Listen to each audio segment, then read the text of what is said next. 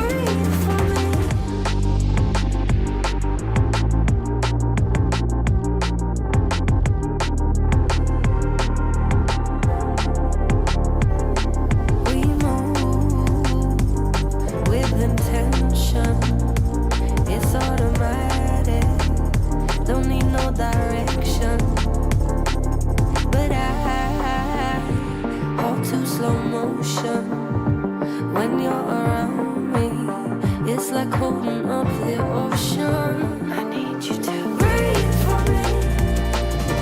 Breathe for me. You take my breath away. So breathe for me. Breathe for me.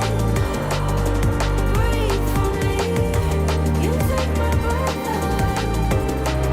So breathe for me.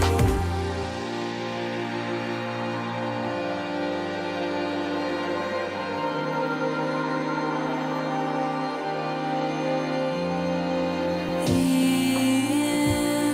and out. In and out. Breathe for me. You take my breath away. I need you to breathe for me.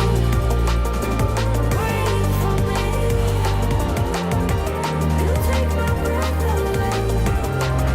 So breathe for me. Breathe for me.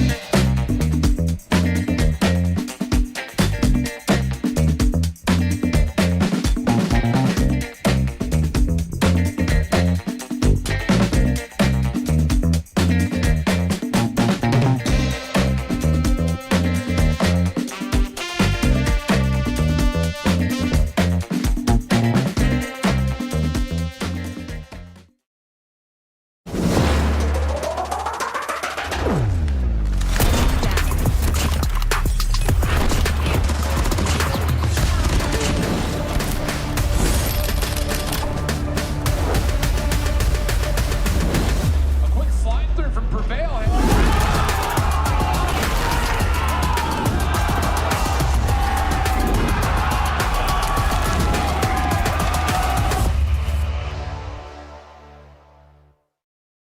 One spot remains, but we have 4 teams to decide who is going to make it to Katowice for the Call of Duty Mobile World Championships, and that will be decided today. My name is Tone, and we are bringing you the final day of EU Stage 4 Finals in what will be an action-packed day of 3 different games. We still have the 4 teams remaining. We're going to lose 3 with only 1 remaining to take that spot. The only spot that Europe have this year, but it's not just myself bringing you the action. We do have 2 other casters alongside myself. It is going to be Infinity and Proper along the way with me. Guys, this is an exciting day. Only 1 spot for Europe, Brody, as we have mentioned, but the competition has never been hotter at the top end. We kind of know what we're going to get. It should be an exciting day.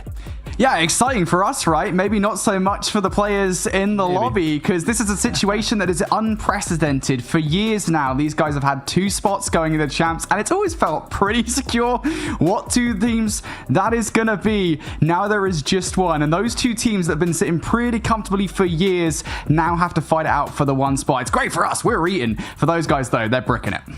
Yeah, a lot of tension on the line here. Proper isn't there. That 1 spot, as Brody mentioned, it's kind of been a bit of a cakewalk for these guys to get into those positions time and time again. But this time around, there is not only that 1 spot.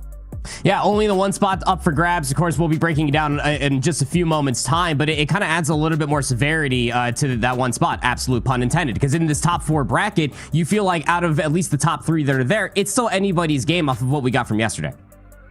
Well, you, of course, can follow us on socials below on X and on Insta. Everything we'll be keeping you up to date with over the course of today. A couple of weeks' time, we've got NA coming up. And then, of course, in November, we have Katowice, but we'll be talking about that a little bit later. But it was a really interesting day yesterday. Kind of what we expected, but we got a couple of different teams who were at least offering something to the table. We'll have a look at the bracket in a second to see how things did break down. But realistically, Brody, we got what we were expecting in that winners bracket final teams, but Animus finding that result against Exclusive, that's something that hasn't happened before at that stage in the bracket. Yeah, absolutely. I think, everybody and their Nan, for a while, we should say, for everybody and their Nan is expected exclusive to, make it to the top two, and Animus, both of those teams to be in the upper bracket final. And that's what happened yesterday, right? I think everybody expected that. That's exactly what happened. But Animus actually managed to take it in a game number 5. They had a phenomenal search and destroy game yesterday, and that is what pulled them through for the first time to actually make it to the upper bracket final before exclusive do. And now that makes things interesting, because for the last couple of events, exclusive have got there first, and then Animus have beaten them to the punch via that lower bracket run into the grand final. Of course, Animus, though, they did go into that best of 7 grand final with a 1-0 advantage. I guess time will tell whether that's actually enough to get them through to Katowice. Yeah, we will find that out later on in the day. But, what they are playing for is that spot in Katowice, but also the prize that we have here this week. I mean, probably we're looking good for this one. 10,000 for first, 5,000 for second, 3,000 for third, 1,500 for fourth. It's a nice chunk of change. I mean, extra dollars in the back pocket never hurt anybody. I mean, the $5,000 consolation prize of not going to Katowice, and you could put it towards your ticket fund, is still fantastic nonetheless. But yeah, everybody's after that first spot. 10,000 schmeckles is great, but most importantly, that trip to Katowice to represent your region. Yeah, that is really the main prize that everybody is looking for, but a nice little side quest along the way. Look, I think, we can talk about the prize and everything like that. We're going to get into the weeds a little bit when we do get there, but there's still 4 teams remaining, and this is the schedule of how they're going to go down today. Of course, the 2 teams that lost in the winners bracket semis will fall down and play up against each other for the first game of the day. That will be 117 Not Found and Severity. The winner gets the prize, if you like, of playing up against exclusive to see who will then go on into the grand final to face up against Animus. So it's an action-packed schedule here, Brody, but one that we kind of expected to come into. But realistically speaking, this is really about making it to Katowice. For all these teams who have already made it through, for some of these teams who are yet to have their opportunity, but right now it's Europe's. And for all these teams, that is the main prize. But this is how things have actually been broken down here, Brody. As far as the final slots go, anything in particular standing out? Because there's something standing out to me that we've already talked about. One spot for Europe is, they've had their allocation halved, mate. Yeah, they have. Yeah, I mean, that's the big thing, right? Of course, Europe now down from 2 spots to 1 for this year's World Championships in Katowice. That spot has to go somewhere, and it has made way for Africa's introduction into the World Championship circuit. Of course, you guys can catch those regional finals from Carry First next weekend. It is so good to have Africa in the competition. I've got a chance to cast over African teams myself when they played Europe in EACS. There's a lot of talent to be found in that region. I'm really excited to see what they do on the global stage come November. So that is the slots, and that is how things are going to go down. We've got 3 to give away in North America in a couple of weeks' time. But this is who already has their spots. Let's go over some of them. Andy, I'll go to you first, and then, Brody, you can jump in. I'm sure you'll have something to say. But realistically speaking, a lot of teams that we really expected to make it have done already. Yeah, shout out Diavolos, the representations running it back there for Japan. They'll be representing their entire region after their grand finals appearance not too long ago. But Galaris will be back in towards attendance. Everybody knows what Lucasen was able to do some time ago. I remember all the way back towards Raleigh with the SKS in hand. That guy is incredibly accurate, and they didn't make a single change to their roster. They beat Amigos both not only in winners finals, but also in grand finals, only losing 1 map, and it was a Tunisia search and destroy 8-6. They're definitely primed to make a very good run as far as the championship is concerned. Yeah, well, there's Japan and LATAM. How about Garena? Earlier on today, right, we finally have our Garena representatives, and shock horror, it's the same representatives that we had last year. Shout out to Team Star Magic. They definitely tried their best to be a representative from Garena. Unfortunately, they fell in the lower bracket final to Elevate. Of course, Elevate earlier on in the bracket did end up falling to Stalwart. It was Stalwart from the upper bracket side in that grand final with the 1-0 advantage, but Elevate, they came out firing on all cylinders. Shout out to PJ, because he'd had like a relatively mellow tournament up until that point. He was doing PJ things in that grand final. He came out, he was shooting on every single map. And so, yeah, again, the representatives, Elevate, of course, our Garena champions, they come in with the first seed out of Garena. And of course, it is Stalwart, that Pack-a-Punch Stalwart with Jai on the roster, joining them. It's going to be a hell of a time in Katowice when we do get there. But if you're wondering why we're talking about Katowice, when is the World Championship? How much are they playing for? Well, we got that info as well. $850,000 on the line in the Call of Duty Mobile World Championship in 2025, November the 7th through till the 9th. In lovely Poland. We are so excited to get out there. I mean, look, Brody, we haven't been out there for a little while. We were there in the studio for some time. It's a lovely city, Katowice, isn't it? Yeah, it is. You know what I really love about Katowice? It's the temperature, right? I actually checked it already. I was like, all right, cool. What temperature is it going to be from November 7th to 9th? I was like, all right, what is it going to be? And apparently it's going to be like 6 degrees or something like that, which is prime Brody territory. Right? I'm ready to go, mate. I am literally chilling. I'm not going to be, not a single drop of sweat is going to drop off this perfect body. All right, we're going to be feeling proper. We're going to be feeling happy out there in Katowice. I'm excited. You just had to spoil it, didn't you? Those thoughts to kick off the show. Irrelevant of that, we do have some games to get on with, and we best get into them after that mental note. 117 not found against Severity is going to be what we're kicking things off with here today for both these two squads coming in off a loss yesterday.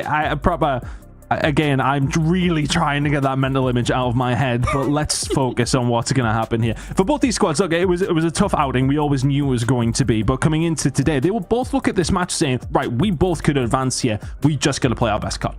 Yeah, and I think that you're really happy about this if you are 117, given the fact that the only recent losses that you do have are against the number 1 and number 2 European teams, being both Exclusive and Animus. But for Severity, this is the step-up moment. This is your time to really showcase what you've been able to learn after getting absolutely devoured by Animus yesterday. I mean, the 164 points that they were able to put up in that map 1 was something. Again, you're looking for players like Chuzo, like Daytel, to show up in these big-time moments to really meet 117 in the pace that they were actually setting yesterday. We know what Fahim and Grizz is able to do, not to mention Saturn's in that map 1 yesterday versus Exclusive in a win. He went 39-24, and Lucky dropped 54 kills for the win. I mean, look, they played extremely well yesterday. We're unfortunate not to get over the line, Brody, and even get themselves another map. They were really pushing it close up against Exclusive. They were looking to try and do that again. Yeah, 100%. I mean, 117 not found. They're looking for revenge in that losers bracket final against Exclusive. I've got to think they're probably going to do it. There's a lot of talent on that lineup with a lot of experience, right? We've got names that you and I, all three of us, will have casted all the way back towards season 4 of SPS. 117, but like we said, you know, they had a good series yesterday. They managed to take the Apocalypse hardpoint away, and I think that was a good indicator of a good kind of team that we were going to see. I think, unfortunately for them, though, as they got kind of further and further throughout the series, they started to lose a little bit more gas, and I think that was kind of exacerbated by the fact that ultimately they did end up facing Exclusive on 2 of their best map mode combinations. You had the raid control, which they lost 3-0, and then you go to the Hacienda hardpoint, and Exclusive do just kind of show them who's boss. It was a very, very decent performance by 117 not found, but not quite enough to topple one of the very best in the game in Exclusive, or at least in Europe anyway. I think, you know, for them, it's always going to be a tough run out for both these two squads. But for Severity, let's have another look at them, because realistically, going up against Animus was always going to be really tough. I don't want to say it showed as much promise as what we've seen from 117 not found against Exclusive proper, but they definitely had their moments here and there where, I mean, they were offered a couple of opportunities. The videos are coming in, we can talk about them in a second, but Severity still have something to offer, right? Yeah, they sure do. Again, as for players that we already saw on our screen, right? They are definitely there. We've seen them being able to reach the mountaintop before, ever so close to being able to get over that plateau, but always met with disaster when it comes down to this 117 not found team and Animus and Exclusive. And that's why we keep on bringing this up, because Brody's right. We've seen this team. We've seen these guys show out and perform so many different times. This is the moment. If you want to represent your region in the World Championship, you got to get past 117, and you got to do it dominantly, in my opinion. 117 not found yesterday, taking Apocalypse off Exclusive. That slipped on through, and we've seen them go very close in the firing range. That'll be map number 5. These maps, I mean, based on just purely what we've seen yesterday, don't mind them at all for 117 not found yet, Brody. Yeah, I'd be very happy with this map set for sure, right? I think the big thing coming in this series is Severity are really bad at search and destroy. That's the one thing they need to improve, and so that's the one question mark I think you have coming into this series. You've got an Apocalypse hardpoint that you managed to take away. You're very happy about that, and I think they'll be perfectly fine when they're playing raid control against a team that isn't named Exclusive. So yeah, great map set I think for 117 not found. We might be on a collision course for a 3-0. Well, here we go. Apocalypse just about ready to load in. The games are finally kicking off. It's going to be me and Proper to take you through on this one. Brody, grab yourself a cup of tea, mate. We'll see you in a little bit. Apocalypse, though, here, Proper, for both these two squads. As mentioned, 117 not found. Taking this off Exclusive yesterday, caught them napping a little bit. You're going to have to be careful here if you are Severity. You really do, because I mean, you go in towards the hard scope that is this best of 5. How about scoping out real quick? The only teams that they have beat in recency, they're not even here. Again, just adding it to a little bit more as we're having a little bit of some issues inside the lobby. 117 not found, not appreciating their spot in towards Apocalypse. But yeah, look, Severity are going to have a real tough go of things because of this the veto process. And you and I have been casting Call of Duty for quite some time. Oh, what's up, Brody? Hey, man, he's here chilling with us now. I guess I'm talking to Brody now. Hey, Brody. So like, you know, we've been casting Call of Duty for quite some time, right, bro? So like pretty much if you have your set vetoes in stone and you leave these ones more than vacant and open, these Apocalypse hardpoints are going to come through. And you think that that had to have been a hard veto against 117 not found off of them taking it from exclusive yesterday. Yeah, you would think, mate. Sorry, I didn't even think I'd be here for a second. I was like, oh, all right, cool. That's why you saw me shot. Anyway, how's it going, guys? All right, listen, yeah, Apocalypse Hardpoint. I am kind of surprised that in the veto process, Severity didn't choose against them. I guess maybe the kind of the flip side of that, right, is that ultimately, stop laughing. Ultimately, Severity, might have just looked at the VOD yesterday and gone, all right, cool. So this is how 117 not found managed to take that map away from exclusive. This is how we're going to win this game. Look, it's an ego child. It happens a lot in COD Mobile. You know, VOD is a big thing to take control of, but look, if they think they've got this figured out, I want to see Severity come out swinging in this game. Just whether or not they do, I think is the question mark for me. Oh, absolutely. I mean, you even got to see that just from the veto process as well. This Apocalypse is, of course, 117 not found. It is their pick. They're starting on the unfavored side of the map. So if there's any point in time to put B2A, it would be right now if you are Severity. So we'll have to see what they're able to do. Top control, at least thus far. But from the outside looking in, they got to generate this time, Brody, and break B2 spawns. Alrighty, well, let's see whether or not 117 not found are going to get an easy win in map number 1, whether Severity have messed up in those vetoes. We're about to find out, I guess. As already off the start, you're talking about 117 not found being in control of those spawns. We're seeing Chuso try to move forward towards that. He's actually going to pick Fahim off, so that's going to turn the attention of 117 not found towards said spawns, but 117 are winning the gunfights. Chuso needed to win his. That doesn't happen. Not too often. Got those spawns now if you are 117 in towards the back. Still got scrap time left to fight over here, and somebody's got to be picking up over inside the ruin, so that's a great pick up there. Didn't want player number 1 for Severity slipping the net, getting past in towards those ruin spawns, especially right before P2 pops. This 20-plus point lead is really good for 117 as they're already setting up for new. 117 in control of the hard point. That's 3 kills for them between Fahim and Creed. That's going to send Severity away for the spawns. Keep an eye out for potential utility coming in towards this hard point. 100 Kilodrone's already going to pick 2 out of the skies. Nades over the top. No trophies to meet them. And Severity will open up some space through the middle of the map. Like, here's those utility. Here's those ops coming out from 117 not found in control of the hard point. Fahim is going to go out towards the middle. Fahim, why are you side questing with a Tempest, mate? Your entire job is zone control. Is it a sniper? Is it a shotgun? I don't know. It shoots electricity. We'll have to find out at the end of the day. So yeah, so Severity, they're going to still try to poke their heads through the jump up and maybe try to work this from the front, because you really don't want these back spawns anymore, where 117 are still at, but these multi-kills still coming through for 117 not found. That lead has now grown to 70+. Yeah, it's just 117 in complete control. Doesn't matter if you mess up the Tempest as long as you get control of the hard point. And that is exactly what 117 not found have done. Perfect control over that PT rotation. And it's about to get worse as well. Grizz on the equals. Now starting to move forward. Looking to get some players off the spawn as well. Good for one. Grizz burning through the second. And up top, Lucky has already found another one. The spawns have flipped proper. It's not looking good for Severity.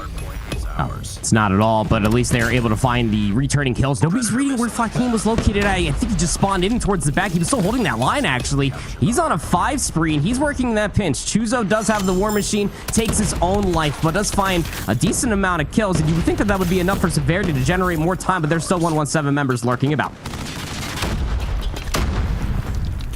And we see Moby starting to get something through the middle of the map. It's not a lot of value off the Death Machine, is it really, considering that's probably one of the most powerful operators we have here in Call of Duty Mobile. Kills being made by Skinny in secret, though, so that's going to obtain some control for potential rotation towards the next hard point. 117 now investing to try and clear some space through the old Grizz. Only going to find one. Daytel for the trade. Fahim, good for the back 15. And he should look to use this Tempest to try and clear some space towards those back spawns. Unfortunately, gets shut down. So next up to do that is going to be Satins.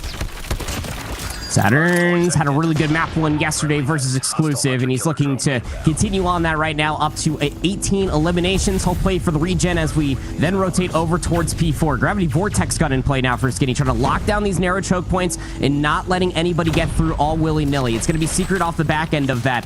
There with the equalizers, just to make sure that nobody gets through a good wave of gunfights, and Severity are generating time. A bit of rogue spawn coming through from Grizz. Secret somehow reads it though and gets a kill. Yeah, just a little bit of a rogue spawn. That was being blocked. No idea how that's happened. Either way, the rest of the players now should be filtering through post box. Creed, the only one to find some value at this point in time. Lucky, unharmed here for the moment. On the other side though, it's a hunter-killer drone that takes Grizz out of the play. Secret now on fire in a row. Chuso's hunter-killer sent straight towards the post box, and 117 now in the blender. Severity off the back of this single rotation have taken control once again, but Saturn's run straight through the back line, finds all three. How on earth has that happened? I don't know. This is all off the back here of every piece of utility, plus the kitchen sink being thrown out the window for Severity. Chuzo for the Pred missile should work their way back in. He also has an operator if need be. Saturn still trying to fight for the old rotation as we go back towards the center of the map. And what was it, a 70, almost 80-point lead? Does whittle its way down to 40, but as I was alluding to earlier, the resource advantage is all here for 117 not found. They got the Sparrow and the War Machine just to lock down the initial 20 seconds almost, but Severity are spawning way far out. Hardpoint is ours.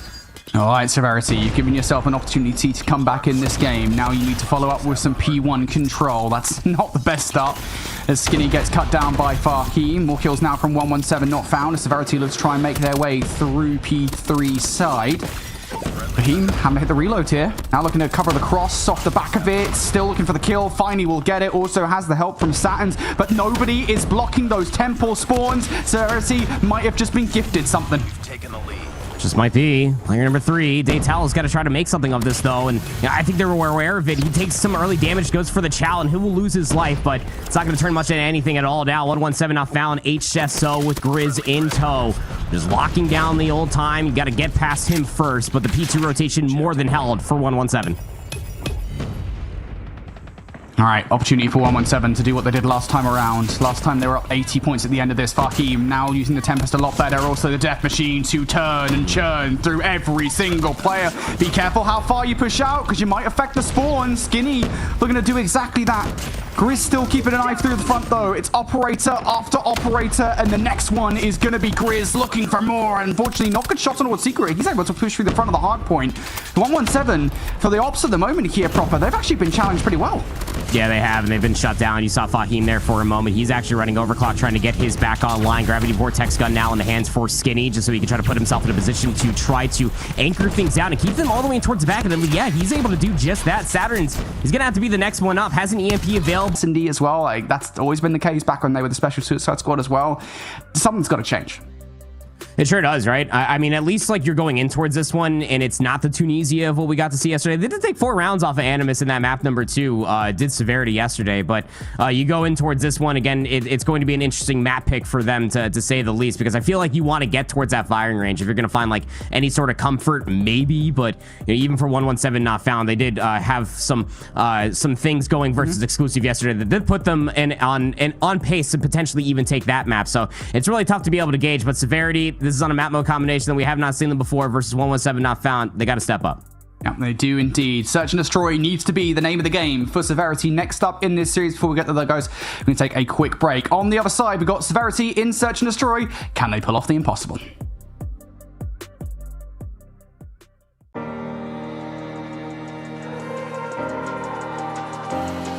We breathe without thinking. It's automatic, like a pendulum swinging. But I feel myself slipping. Everything's static. My body can't map it. I need you to breathe for me. Breathe for me. You take my breath away.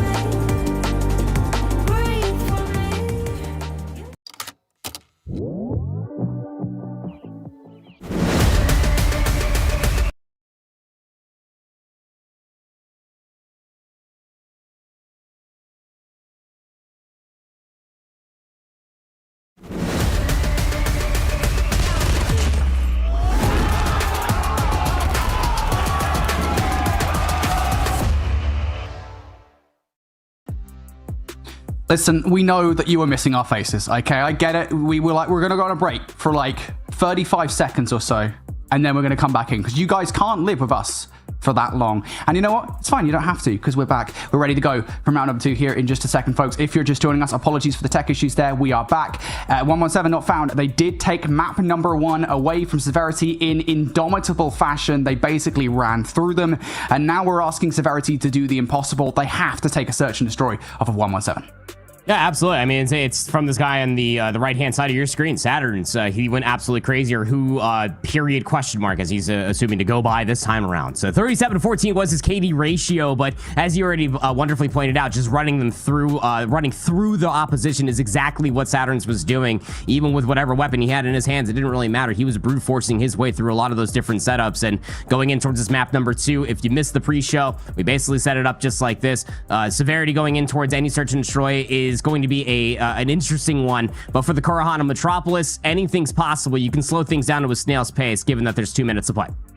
Yeah, that's the thing with Kurahana, especially if you're on the offensive side. These opening snipes are everything. I think very often you can spend so long waiting for them to come through that you exhaust a lot of time off the clock. And a reminder, folks, if you're joining us maybe from mainline Call of Duty, maybe even from Warzone, search and destroy rounds, they're 2 whole minutes here in Call of Duty Mobile. So you've got a lot of time to kind of waste off the clock if you so desire. And I imagine that's what both of these 2 teams are going to be doing. But I kind of mentioned there very briefly, Proper, about the sniper prowess, right? I mean, I think for search and destroy, I mentioned it yesterday, like, you kind of have to have good snipers. If not, you're not going to be a successful team. In S&D, I feel like I still want to say, despite Chuso being a phenomenal player, that I think 117 have the edge in that category. I'd probably agree with you as well, just from a raw mechanical or even just from a setup perspective, right? Because we saw 117 not found even in their search and destroy. Their opening rollouts were very, very good versus exclusive, man. So I think that you're probably going to be looking towards Lucky to probably forcing out those first bloods yet again of what we got versus exclusive yesterday. And it's going to have Chuzo his hands are going to be full, man. You're looking and putting a lot of pressure on this guy to shut down 2 very good snipers on the other side. So this Metropolis, yeah, we're going to be keeping a very close eye on Chuzo to see what he can do, but a little bit more than that. We want to see what the SMGs can get enabled off of from Chuzo's marksman rifle.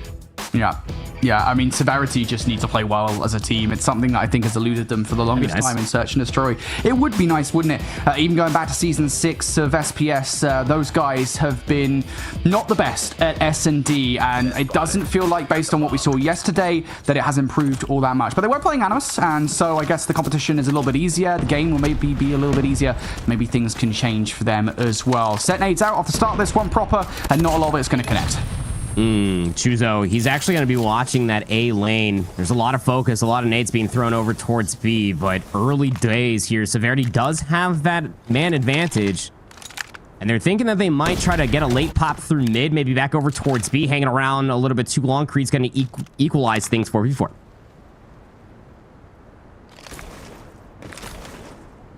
And now we reach the point at which, again, you got 2 minutes in Search and Destroy. We can just waste some time off of the clock. 117 pushing all the way up towards that mid-B cut.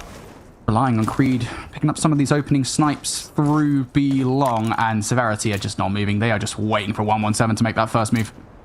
Oh, they know that Grizz is going to be lurking down here. I don't know if they're going to expect that it's a double stack. Saturn's laying prone right behind where Grizz was located at there with the HSO. They think twice of it. The thing about this play right now is that Skitty's still lurking over towards that B lane. So here comes the nade. The check over towards A. That's going to be the alarm bell there for Lucky. He's going to call for some assistance, but the 3-player hit across his A lane is on. When does Skinny start moving? What is happening? Oh, they're doubling back again. Yeah, I feel like all that noise was just kind of smoke and mirrors for Severity, which is actually making me over towards B. Of course, 117 haven't fully abandoned that site, though.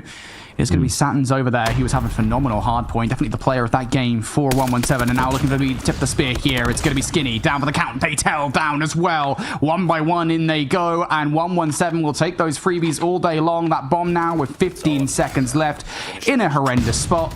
All just down a secret. And he's going to get given a couple of freebies. Oh, second kill was so close. Has to go for the ego chow with the machine pistol. Not going to happen. No time there for Severity. It's just very interesting that was probably the last piece of utility, would you reckon, was used for that nade just to clear over towards the backside A. And Lucky, I don't even think he got hit by it, so they didn't even got any of the information whatsoever, but they used it as a pop cue. And they didn't have anything to clear over by that B bomb side. That is such a nasty head glitch, so First round going to 117 not found. And well, now we're just going to try to brute force our way through elbow. Yeah, Lucky's going to be the first one there every single day. Lucky opening those snipes again. Looking for number 3. And I don't think you want that if you're a Moby. Moby, I know he's got the sniper in his hand. I'd be feeling pretty confident with the Tundra, but not against Lucky. You need to find the kills elsewhere on the map. Skinny now being sent running away back towards the spawn. This map control for a 117 is so daunting for Severity. They have no room to breathe whatsoever. Secret now back towards the middle of the map. Couple of players to try and take him down. Fahim's going to be the one to get the kill.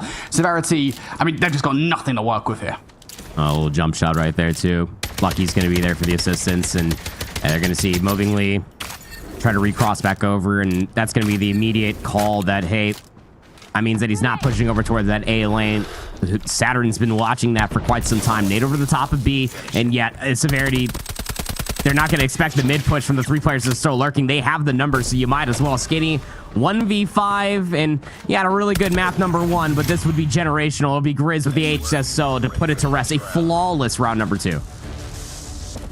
I felt like, I think Chuso might have DC'd there for the moment, so that's unfortunate for Severity. Either way, I don't think it would have really changed the outcome that much. Lucky just completely obliterated them in that round of S&D. Good start on the defense here for 117. For Severity, again, I feel like those issues that have kind of been an issue for them in the past feels like it is once again. They need to be a bit more decisive. There we go, finally. Sun connects on towards Fahim. Good for the first kill. Traded out from Grizz. Chuso's there to cover his teammates back. You take a 2-for-1 through the middle of the back now. And now for Severity, you have to do something with it. I know you've got 2 minutes on the clock, but just don't waste the time waiting for 117 to come to you. That's not going to happen in a 3 versus 4. It's going to get cooked, and Chuso's going to see that explosion in the shrapnel. Might be trying to play for the timing there for Creed, but he's watching the mid cut.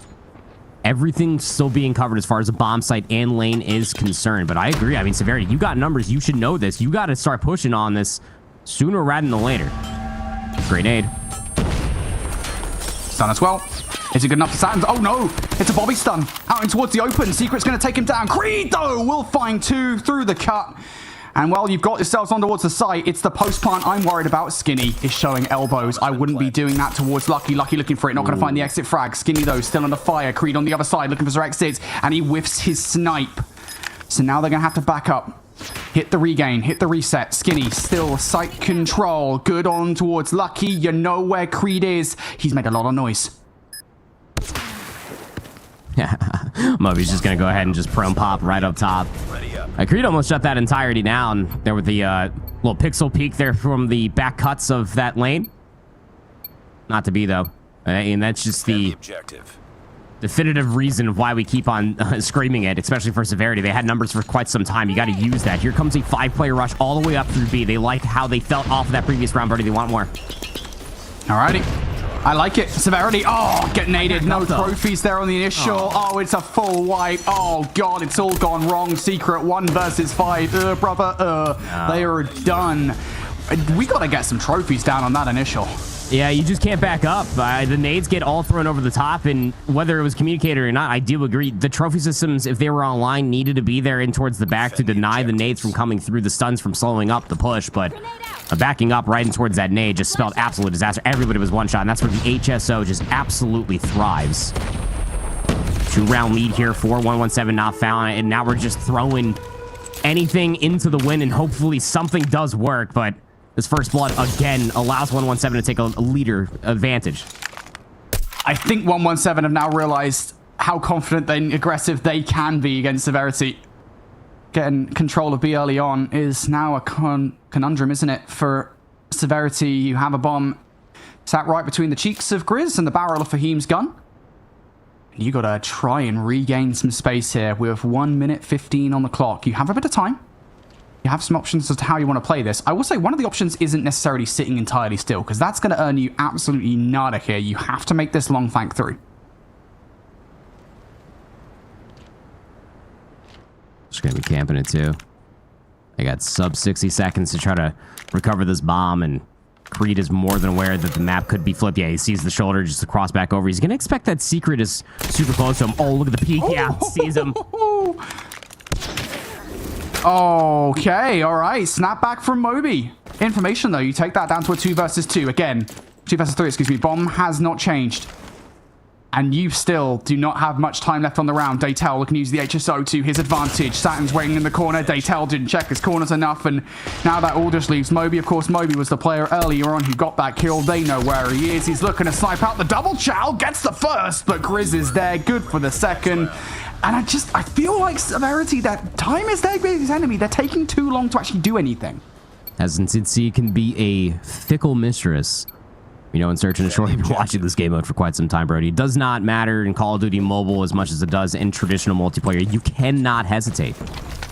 Even when you do have a numbers advantage, you should know that you should have the numbers here. Just trophy system down. Here comes the push. Lucky has been playing this position every single round, but they don't push him out. They're now trapped. Central pushing from the flank from Grizz and Lucky, man. and it's going to happen as well. They're going to get the kills. Oh, God. I mean, in a way, this is probably one of the luckiest slow pushes I've ever seen, because the one player that wasn't in the play is going to be the player with the bomb, but they're getting hunted down. Grizz actually no idea that Skinny's here, because why would you think that whatsoever? The stun will connect, though, and Skinny, oh, mate, you do not have long in this world. Finds one, but Fahim is good for the second, and yeah, just those opening kills, man. 117, they've got him locked down.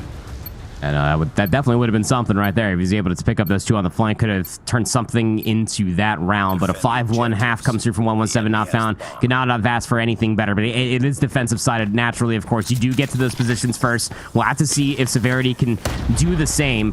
But this A push on the back end of all of these first bloods between Creed and Lucky, it's just the same way that they start this round. You take Grizz out. Daytel, still more work to do. Nice nade over the top from Chuso. Stun out, not going to find anything. All of the pressure coming down from A-Long. Creed now stunned. Looking to back all the way on up. You are going to get away. Well, one will. Lucky in. Saturn's actually going to find some value now. Down to a 2 versus 2 we go. Bomb's still down on the A site, though. Got to recover it first. Chuso's watching it. Moby's going to get caught in the 1v1. Oh, that's very rare. Lucky loses that one. And now it's all down to Saturn's. Moby's got the regen to come through, but he's got the timing to not only just recover the bomb, but he can get out. Unbeknownst to him, he still thinks that there's going to be a player on the flank. Yeah, it's whether or not he wants to take the 50-50 on the kills or just go straight towards B. Maybe he's even playing some timing penalties to make him think that it's going to be a B rotation. Either way, Saturn's sticking for a moment. He's got a little bit of time to work with. Chuso and Moby both watching different angles here. Saturn's has an opportunity to split the difference between the two, and that might well be the play. Just wait patiently for the Saturns to strike. Not going to check Moby in that corner here. Makes his position known. Goes for the first. No immediate child from Moby here. Has to go for a wide peek. It's not going to happen. Bomb now being planted. And Moby has not a Scooby. This is happening. Where does Saturn's go on the post plant here? Straight towards the back line. Moby for the initial shots here. Out back goes Saturn's. He's confident for the fight, and he's got good reason to be. Moby down to the smallest amount of HP, and down to the next round he goes. Yeah, it puts him up on map point now for 117 not found. USS 9 going up against the Odin of Moby, and you're really hoping for that first shot just to dink him. Once you get that headshot or that HP advantage, you know he's going to challenge it every single time. Saturn's able to find the first one cleanly enough, sets up disaster for Severity. Here comes that A push. First blood to Chuso. Backing on up. Beautiful from Moby as well. No way to cross now. 117. I think the decisive thing you could possibly do in this situation is strike out the hell out of dodge. If you can get some freebies, that'll be nice. Creed's actually going to get one. Chuso, what are you doing? You don't need to chow that, buddy. Creed, he's just going to go for a buy one, get one free offer at the moment. They're just trying to slide for information. Didn't probably have a nade or anything. There was no trophy on the opposite side. So that keeps things a little bit interesting. There's a smoke to at least shroud that for now. But the push is coming over towards the A lane. They tell HSO shotgun. Oh, he saw the barrel. Did he? He hears him jumping for sure. Oh my gosh. Hello. No, he didn't end up seeing him at all. That's a big pick to have for yourself. Numbers now for Severity on the defense. 117 still got a little bit of time to play with. I love this play from Skinny. He's playing aggressive. Oh god, he's about to pass them like 2 ships in the night. Oh my god, that could be horrendous timing. Yeah, Skinny's got not a Scooby. This has happened. 117 have a freebie bomb plant, and I love the play proper from Skinny. I just think, unfortunately for him, the timing has kind of bitten him. And now you've given 117 not found the opportunity to win this round.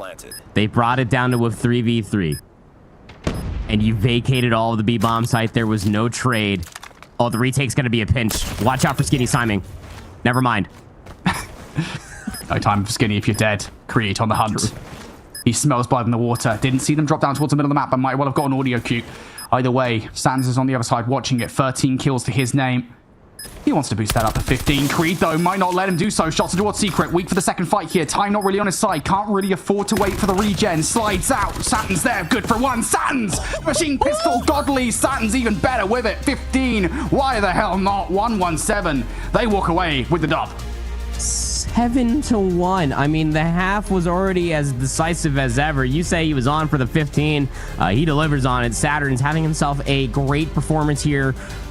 Severity just not showing up at any point in time. They had that one round. They had numbers advantage in that 8th round, Brody, and then they just let it slip through their fingers. The 8th round just became but humble sand, just all the way through their fingertips. They had every single bit of advantage, and it just was all for naught. Shuzo, the egregious slide shot for information, I'm assuming.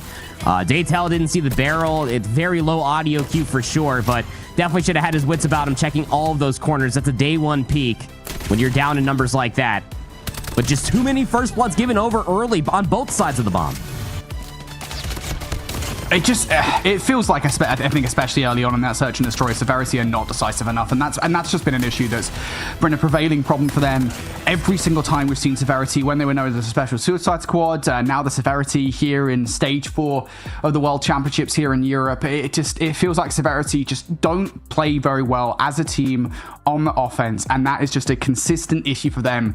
It once again shows up here versus 117. And I gotta say, I really don't think that 117 Not Found were doing anything particularly ingenious, right? I mean, they haven't come out in here and invented whole new search and destroy strategies. Even fundamentally speaking, their own S&D wasn't perfect. It's just that they were playing off of how Severity were playing so well in that search and destroy, and they got super confident towards the back half of that S&D. Easy dub for them. I don't blame them. There's one thing that we constantly talk about when it's in Search and Destroy, and it's like setting up for like your alarm bells. I think that Kurahana Metropolis is like the most perfect map to truly dissect this because of its 3-lane nature. And like you're always going to see that, Lucky, we'll take it from a defensive perspective. Like he's always going to be the first one to chow that. What was the alarm bell? Okay, I saw 2, and then he immediately got assistance from Saturn to then watch that 8 lane so he can then assist his HSO shotgun in the middle of the map. It's all of those like on the fly adaptations that really sets a lot of the teams all the way up at the top. Hell, it's what made Elevate just so godlike in the last year's run for the World Championship. And, we need to be seeing that coming through from a lot of these teams that want to represent the European region, and why we keep screaming to the heavens for it to be represented. It was there from 117 Not Found. Severity lacking it. All right, well, we know you guys missed the end of map number 1. Let's bring that scoreboard back up for you, because we already mentioned the fact that Saturn's had an absolute worldie of a game, and he did there 37 and 14, continuing his MVP performance through this series proper. Yeah, absolutely. I mean, this has been an absolute roller coaster for Saturns. We were talking about it, even going back towards the map number 1 versus exclusive. Since you missed my entire spiel, I'll bring it up again. Lucky went 54 and 29 on that APOC hardpoint number 1 versus exclusive. 35 and 21 here. 39 and 24 out from Saturns, and he goes 37 and 14 here with just over a minute of OBJ time. 3rd in pecking order for his team. To say that he has impact and consistency in map number 1, and that continuing over towards map number 2 would be putting it lightly. Yeah, just a phenomenal performance from Saturn's. I just remember again, I kind of feel like maybe I'm being a little bit too rose-tinted glasses here, but I mean, he is just one of the very first players in European Call of Duty Mobile that impressed me, back when I, first joined the team early last year in Katowice for Season 4. Saturn's on that Omniscient roster. Every single time we got to see Omniscient play, he was having a whale of a time, and it just continues to look that way on this 117 Not Found roster. I'm glad that he's back in the mix here for EU Stage 4 in the run-up to the World Championship for 2025. All right, so 117 Not Found, 2-0 up in this series right now, folks. Next up, we've got a raid hardpoint. And again, this wasn't such a great map for 117 Not Found yesterday, but I think the key point to note is that they were playing exclusive, and raid control is one of their best map mode combinations. So I'm expecting things to be very different here. Oh, absolutely. It is their best map mode combination, to say the least. I mean, they 3-0'd Animus on it as well yesterday. They made them look absolutely ridiculous. So not a whole lot of data to be digesting off of that 3-0 loss. They did take 2 segments off of that opening round. It's just, what can you truly learn from that? I think that's the question that we got to be asking ourselves here, to be able to see what potentially could be possible for this team of 117 Not Found to really just put Severity down into the ground and give them just another top 4. Again, Special Suicide Squad, as they previously were, have always gotten super close, and yet when it's up against this 117 Not Found team, Animus or Exclusive, in all of the different facets in Roster Mania, they have always come up short. And now we're asking them to start a reverse sweep. All right, well, Severity backs against the wall. Your tournament hopes and dreams of making it to Katowice lie in a raid control. Can Severity come out swinging? And it was this one. It doesn't look like it's going to be the case almost off the bat here. Moby's going to find a couple of kills with the Type 63. Trades mostly in favor of 117 Not Found, though, as they're the ones on the defense. I like the overarching strategy here from Severity to make it up the driveway, to try and get B out the way. But now Grizz is facing you down with the HSO. Finally, though, as he falls, Creed and Lucky, they close things out. And that opening set of engagements goes 117 as well. That's that HSO shotgun, man. Grizz bringing it back out from Metropolis here on raid. You get a lot of good cover and a lot of good damage to be able to set things up. If not, you get the one burst for the kill. So Grizz pushing up now. USS 9 for his second life. Got a lot of players inside the pool looking for the 3 feed. Not enough awareness to find the 4 dropping from top bed, but that first segment, just about all we can see gained so far. We're back to spawn once again. Severity now. Some kind of movement. Oh, nice kill on towards Fahim. Pressure from both sides of the point here. 117 Creed looking for any freebies he can get from Laundry side. A lot of shots, none of them actually resulting in frags. And now you've got Secret on the flank as well to take you out of the play. That should be it for Severity. They should be able to capture B. At this point, if you're 117, you want to be playing for exit frags. One player coming on the flank, though. Saturn's trying to be disruptive. Will take one out of the play. Good turn from Moby for the second. But that route through Laundry has already been kind of shut down. It's crazy that this is now just when that first segment is finally getting depleted. Is the 117 Not Found really struggling to try to play around the objective and really understanding on where the state of the objective is currently located at. That life advantage now whittled down to 3.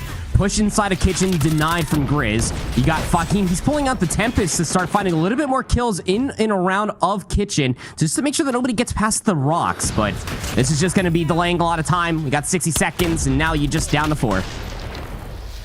8 versus 4. Fahim's going to invest the Tempest. I don't entirely know why, but he's done it, I guess. Will not even find that kill. Grizz is going to be the one responsible for that. Fahim takes Secret down on the route. Wrap behind. That's not happening. Last couple of players are split up. Skinny, good luck. Have fun with this one, buddy. You're in a 1 versus 8 with very little map control. This would be one of the most phenomenal plays we've ever seen in Call of Duty Mobile if he was able to get it done. Skinny, good for the first. Jumps on towards the A. Doesn't spot Lucky in the corner. And it's over. So able to get those 3 segments, and for better or worse, that is a little bit of a fumble coming through from 117 Not Found. Even off of the transitional gunfights that allowed Severity to be able to get over towards that zone, you're still going to be playing for exits, and that's a great point out of you, Brody. But here we go, in towards round number 2. Chuzo's got the War Machine. He's going to be the first to pop it all over the backside of spawn, trying to get the hard read that somebody's going to be coming all the way through Zig. Not the case. It's in B rush. Yeah, pretty standard thing to do. Of course, nobody going to go Zig off the back of round number 1 because there will be a War Machine in play. War Machine late from Lucky, though, and it's going to be an op fest as the War Machine doesn't really get that much. Grizz's equals Will through the 4th player. Grizz now looking to do some damage through the spawn. I believe that was 5 in total from Grizz. Provides so much space for his team to make the capture on B happen. And if you're a Severity, you might as well just chalk this. Yeah, you might as well, especially you see Chuzo. He's rolling out here for his first life, Brody. He's got the sniper rifle, the Tundra in his hand, and he dies. He was trying to get himself bedroom control to deny the rotation. Saturn's on the respawn, reads that. Death Machine now pulled, trying to rotate all the way through kitchen, through P5. Creed, where do you start working this bold hose? And the answer is right in towards the spawn. Just clear out the players on the point, get it on towards the zone, and then you can really start to burn through everybody. Secret is really the only threat to this. Players spawning up towards Laundry side. Death Machine now going to be going away. Grizz trying to do some damage. Not going to happen for the players off spawn. Actually, they've been pretty successful at finding kills on the exit here. Daytel jumps right over somebody, though, and all of a sudden, it's a blue feed as well. Sparrow out from Saturn's. Those guys will be spawning in Narnia, and they should be able to stack the point now and start to move through. Sparrow finally down. Severity knocking on the door here on the defense. Grizz down for the count. Sparrow right back out again. One more bullet left to go. Arrow, he's going to find another one. Sonic Killer Drone also out to play, but he gets taken down on the point. They will salvage it for the moment. The problem is that life deficit is scary. Yeah, it should have been the segment capture, though. I mean, that's what you're mostly looking for 117 not found. I can't believe that Saturn's was the last alive over there for so long, and how he had to wait for reinforcements to come around. I mean, yeah, you're playing for the kills, but what a moment out from Saturn's just to keep that segment progression going and keeping Severity looking for where he was located at on the hill. 1v12 now out from Skinny. Had a really good map number 1 to keep his team in it, but you know that he's not long for this world. A great start coming through from 117 not found in that round, Brody. We talked about it. Chuzo, he pulls out the War Machine. Pretty standard stuff. You want to deny any Zig control or anybody pushing through P5, but I think most importantly what that does for 117 not found, they're like, hey, we see all these grenades just hailing over the top. Let's rip ours and keep it standard. Go all the way up through driveway and use our equalizers to get inside the laundry. What a snowball. All right, well, early investment from 117 now pretty good at the start of this one. Lucky gonna find 3 with the War Machine. Ain't nobody getting through that driveway. Next up to bat is gonna be Farkeem with the Tempest. 2 more shots left to go. Last one, not good. Secret immediately whipping out the equals, and well, he will end up falling as well. Choose on the other side with 2 with the War Machine. Early investment from both teams here. Severity actually a little bit of room to maneuver here through this one. Lucky's going to bring the Predator missile down. Farkeem towards the point, going to get cut down by Moby. So Severity knocking at the door, but how good is their team play? Well, they are going to catch Chris on the flank. Secret, though, still got to fight forward here. Severity now looking to touch the point. Yeah, just gonna try to. It's Daytel, USS-9, and it's a laser beam. Those are some egregious shots. You want to try to get some posture on the zone first. Maybe get over towards a wheelbarrow window, but he gives headway just a little bit too early. Moby's able to find 2. Chuzo's there for the snipe for the 3rd, but there's no other space being provided. Lucky's still there to meet them inside a Tiki. And Severity are just kind of trapped through P5s. Skinny's gonna pull out the Tempest and maybe try to turn this into something, but we're sub 30 seconds and we trail by 2 lives. Severity is starting to lose more map control as well. They are butting heads over by 8 at the moment. They just continue to want this point over and over again, and that's the Tempest down. That's a big kill for 117 to make. Next one in the blender. Farkeem on 4 in a row. Grizz now going to bring the equals out to play as well. 117 have such utility ready to go for this closing moment. Severity starting to feel the claustrophobia as the walls are closing in. There is no time. 117 3-0 here in the control. They 3-0 the series, and Severity, they're out. Just felt like it was never really close at all. I mean, outside of like the P3, P4 rotation, which like the viewers didn't even get to see, like that was the only time Severity got to fight. It was all 117 not found. This was 100% their game to lose, and it felt like that, especially from Saturn's. The ball was absolutely in this guy's court. He was absolutely generational when it comes down to the turning of the age story of these clutch moments and being able to show up and go on these Herculean sprees. This map number 3 started off really competitive, and 117 not found really scammed away that opening zone. It gave Severity a chance to try to turn it into something. The better teams, Animus exclusive, they'll take that opportunity and really turn it into a round win. So that's really the only big takeaway from 117 not found, but they were absolutely humming in the series, man. Yeah, just a phenomenal series from 117 not found on the whole. Severity, just look, I mean, they had their moments individually. They look pretty good, but I think they've just got to work on their team play. I think that's the overarching thing for them. Just feeling out of their depth at times. Well, there we go. 117 not found, cruising through that game. And if I'm honest, gents, I really didn't see it being that simple for them. I knew we would have a favoritism towards 117 not found, absolutely, but to see them do it in that fashion up against Severity, questions to be asked of Severity. We arguably seen probably a little bit of a better I want to say showing from them against Animus yesterday, and never mind up against 117 not found. But for 117 not found, a very, very good game out of them, and that will give them a lot of confidence. That's the kind of game that one of these two teams would have liked. It gives you a good amount of momentum heading into this next series proper. They're going to be going up against exclusive, and they'll need all the help they can possibly get. They're going to need that hot hand for sure, given the fact that they did take that map 1 off them yesterday, but then continue to fall short in a lot of those clutch moments. That was being showcased, again, why I said what I said. Like Saturn's, you got to be able to have that versus the top teams, and we got to be able to see these split decisions and snap sprees being utilized to get more traction on the map. If you can somehow find that to be a consistent factor against the upcoming match, that's where the upset's going to be if you're 117.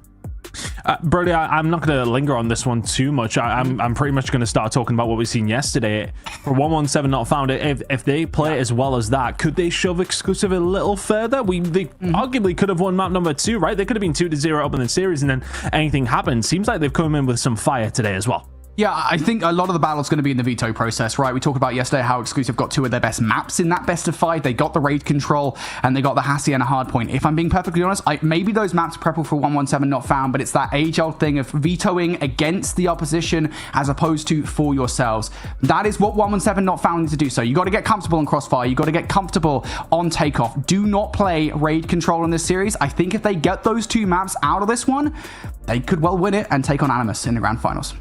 It's going to be interesting. Fahim's going to have to continue to play like that, though, if they do want an opportunity to get themselves into that grand final. Good performance from him in the control. But yeah, it was a pretty easy game for the side of 117 not found there. Honestly, I think it was relatively surprising. To be honest, I was sitting here having a little bit of food and thinking, I've got loads of time. And then all of a sudden, I'm having to cram it in. Either way, here we go. The bracket is ready to go. This is how things are now looking. 117 not found advancing through that first losers bracket game. And now they will go up against Exclusive. And the prize for this game, of course, is a grand final spot against Animus, who will, as mentioned, have that advantage as they go there via the winners bracket. But Exclusive against 117 not found is what's going to be coming up next. That is going to be a banger. And yeah, we'll talk about when we get there, when we get the veto process over and done with. But it's going to be super interesting to see how the maps are potentially going to differ. Are they going to differ when we head into it? But one final word on Severity here, though, Andy. That's them done for the season. But a 4th place finish, I think for them, not too bad of a result, but probably an expected one. It's just another top 4. You know, these guys are really chasing for that bronze medal for all these different European regions. Again, formerly known as the Triple S Special Suicide Squad, whatever you want to call them. Severity now, they just got to continue to look with it. And I'm just going to hound them again for what Brody was already echoing in towards the back, is that the team play just needs to be there. There were so many opportunities for them to be able to close out a lot of different rotations, even back on that Hacienda map 1 versus Animus yesterday. If they can tighten things up going in towards next stage, who knows how high these guys can go. Well, that will be that for Severity. But our next game coming up, 117 not found, going up against Exclusive. This is going to be an absolute banger. We've already seen them play up against each other yesterday.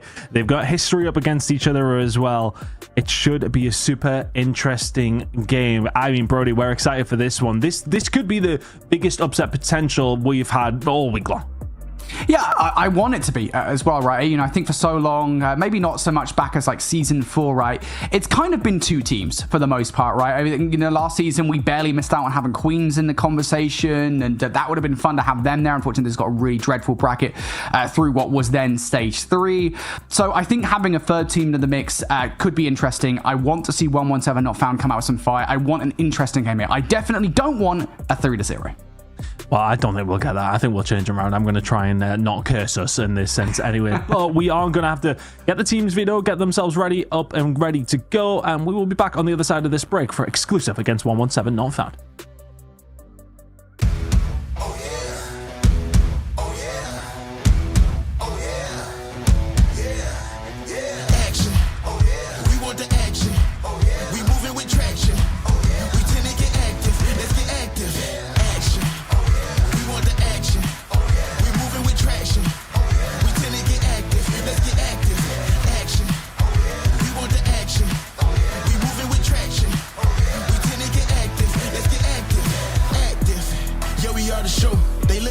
Like we gotta go, super bad, baby, and we outside. This the game everybody waiting for.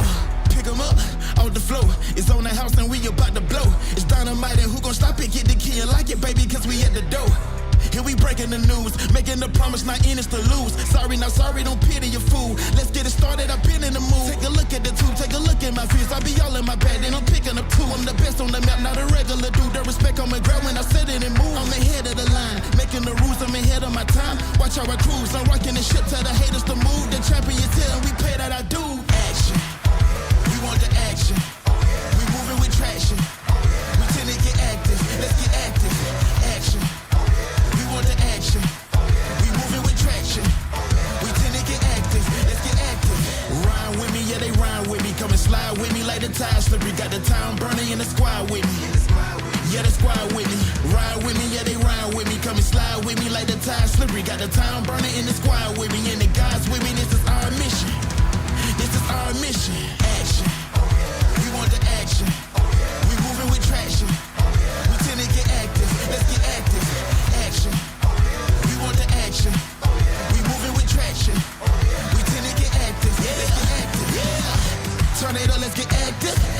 off the cuff, I'ma smash 'em. So come try your luck if we crash it. I am the captain, calling it pack action. We want the action. We moving with traction.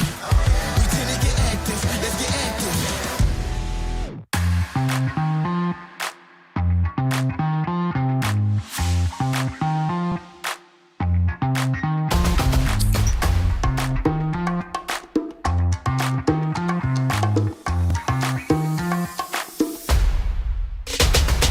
Let's go bigger, I'm that killer. Coming in hot, make you jump like a thriller.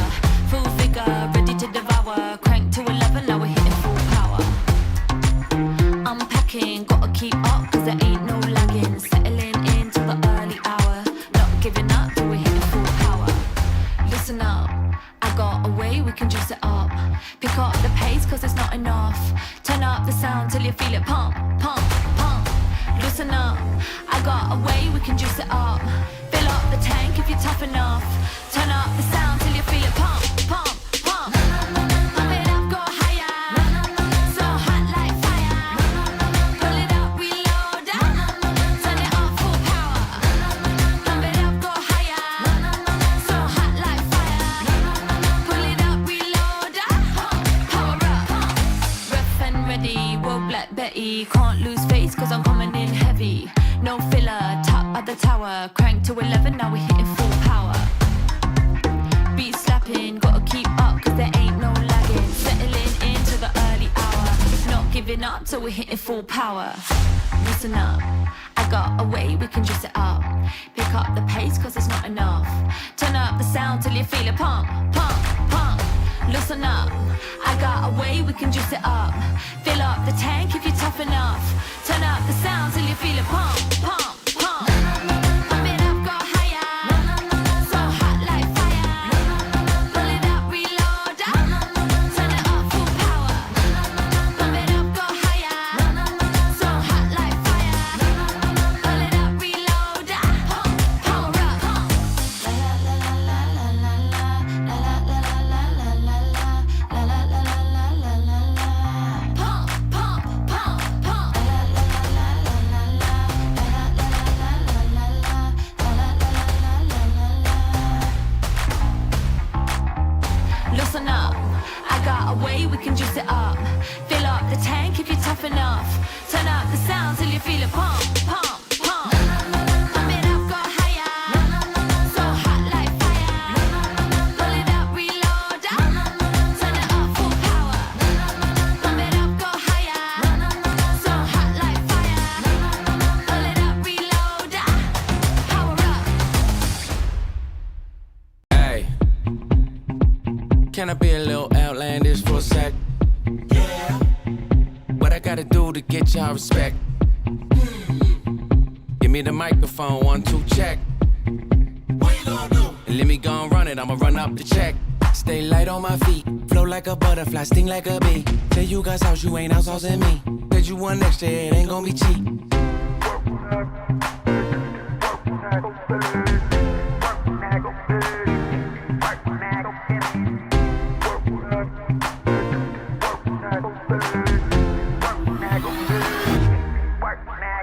Say what? We ain't gonna do a little this, do a little that, get a little crazy. Say what? Everybody wanna get busy, get steady like it's titanium. Say what? Finna go all out, finna go all out. Say what? How much time you got? Sit down, let me line them up, hey. On a scale, like 1 to 10, I'm like way over 10.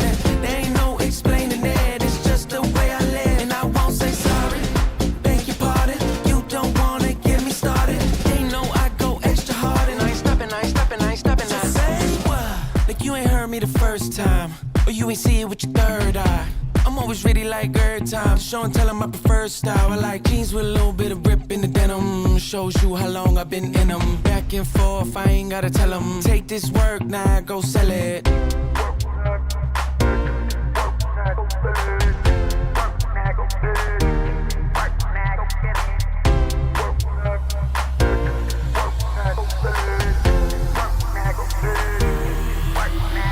Say what? We ain't gonna do a little this, do a little that, get a little crazy. Say what? Everybody wanna get busy, get steady like it's titanium. Say what? Finna go all out, finna go all out. Say what?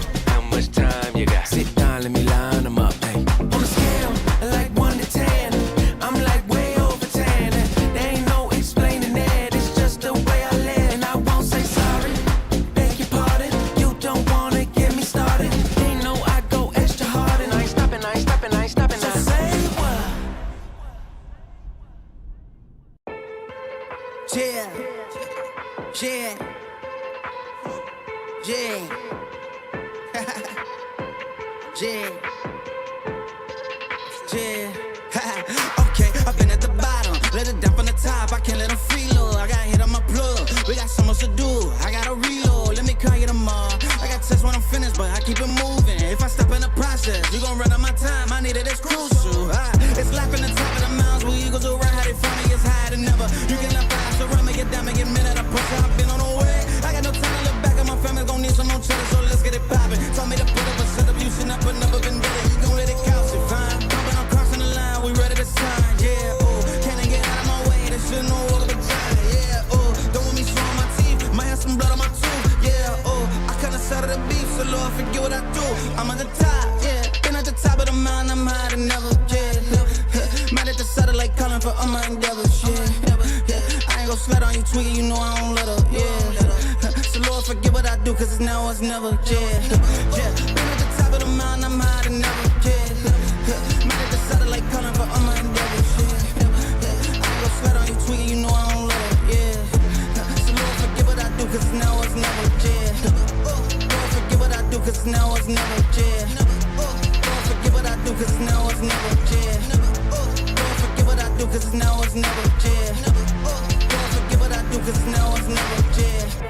I'm loyal to this till I die, I don't switch sides. Tryna make some moves, but I can't until it's time. I've been taking chances, I ain't letting nothing slide. It's too late, and I didn't get as fast, do or die. I ain't taking L's, and I ain't switching sides. Tryna make some moves, but I can't until it's time. I've been taking chances, I ain't letting nothing slide.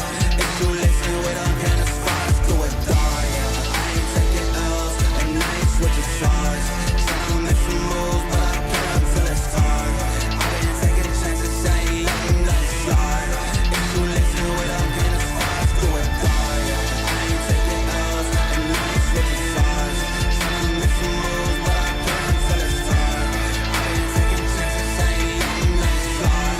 So now I ain't looking back, I got wins on my mind. I got wins on my mind. I got wins on my mind, yo. I got wins on my mind, yo. So good, I can't stop. That rhythm on top, it's moving my feet as soon as it drops. So you can try to fight it, but that music don't stop. Don't stop, that music don't stop. Don't stop, that music don't, music don't. Don't stop, that music don't stop. Don't stop, that music don't, music don't. Get it right, it just keeps on coming. Tell me if you've had enough. So good, it's got you stepping this way. Yeah. My problems, I'm leaving at the door. Give it up, good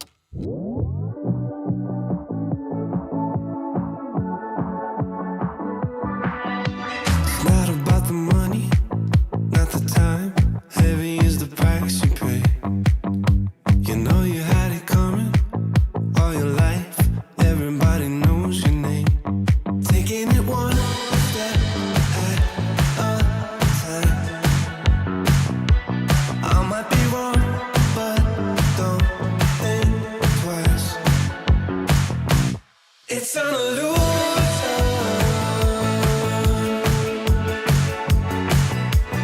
It's an illusion.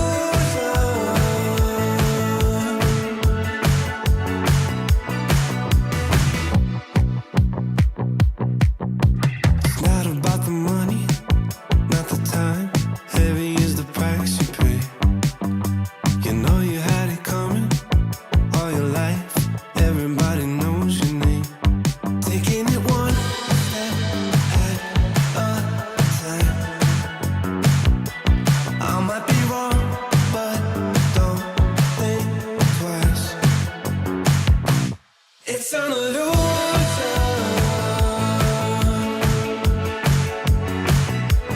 It's an illusion.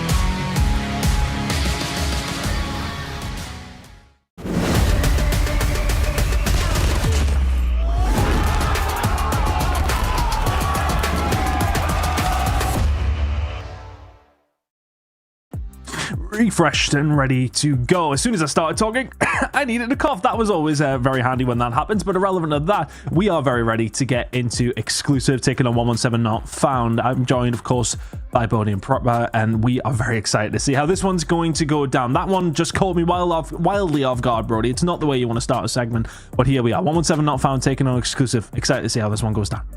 Yeah, I'm really excited for this one. Obviously, this is a rematch of what we saw yesterday, where 117 Not Found, spoiler, ended up losing that series 3-1. Of course, the positive news for them is that they did actually end up taking a map away from exclusive, which is something that no team up until that point had managed to do through the entirety of Stage 3 and Stage 4. So there's definitely potential in this series for 117 Not Found to actually continue and be competitive, but whether or not they actually do depends on the map set for me.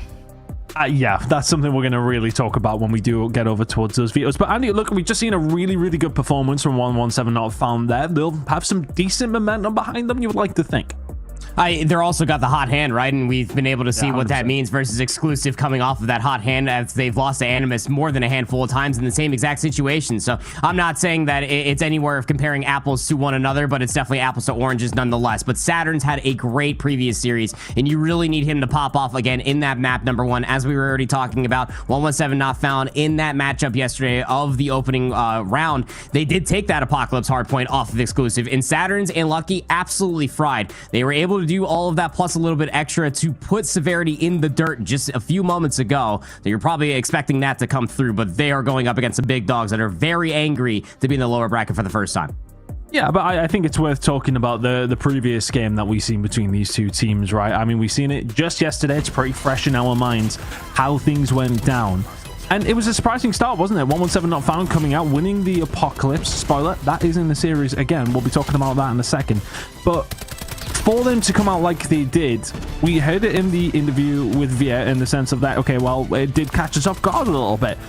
Brody, do you think exclusive are going to get caught off guard this time, or do you think they're going to be locked in from the word go? Yeah, I definitely think they will, obviously, and you know, it really does depend on what maps they play once again, but I think, you know, they're going to be coming out and not underestimating the opposition. It's worth saying that they only really lost that map, number one. They were behind for the entirety of it anyway, down to basically like an 8 spree and an EMP going into the final hill, I think it was, from Grizz, if I remember correctly. So it's kind of, that is difficult to replicate. I don't necessarily know if that's going to happen again. It's plays like that can split the difference between teams like these. For me, it's all situational. I don't necessarily know if that is going to be replicated, though. And we were going to talk about these videos, Andy, because I mean, we've seen them prior to this. We were a little curious around some of the decisions that have been made specifically by 117 Not Found. Yeah, I hate to make it the meme, but let me tell you the definition of insanity, and that's continuously playing the maps that you have not won versus exclusive. And you're going to be seeing all of that throughout this best of 5 series. The difference is the order and the map number 5, but we probably won't even get there. Tunisia will be that map 5. The Apocalypse will be there as well. That is the map that exclusive did lose versus 117 Not Found. But the Hacienda was respectable yesterday. You're going to get the Firing Range Search and Destroy back again for map number 2, which they only lost by 3 rounds in 117 Not Found. So it's not terrible, but I'll keep it a $150, and you can hold the change ton. It ain't looking great. Yeah, I mean, Brody, we're not too convinced by these maps. I would have liked to give 117 Not Found more of a chance heading into this series, but those specific map set, I don't know how long we're going to be in this game is what I'm kind of saying. Yeah, no, I agree. I just don't understand. I don't get it. You know that Hacienda Hardpoint is a phenomenal map mode combination for exclusive. Why are you playing it again? And even worse, I think, is the raid control. Look, I know they're going to be feeling confident. I know, again, it's that kind of thing of, look, we got VOD, you know, we know where we went wrong. We know where we can be exclusive, but it's just like, why are we doing that again?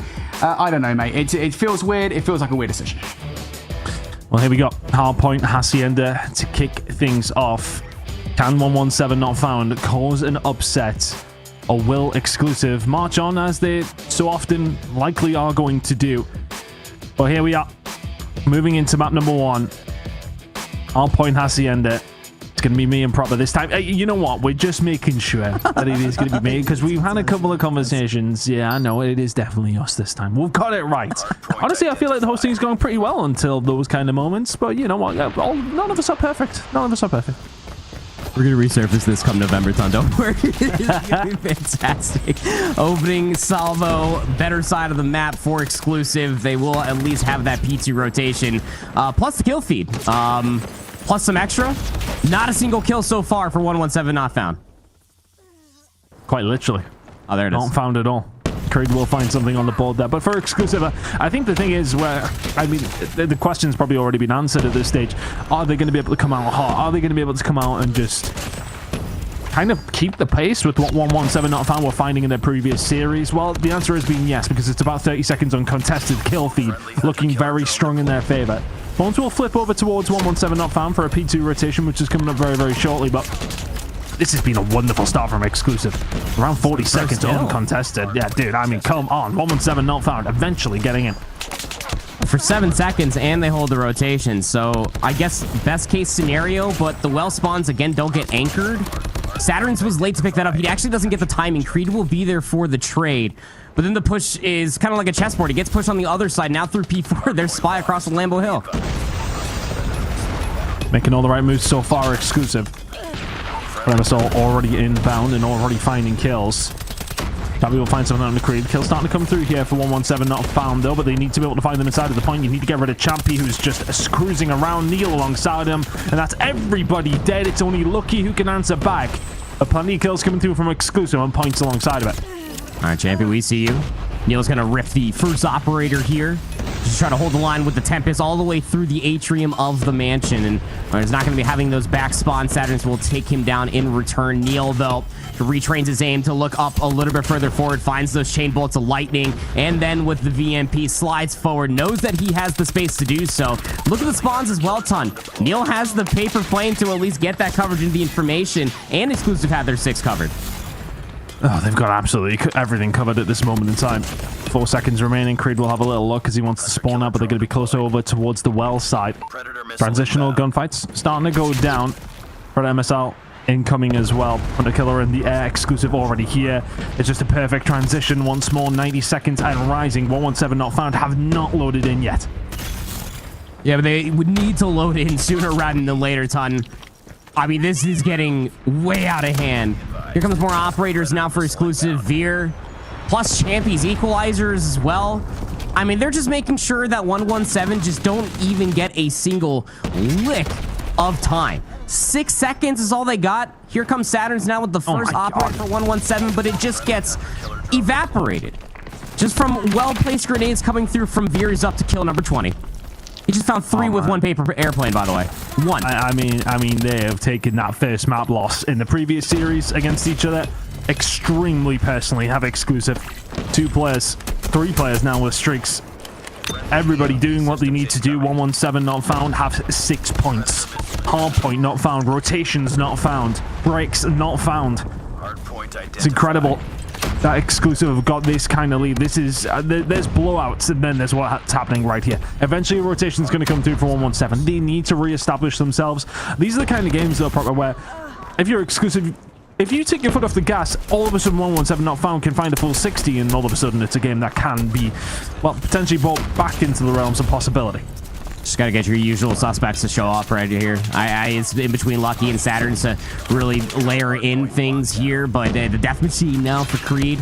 That should at least keep them honest. Over towards the P2 side, no trophies though, so the nades well-timed, well-placed. They may have tripled their points on at least 1 hard point, but the break very much so might come through. Here comes some of that exceptional teamwork finally out of 117 not found.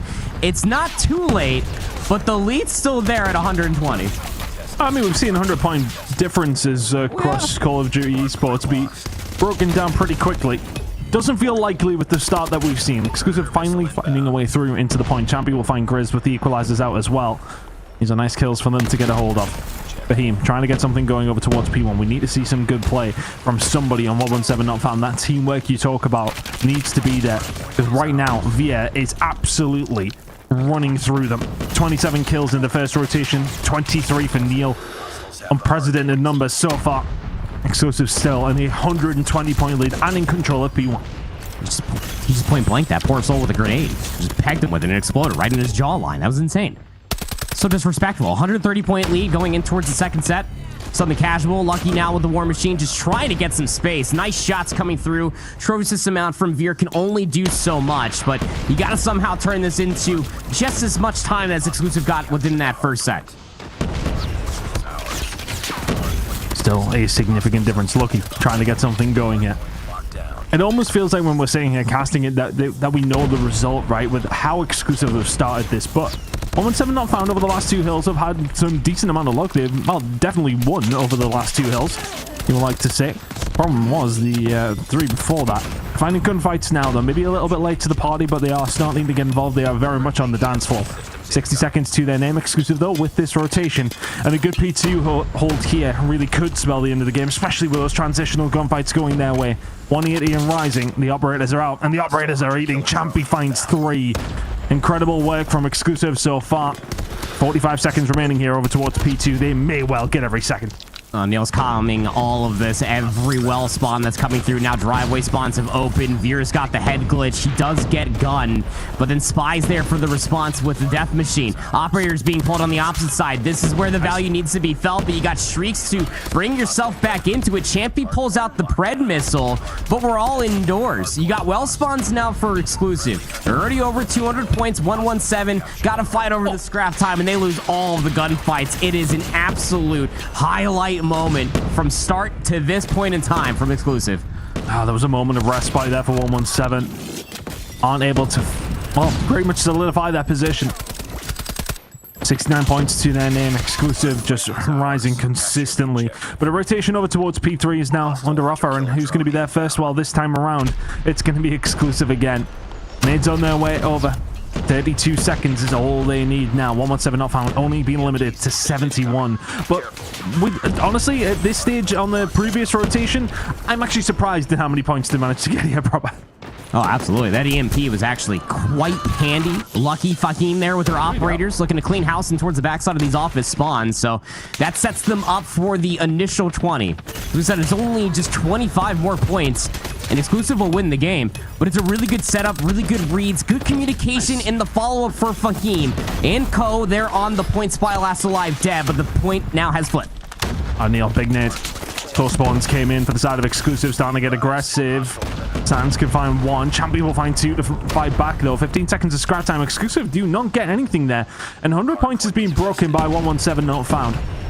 It's been a real shame, to be honest with you, because if it wasn't for the, I mean, quite literally dreadful start, they haven't done too badly over the last 3-4 hills. Rotation over towards P4, which is where they started to finally find some points. And can they do that again? Lucky will not be so. He gets taken down by Via. Neil and Co now going to be the first ones here. Exclusive looking to close this one out there. 20 away. That's all the trophy systems already used. 20 seconds is all they need. These nades are going to hurt Creed. Plus, Saturns pulls out their operators. They get gunned almost immediately, but the trades do come through. The damage, though, from the front out of Neil. Now he has a Tempest gun. May have bitten off more than he can shoot. 117 still hanging on. Just about. Trades across the border. Going to work out in Exclusive's favor. 117 not found. Needs time. Trophy's out trying to fight back against it, but Cesar, he's got the Sparrow out. He can find something. And all of a sudden, the Death Machine's in as well from Spy. They're not finding a great deal, though, with these operators, which is usually a coined phrase, if anything, for the side of Exclusive, but they are now only 8 seconds away. They've been chipping away. And that 250-point mark. Kills starting to fall their way. They can get it done here over towards P4. It's only really Creed who can stop it. He gets taken down. Exclusive body 117 not found to kick things off. Hacienda, honestly, for 117 not found in that scenario, had it not been for the worst start imaginable, that might not have been too, I want to say too much of a blowout at all. Exclusive were very, very solid, incredible start from them. 117 not found just far too late to the pod. Yeah, I think this really goes to show, just watch this snowball starting to develop, like all the time, the score streaks that you're able to accrue there off of P1, the overclock for Veer, getting that War Machine so early. We were talking about him yesterday, even in the loss versus Animus. This guy's having a great tournament so far, reaching new heights that we have not seen out of Veer in quite some time. Definitely not last World Championship stage, I will tell you that much. And it's kind of leading the way for his team to really get the lay of the land. When you do get that operator advantage so early, you do get the luxury of that snowball. I'm not saying that this is the sole reason, but all the operators that got pulled from 117 not found in response after Exclusive did pull everything plus the kitchen sink, they just got gunned. And they were constantly playing from far behind. And when you pointed out when they pulled things back on that P3, it's because they finally got themselves that resource advantage, because Exclusive were just egregiously over-challenging because they had such an insurmountable lead. But yeah, I agree that if that doesn't happen, if that 1/10-second split doesn't happen, it would have been an entirely different game. If spots and maybes, though, right? Oh, yeah. It's just, it's one of those scenarios you cannot let yourself fall that far behind. I think there's something to be said in the sense as well. I know you're talking about the operator usage and how that metagame kind of does play out, but Exclusive would have known that that one was done pretty much after the first rotation. They were in such a strong position and probably took their foot off the gas a little bit to save the blushes of 117 not found, who, well, just really did not show up at map number 1 until the second rotation, and it was far too late by then. But a map that they did show up on was map number 2 yesterday in the firing range search and destroy. Can they convert that into something here when we do head into map number 2? I'm not 100% sure. That was a much more optimistic performance, I want to say, from Exclusive than what we've seen in map number 1 yesterday up against 117 not found. Completely different map. We know Hacienda they're very strong at, but for them to find that in that such way is a bit of a scary thought, I want to say, for the side of 117 not found. That was a bit disgraceful. Yeah, no, it really was. But I mean, you could even go back to the VOD. We're going to keep referencing the VOD that comes through from yesterday. Yep. This was the same exact map too. Not only did you play against Exclusive, but it's also the same map too that they played versus Animus that they did actually end up losing 7-5. So you can kind of cross-reference that, right? Put the transparency paper right on top of it and just be like, okay, what did we do wrong? What was their reactions? How do we outplay them? And just for the TLDR, for what it was out of Animus's perspective, it was just a slow play style. Exclusive were over-challenging just as much as 117 not found were yesterday, and probably the reason why they lost a handful of the rounds on the latter half of that side of the bomb. You just got to be a little bit more choosy with your gunfights and make those reactions when they feel it is necessary. Do not scam when you have numbers, especially on firing range search and destroy, because you never know who's watching it with a sniper, especially yesterday. Neil, Veer, that double sniper setup on the backside of bathrooms and even on offense outside of American and on that B lane were a real issue. No more solo chows here. 117 not found. We got to get some stuns going. Smoke these guys out and double chow together. I beg. Let's see what I can do. Because in fairness, exclusive were... Well, I mean, they were offered maybe a bit of a lifeline from Animus on this map yesterday specifically. They haven't necessarily looked as clean as maybe they would have liked. But Vera's been putting on clinics, so let's see how he can do. But the attacking side will 117 not found to kick things off. Smokes down. Aggression through the middle of the map. Red's going to find his way over towards the top side. Can they find him through the window? Not quite. He will find Champy. It's a 5 versus 4 in favor of 117 not found. PKM up top. Gonna get some spam damage, but that's just about it. 2v5 now. 117 not found through this opening offense. Got a lot of good information and got a lot of good reads on where a lot of these players are located at. And Spy is just running for the hills. He turns it into 1. And it leaves Neil in a 1v4. Doable, I'd say. Seen it before. Oh, Fahim, the first one to fall. Shot's not quite as crispy as Fahim would have liked, but a bomb to defuse and 3 players to find. If it's in the hands of anybody, potentially could do this. And it would be Neil. Frag out. Nade over the top. They're just not offering him anything. That's the problem. I think for a 1 versus 3 to happen, you've got to make some mistakes. And right now, 117 not found. Literally could not be found. Just chilled. Nice and steady. No chance for the 1v3. Yeah, just really good usage of their numbers. Just never really giving up any sort of stature over Chow. You got the information at least from Fahim dropping down, but that's all you really needed. Gonna need a little bit more of that nades right over the top. We're just trapped inside of Wood. Caesar, he loves this push to the middle of the map, Ton, and he does it for first blood on a Grizz. Worked out this time. Grizz tried to get aggressive over towards the watchtower. This time, no chance. Here on the watch. Just looking to see the pressure that's going to come through. Information not getting the timing, my goodness. Lucky, quite literally, by name, by nature. Oh, that time for Via. Good shot comes through from Lucky. 3 versus 3. Just been watching that since yesterday, man. 3v3. Free peek up for Wood. Yes, he's just still playing just in about the same position, but this time he went up towards the top side of the treehouse, so he's just going to be vibing up top. You got Spy watching that B lane. If anybody pushes over towards jungle, Creed will find an equalizer onto Caesar. So the rotation over towards A needs to be on. They have no info where Spy was located at or where Neil could have repositioned to, but this is what they want. Our exclusive. They want to play for the retake, Ton. Bomb will go down. Creed has some work to do here. 2 players on the flank and he's holding the tight angle. Oh, the child comes in from Neil though. The jump, the peak, and Fahim left on his own now in a 1 versus 2. Did not get information on both players by the looks of things. Will just look to hold the tight angle. Spy's the first one to fall. Is he expecting Neil from that side as well? Would have got the call from his teammates. It was Neil who took me. He turns away for a second and his head gets wiped off its shoulders. Neil will find it. Exclusive, 1 apiece. I'm just going to sit here and vibe for a little bit. Got plenty of time for that defuse. And look, man, that is just the forever X factor. That is Neil. That is Veer on this team. That's why we set it up ever so wonderfully yesterday. Veer went 12-6 in that map number 2. Neil, I forget what his KD ratio was, but I bet you it was somewhere positive.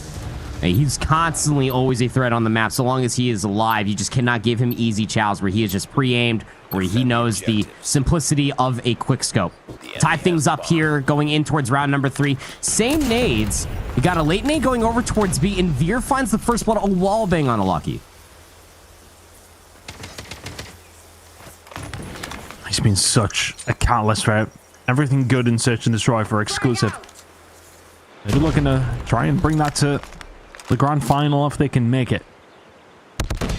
Tagged up over towards the top side. Creed will be dealt with by Champy, who gets aggressive. Not expecting him so close. Says on now we'll find Grizz, and this one's falling apart a little bit for 117. This round in particular, at least anyway.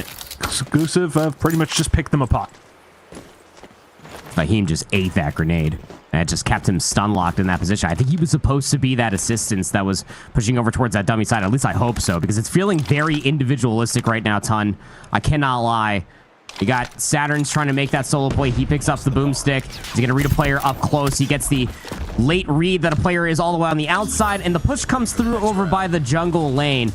I think it's literally just that. It's like the first 30 seconds feels like, okay, everybody throw your nades, same as it always was, and then everybody splits and holds very like different angles. Nobody gets these immediate trades, and the moment that Exclusive have their numbers, they just back up, turtle up. So potentially a different look here from 117 not found. Big aggression over towards A side, and well, Exclusive have not necessarily read it wrong, but they were all their eggs in the basket over towards B.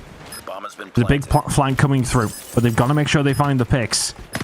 Quick bomb plant. Lucky's going to be the first one to try and find something. He can find Cesar. Spy doesn't want anything to do with that fight because Creed is here as well. Good hold so far from 117 not found. 3 versus 5 needed for Exclusive. Shots out from Spy. These are long-range shots of the USS-9. It can be a laser beam, but best chance since that first round out of 117 not found, and they will enact it. Like you said, it was a very different look, just an aggressive hit through the training dummies, and I think Exclusive were going for the hard read more than anything. They sent the 3 players over towards B lane rather than it just being Spy to watch that either with a PKM or USS-9, and that's the biggest difference on the opposite side of the map, which allowed it to be executed. 117 not found. They liked it so much, they might try it again. Needs over the top here. I wonder if they're trying to bait it out, if anything. Lucky holding tight, not able to land the shot. Neil not really offering too much of an opportunity, I should say. A bit of a stalemate here, but Exclusive in a pretty decent position defensively. Still in the 5 versus 5, make that a 5 versus 4 now. Lucky will fall. Not able to get anything done from inside of wood. Caesar has a trophy system up here too, so if is there any late utility, he is protected with that trophy system. Good spam damage coming through. Veer finds 2 on the opposite side. Did he just hit him through the training dummy? Oh, he knows it. Oh, he slides for it. Neil. Big shots out of the kid. Able to take down Creed Saturn. 1v4? Potential? It would be impressive.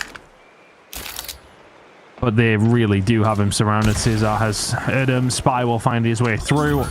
The R9 will deal the final blow. 3-2 now to Exclusive. Continue to keep themselves in the lead, but 117 not found very much here. I want to say it's felt like Exclusive's rounds have been a bit more well thought out. The rounds that 117 not found, I managed to get a hold of. A big push over towards A, and now it's a big push over towards B.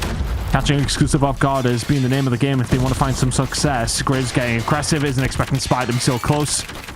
And Sands may well have to back down, but he has the rest of his team here alongside of him. Neil will find Vahim, and it's just falling apart here for 117 not found. Neil finds a second. This round should be done unless Satins can magic up something. He's now left in the 1 versus 4. He's already dead. Didn't even get a chance to hear you speak proper. Not even a single word. That's crazy. Because, like, again, like that aggressive hit works out 20 times over if they just push through with their nades, but because they swing together and then they just stall out rather than swinging in towards the 2 players that were there, they get gunned. 4-2 half here. Now the offense for Exclusive. They were way more methodical on the defensive side, and Caesar just gets top wood that easy. He's all the way up in the treehouse. How does he get here for free? I mean, that is far too easy. We've seen this be such a power position. Teams are really, I mean, focusing a lot of their strats, especially on attack. If you can get control, there's so much map that you know where they are or they aren't. And let's see if they can make the most of it. B hit starting to come through here for the side of Exclusive. A 4-2 lead alongside it. They only need 3 more rounds, and it wouldn't surprise me if they manage to take them pretty quickly. Fahim will fall. Sands will fall. 5 versus 2 now for Exclusive.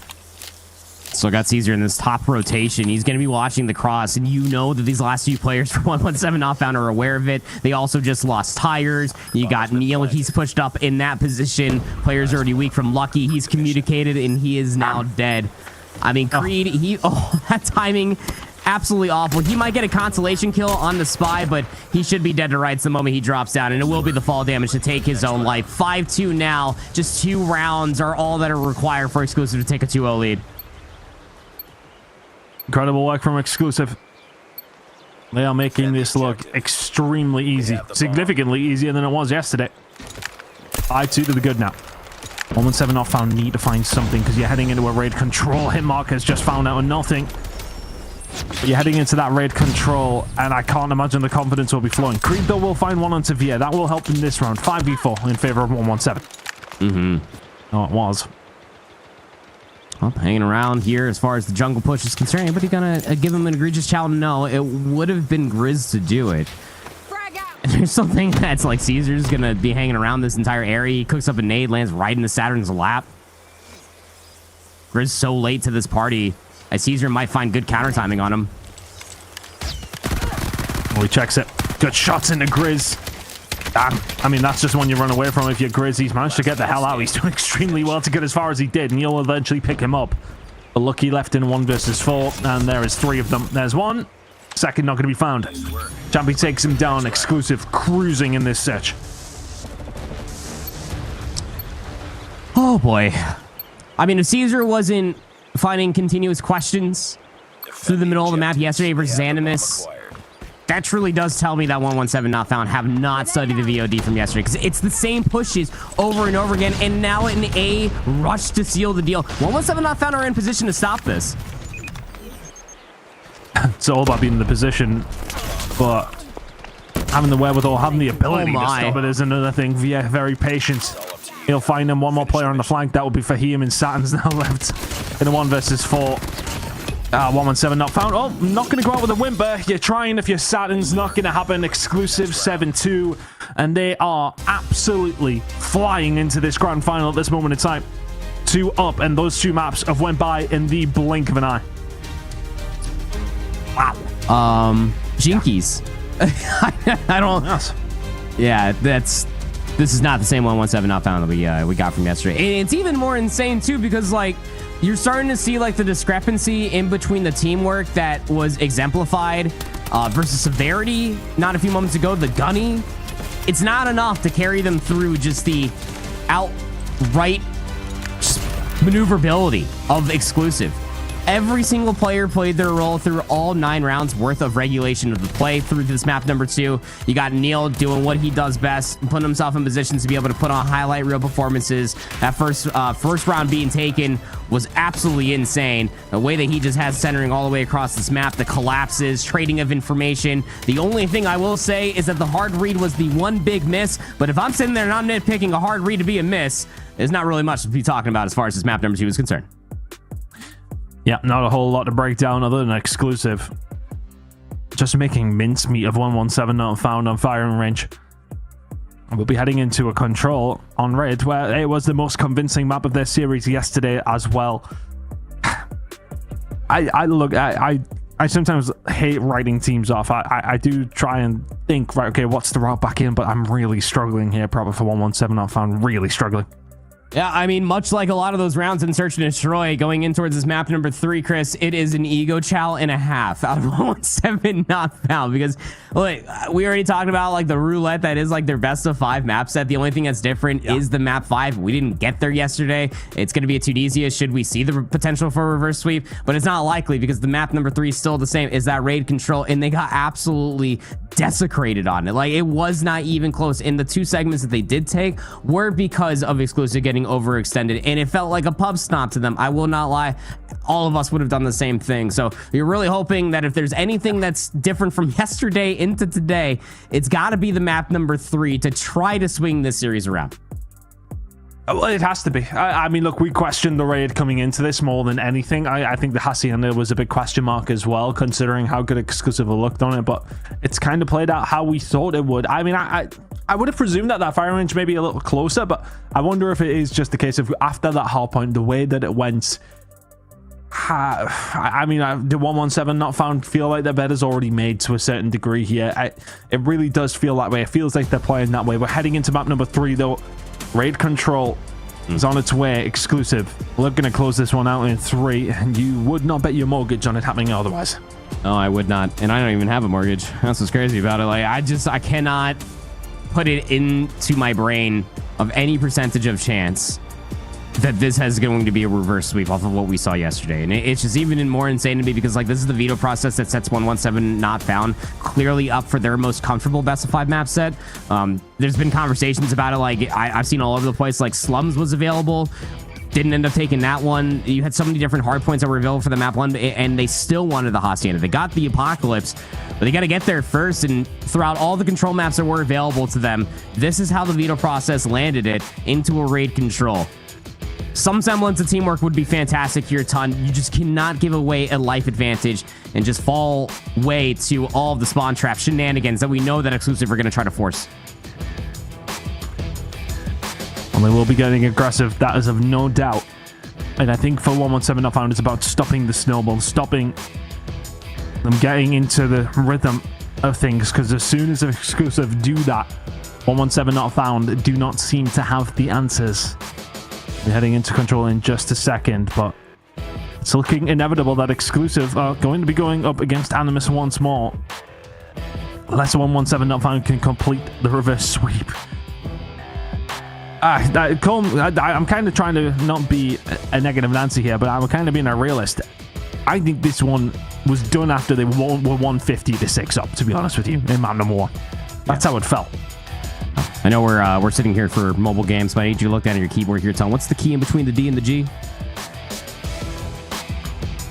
I'm pressing that. I'm pressing that, and I'm currently doubting any sort of copium whatsoever. It's tough, man. Like it's just tough because like 117 Not Found. Like the story that we were drawing up yesterday in the winners round 1 matchup versus Exclusive is that the only series that they have lost were against Animus and Exclusive. So they've beaten Severity a quadruple times over. But we have never seen them step up to the plate and try to put Exclusive or Animus on their back heels. This is the last time that we will question it, and we beckon it as well as commentators for a good opening duel. Let's see if they can find one. I think it's so important that they get off to a flyer if they possibly can, but right now, well, it's a bit of a 50-50. Exclusive down in lives. Not able to quite get the start we thought they may want, so here you go, 117 Not Found. With a decent basis to kick things off here on the attack. One ticket already over towards the B side. Exclusive yet to find some map control. Oh, Spy finds the kill inside of Zig, and he's up and out of there. P5 control is already there. You got one player still working on that B zone. Ring control is there for Grizz.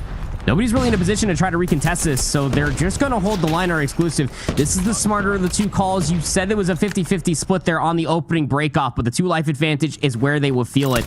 Big shout outs to Saturn's. From that push, he got all the way to the backside of Laundry, and now he can push into the backside of Jungle. Luckily enough for Exclusive, Neil Champy, they're holding the line, but you got 2 players that still slip through money. Says out to find those shots and does. One player who is here to cause some issue would have potentially been for him, or for Creed, I should say, but he gets taken down. Now the battle lines are being drawn a little bit. Exclusive have a little bit more control. Could do with a little bit more over towards mid-map. They're holding Kitchen and ready for the push to come through, but looking for him, doing some good work on the outer side. Bit of pool control. Exclusive don't have as much map control as they would possibly want here. Bear will get taken down as he's looking for that map control. Cannot find it. Cesar and Spy, they'll find a couple of gunfights, and this might not be the moment where Exclusive can grab this round with both hands. Yeah, the life lead has now been flipped. Nobody's taking any routes, Chris, and that's exactly what you need to get yourself out of the situation. Who is taking a route? Well, it's Veer. Watch that cross all the way here from the pillar side inside of Ring, and luckily enough, he wasn't able to find more than just the damage he's walking away from, but good enough for his teammates to pick things up. Lucky? I mean, you can get that War Machine pretty quickly, but this is a bold call. Well, 6-6. You give it a go. Oh, rounds you need to find, and yeah, he finds Neil. Second one, not going to fall his way, but going to have to back on down. Spy can find Fahim. Oh, this is 5, but in favor of 117 Not Found. Exclusive seem to be stuck in between a rock and a hard place. 2 players over towards basketball, but it's meant that Via is going to have to call his War Machine as well. Still 4 bullets left remaining, but Cesar calling in the Sparrow 2. Exclusive looking to clutch this one up. Players very, very close. And plenty of operators still up and kicking. Cesar will find Fahim. They're just starting to clean them up. Sands can find one. Creed will get taken down. Sands now left in 1 versus 3. Pulls the Sparrow. No. And falls. Desperation from 117 Not Found, but they cannot get the round. I don't even think they got that first segment at down here over by Tiki either. Like, that's the most unfortunate part. You know, the War Machine I understand from Lucky, but the Saturn pull was definitely the more questionable, but at least it was in response. And that means that it's 2 less operators that Exclusive have to snowball this round. Try to lock in towards that fight. Open hands with the Tempest was Fahim. He gets gunned inside a kitchen, and didn't really feel like Exclusive needed the operators because now you got some space forward over inside of Laundry. That first segment at B should be locked. And aggressive straight off the rip. Champy in a really good spot here with the War Machine, but his teammates dropping over towards A. Not too much of a problem with the push over towards B, but Creed will find one, trying to get something going as far as spawn trap goes, but back over towards B we go, and Champy still holding it down.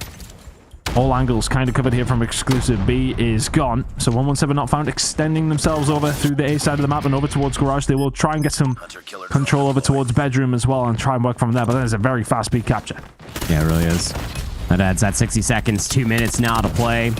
And I'm not talking about a search and destroy round, fellas. Here we go. Got Spy in towards the backside of the spawn with the Annihilator. Easy kill, easy reads. Spawn protection not going to save you either. Oh, man. We're rolling heads all the way to the cross side of jungle. 4 life lead coming through for exclusive, and Spy's looking to make it more.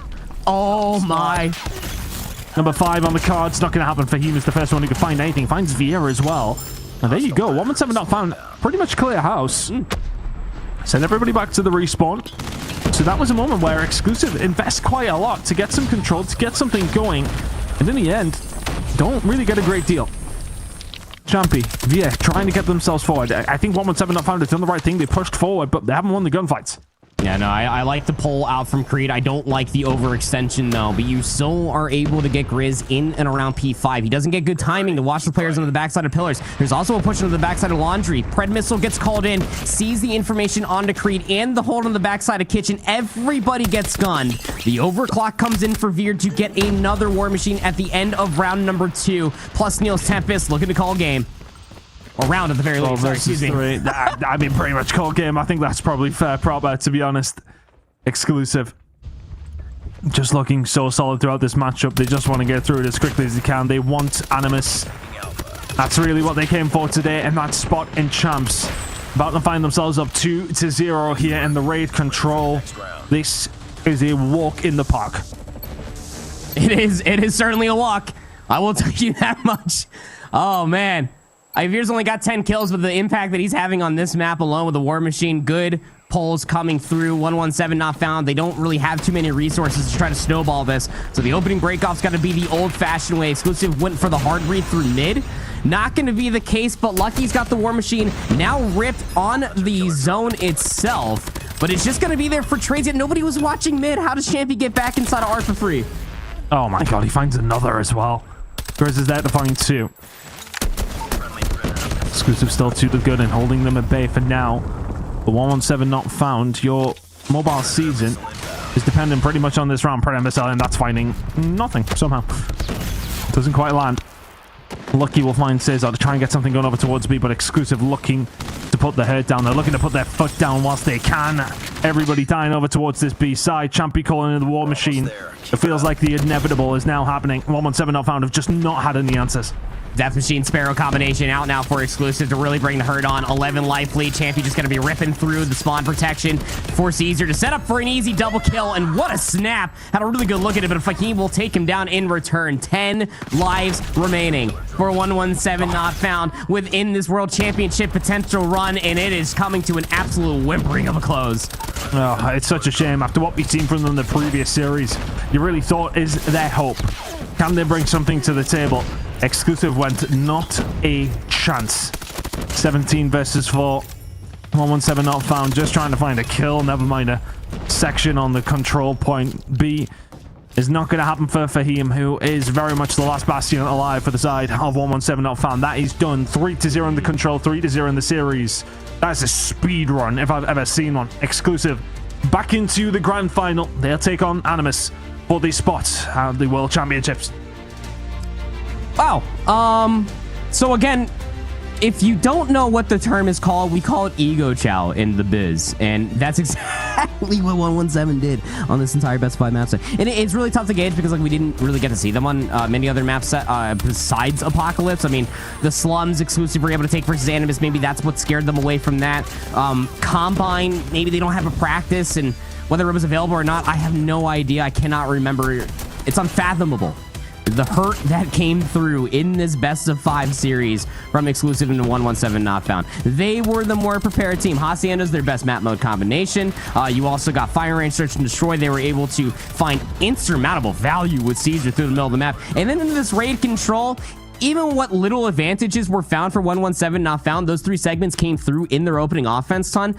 How quickly exclusive just conceded it, played for exits, and then they still won the round. That's the difference in between exclusive and 117 not found, is just how quick they're able to realize where the room is at and where they need to be playing on the back foot. Incredible work from exclusive.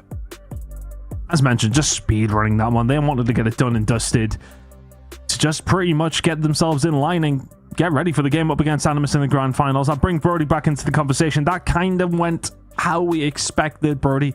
3-0 for exclusive. As soon as we seen those maps, we knew that was possible. Yeah, I just like, again, I don't want to be too negative, you know what I mean? When the negative Nelly that's like, oh, why didn't you do this? But at the same time, it feels like you got kind of slammed yesterday on everything but the Apocalypse hardpoint. I don't know why you would play that again, and we discussed it. Yeah. We were like, you know, you're vetoing for yourselves. You're not vetoing against the opposition. And, you know, I even talked about this, you know, I looked back towards the vetoes pretty much every single 1-1-7 match, and they've like hard vetoed slums, and it's just like, nah, just play it. Like, it just, I think you would rather that than literally playing them on their best map, because what was it, like a 140, 50 point lead, something ridiculous like that, like out the gate in map number 1. Like, yeah, we knew how this was going to go down as soon as we saw those maps. Yeah, not just climbing a mountain, literally climbing Everest at that stage, right? You're so far behind. This was Cesar statistics from the control, but to be honest with you, I mean, the main statistic was the 3-0 in. I mean, what time did we start this match? I'm just going to double check. This was over and done with within 40 minutes. That is incredibly quick series from the side of exclusive to get this one done here proper. Not really anything for 1-1-7 to talk about, but it doesn't really matter because we do have somebody from exclusive to talk about the game. Let's jump over to an interview I believe we'll have Via. Via, that was a speed run if I have ever seen one. You wanted that one done quickly and you got the job done. I mean, yeah, we wanted to just be over with it because we were hella upset by whatever we were doing yesterday. I mean, it felt okay, but after watching it back, like, we can definitely tell that was like our worst days ever that we had. There was no team play, there was nothing. We just had to lock in after that one. Yeah, mate. I mean, look, yesterday, you guys are going to improve on that. I'm sure we'll talk about that here in just a second. Your matchup coming up against Animus in the grand final. I want to talk about kind of the vetoes again, right? Because coming into this series, you guys must have been smiling ear to ear. You got more or less the same map set you did yesterday against 1-1-7 Not Found. You got your raid control. You got your Hacienda hardpoint. I mean, you know, going into this series, you guys must have been feeling super confident. I mean, yeah, obviously we felt confident, but at the same time, we didn't want to be overconfident. I was kind of shocked that Saturns picked the same maps like yesterday. Same. But yeah, we're just, okay, cool. I mean, they lost on it once. Why wouldn't they not lose again on it? So we just were, okay, cool. Let's just show what we can do. Well, throughout a lot of these different highlights that we have here, we got a lot of good looks from you yesterday. Double positive in the firing range, map number 2, but it was Neil this time around. You guys have been absolutely humming as far as your double snipers are concerned, and just overall team play as well. I can see that you guys were very decisive in your decision making once you knew that that opening zone was chalked in that raid control. It seems that you guys are a lot more aware of the mistakes that you guys were making yesterday. So I'm going back to Brody's point as he again sets me up wonderfully on the silver platter. What's going to be the difference going in towards the matchup with Animus? How did you guys prepare for this one? Without giving away too much, of course.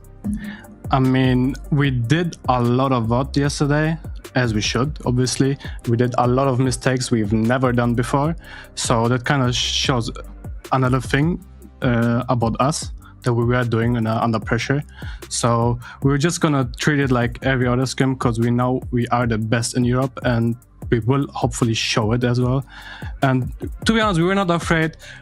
You could tell by the stat line, nobody was shooting straight. It was just like either 1 or 2 people at the same time just fragging or like trying to do something or some hero plays. But this time around, I'm confident, and the team is confident as well, that we will shoot back and hopefully make it a closer grand finals than it should be. So let's see. Hopefully this time around will go our way. Excellent. Well, thank you very much, Fia. We're going to let you go and get ready. But one final question from me. Only one spot for Europe this year. It's between yourselves and Animus. What would it mean for exclusive to make it to champs again? You've got it in Europe as well, in a kind of a home major, if you like. What would it mean to the squad to make it? I mean, obviously it would mean a lot just winning Europe for once, but at the same time, just looking based on the scrims we've had with other regions, and we can tell we can compete. If it's like on their ping or our ping, doesn't matter. We can tell we can compete, and we are fairly confident that we are the team to go. And I'll stand by it. I hope we are the team to go, because if not, it's not looking good for Europe, I'll be honest. And I don't have the faith in Animus for the world stage, so I'll say it. Ooh. There we go, some fighting talk before we get into the game. Veer, we'll let you go, get your vetoes done, and get ready for the grand final. It should be an exciting one. Thanks for joining us, mate. Yeah, thank you very much. Well, there we go, Brody. A little bit of fighting talk towards the end there as well. He's saying they're the only hope for Europe, but they have to get through Animus first at a disadvantage as well. It's still going to be tough for them to do so. Yeah, listen, all right, I guess the attitude you got to take coming into this grand final, right, is it's happened to you twice before. You have been in Animus's shoes. You have been the team in that upper bracket final, and you have been beaten by the team with momentum coming from the lower bracket. I love that Veer's attitude has always been confident, but not overconfident, and I think that's how they have to look at this one. They've just come in with a lot of momentum from that 3-0 versus 1-1-7 not found. You've got to make that help you early on in this series. You've got to come out firing on all cylinders, take Animus on the first couple of maps. Let's see if they can do it. We're going to have a small break to see how things are going to play out. They've got to do their vetoes and everything here proper. Is there anything you would like to see differently on that side of things? I know that's a bit of a loaded question, but for exclusive, they went close yesterday. Vera saying they did not play great, but is there anything in the vetoes that you were particularly looking at that they want to change up? Maybe not so much as the vetoes. I don't think that the venue so much is going to exclude the simple fact that Veer already brought up as far as a point. Like, we just need these boys to be shooting, man. Like, if we can get them to be able to hold a candle to what they were able to showcase here again. Veer dropped the 1.68 KD ratio across the 3 maps being played. Even that across maybe 3 of their players, that's going to be way more of a competitive grand finals versus Animus. It's exactly what he wants. Well, we have it. There you go. 2 teams remain in Europe here to see who's going to be crowned champion and who will be going to Katowice to represent the region. It's going to be on the other side of this break. Don't go anywhere.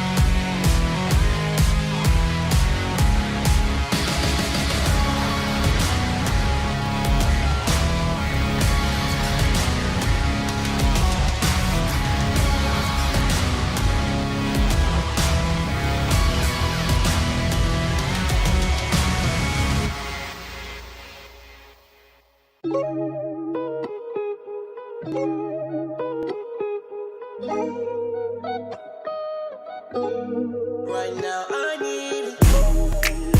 Yeah, it's game time. Gotta get bands in the late night.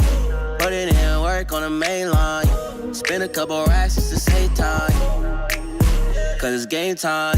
Doing everything at the same time. Yeah, I'm on the way, just hang tight. Cause it's game time. Yeah.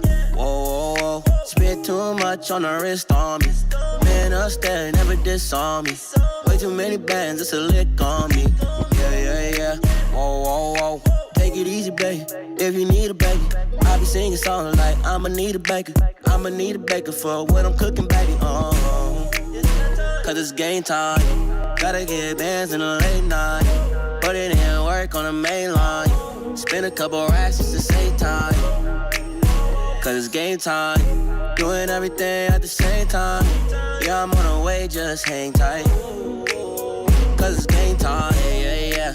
Whoa, whoa, whoa. Yeah, I'm ballin', finna go pro. Yeah, I'm kicking it in a dojo. Make a movie, get a GoPro. Yeah. Whoa, whoa, whoa. All my goals, I'ma hit them all. Mama told me go hard. Now I'm outside finna ball. Cause it's game time. Gotta get bands in the late night. Put it in work on the main line. Spend a couple racks just to save time. Cause it's game time. Doing everything at the same time. Yeah, I'm on the way, just hang tight. Cause it's game time. Cause it's game time. Cause it's game time. You can hang tight. Yeah. Cause it's game time.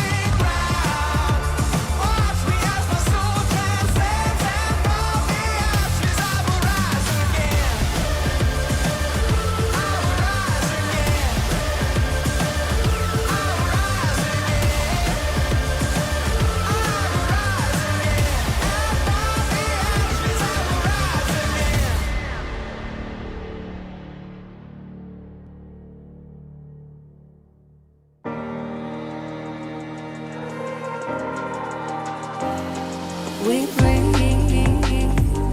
without thinking. It's automatic, like a pendulum swinging.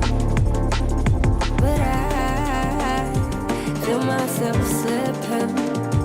Everything's static. My body can't map it. I need you to breathe for me.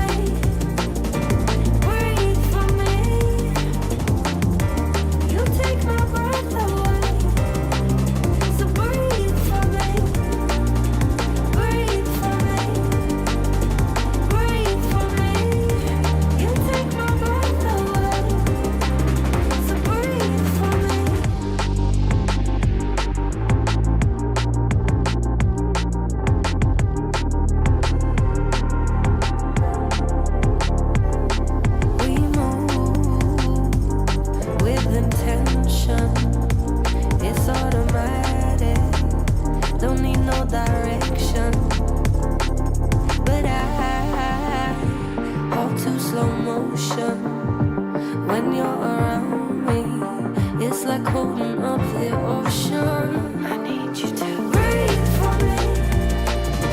Breathe for me. You take my breath away. So breathe for me. Breathe for me. Breathe for me. You take my breath away. So breathe for me.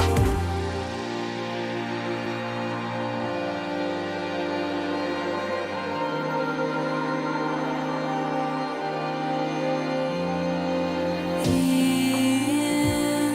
and out. In and out.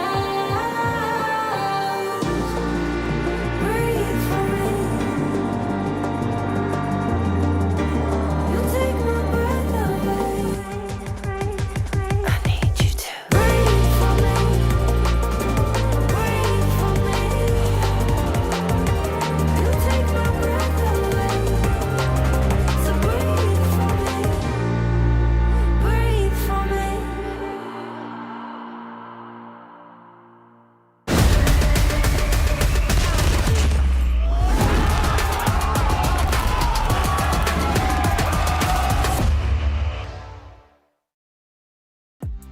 Well, it comes down to this. Season 4 finals are very much on its way, and it's Animus taking on Exclusive as we expected. Brody Proper joining me alongside of my name is Sun, and we are nearly ready to get into the grand finals. Not just deciding who is the champion in Europe, but who we are sending to the World Championships in November in Katowice. It will mean a lot for one of these two teams to get there.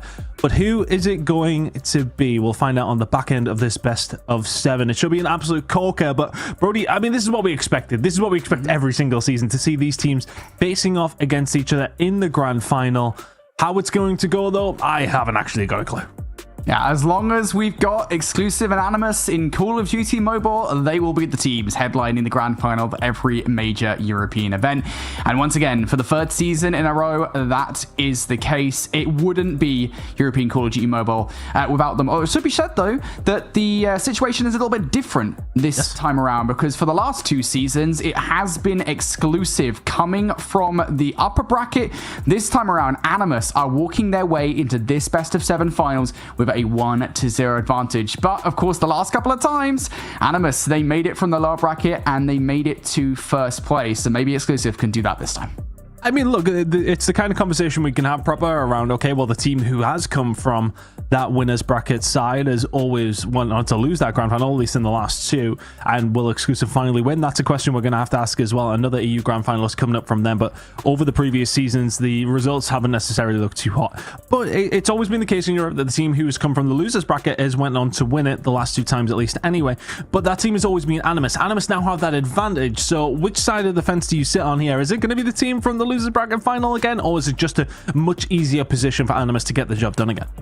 Exclusive doesn't lose a 5th grand final in a row. Surely it's going to be the 5th time is going to be the charm, right? I mean, you even heard it from Vera in our closing interview there from the lower finals. Like, their biggest difference after watching all the VOD from that loss yesterday was simply the gunny, at least in their opinion. I think that their teamwork positioning was no different, but they were losing a lot of those different gunfights. I think coming in from the lower finals this time around, to Brody's point, being the biggest difference in between last grand finals and now, they will have that hot hand. Again, Vera 1.68 KD in that lower finals. Yeah, it was a milli whopping, but still, we need him to have a hot hand going in towards this series to be humming along with the rest of all the other suspects that we have for that exclusive roster if they hope to hold a candlelight over to Animus' side. Because Vera had those fighting words. He said that it cannot be Animus representing the European Call of Duty Mobile region on the international stage. He likes exclusive chances better. Well, I think we have to talk about yesterday's game then in the context of this one. We had our winners bracket final where it did come down to a final search and destroy. It went all the way to a map number 5, Brody. It was a close series yesterday, but one that Exclusive weren't happy with after what we just heard from Vier. What was the biggest issue for you in that series yesterday? We're seeing it go kind of back and forth. Exclusive maybe not seeming like themselves, or Animus just that good?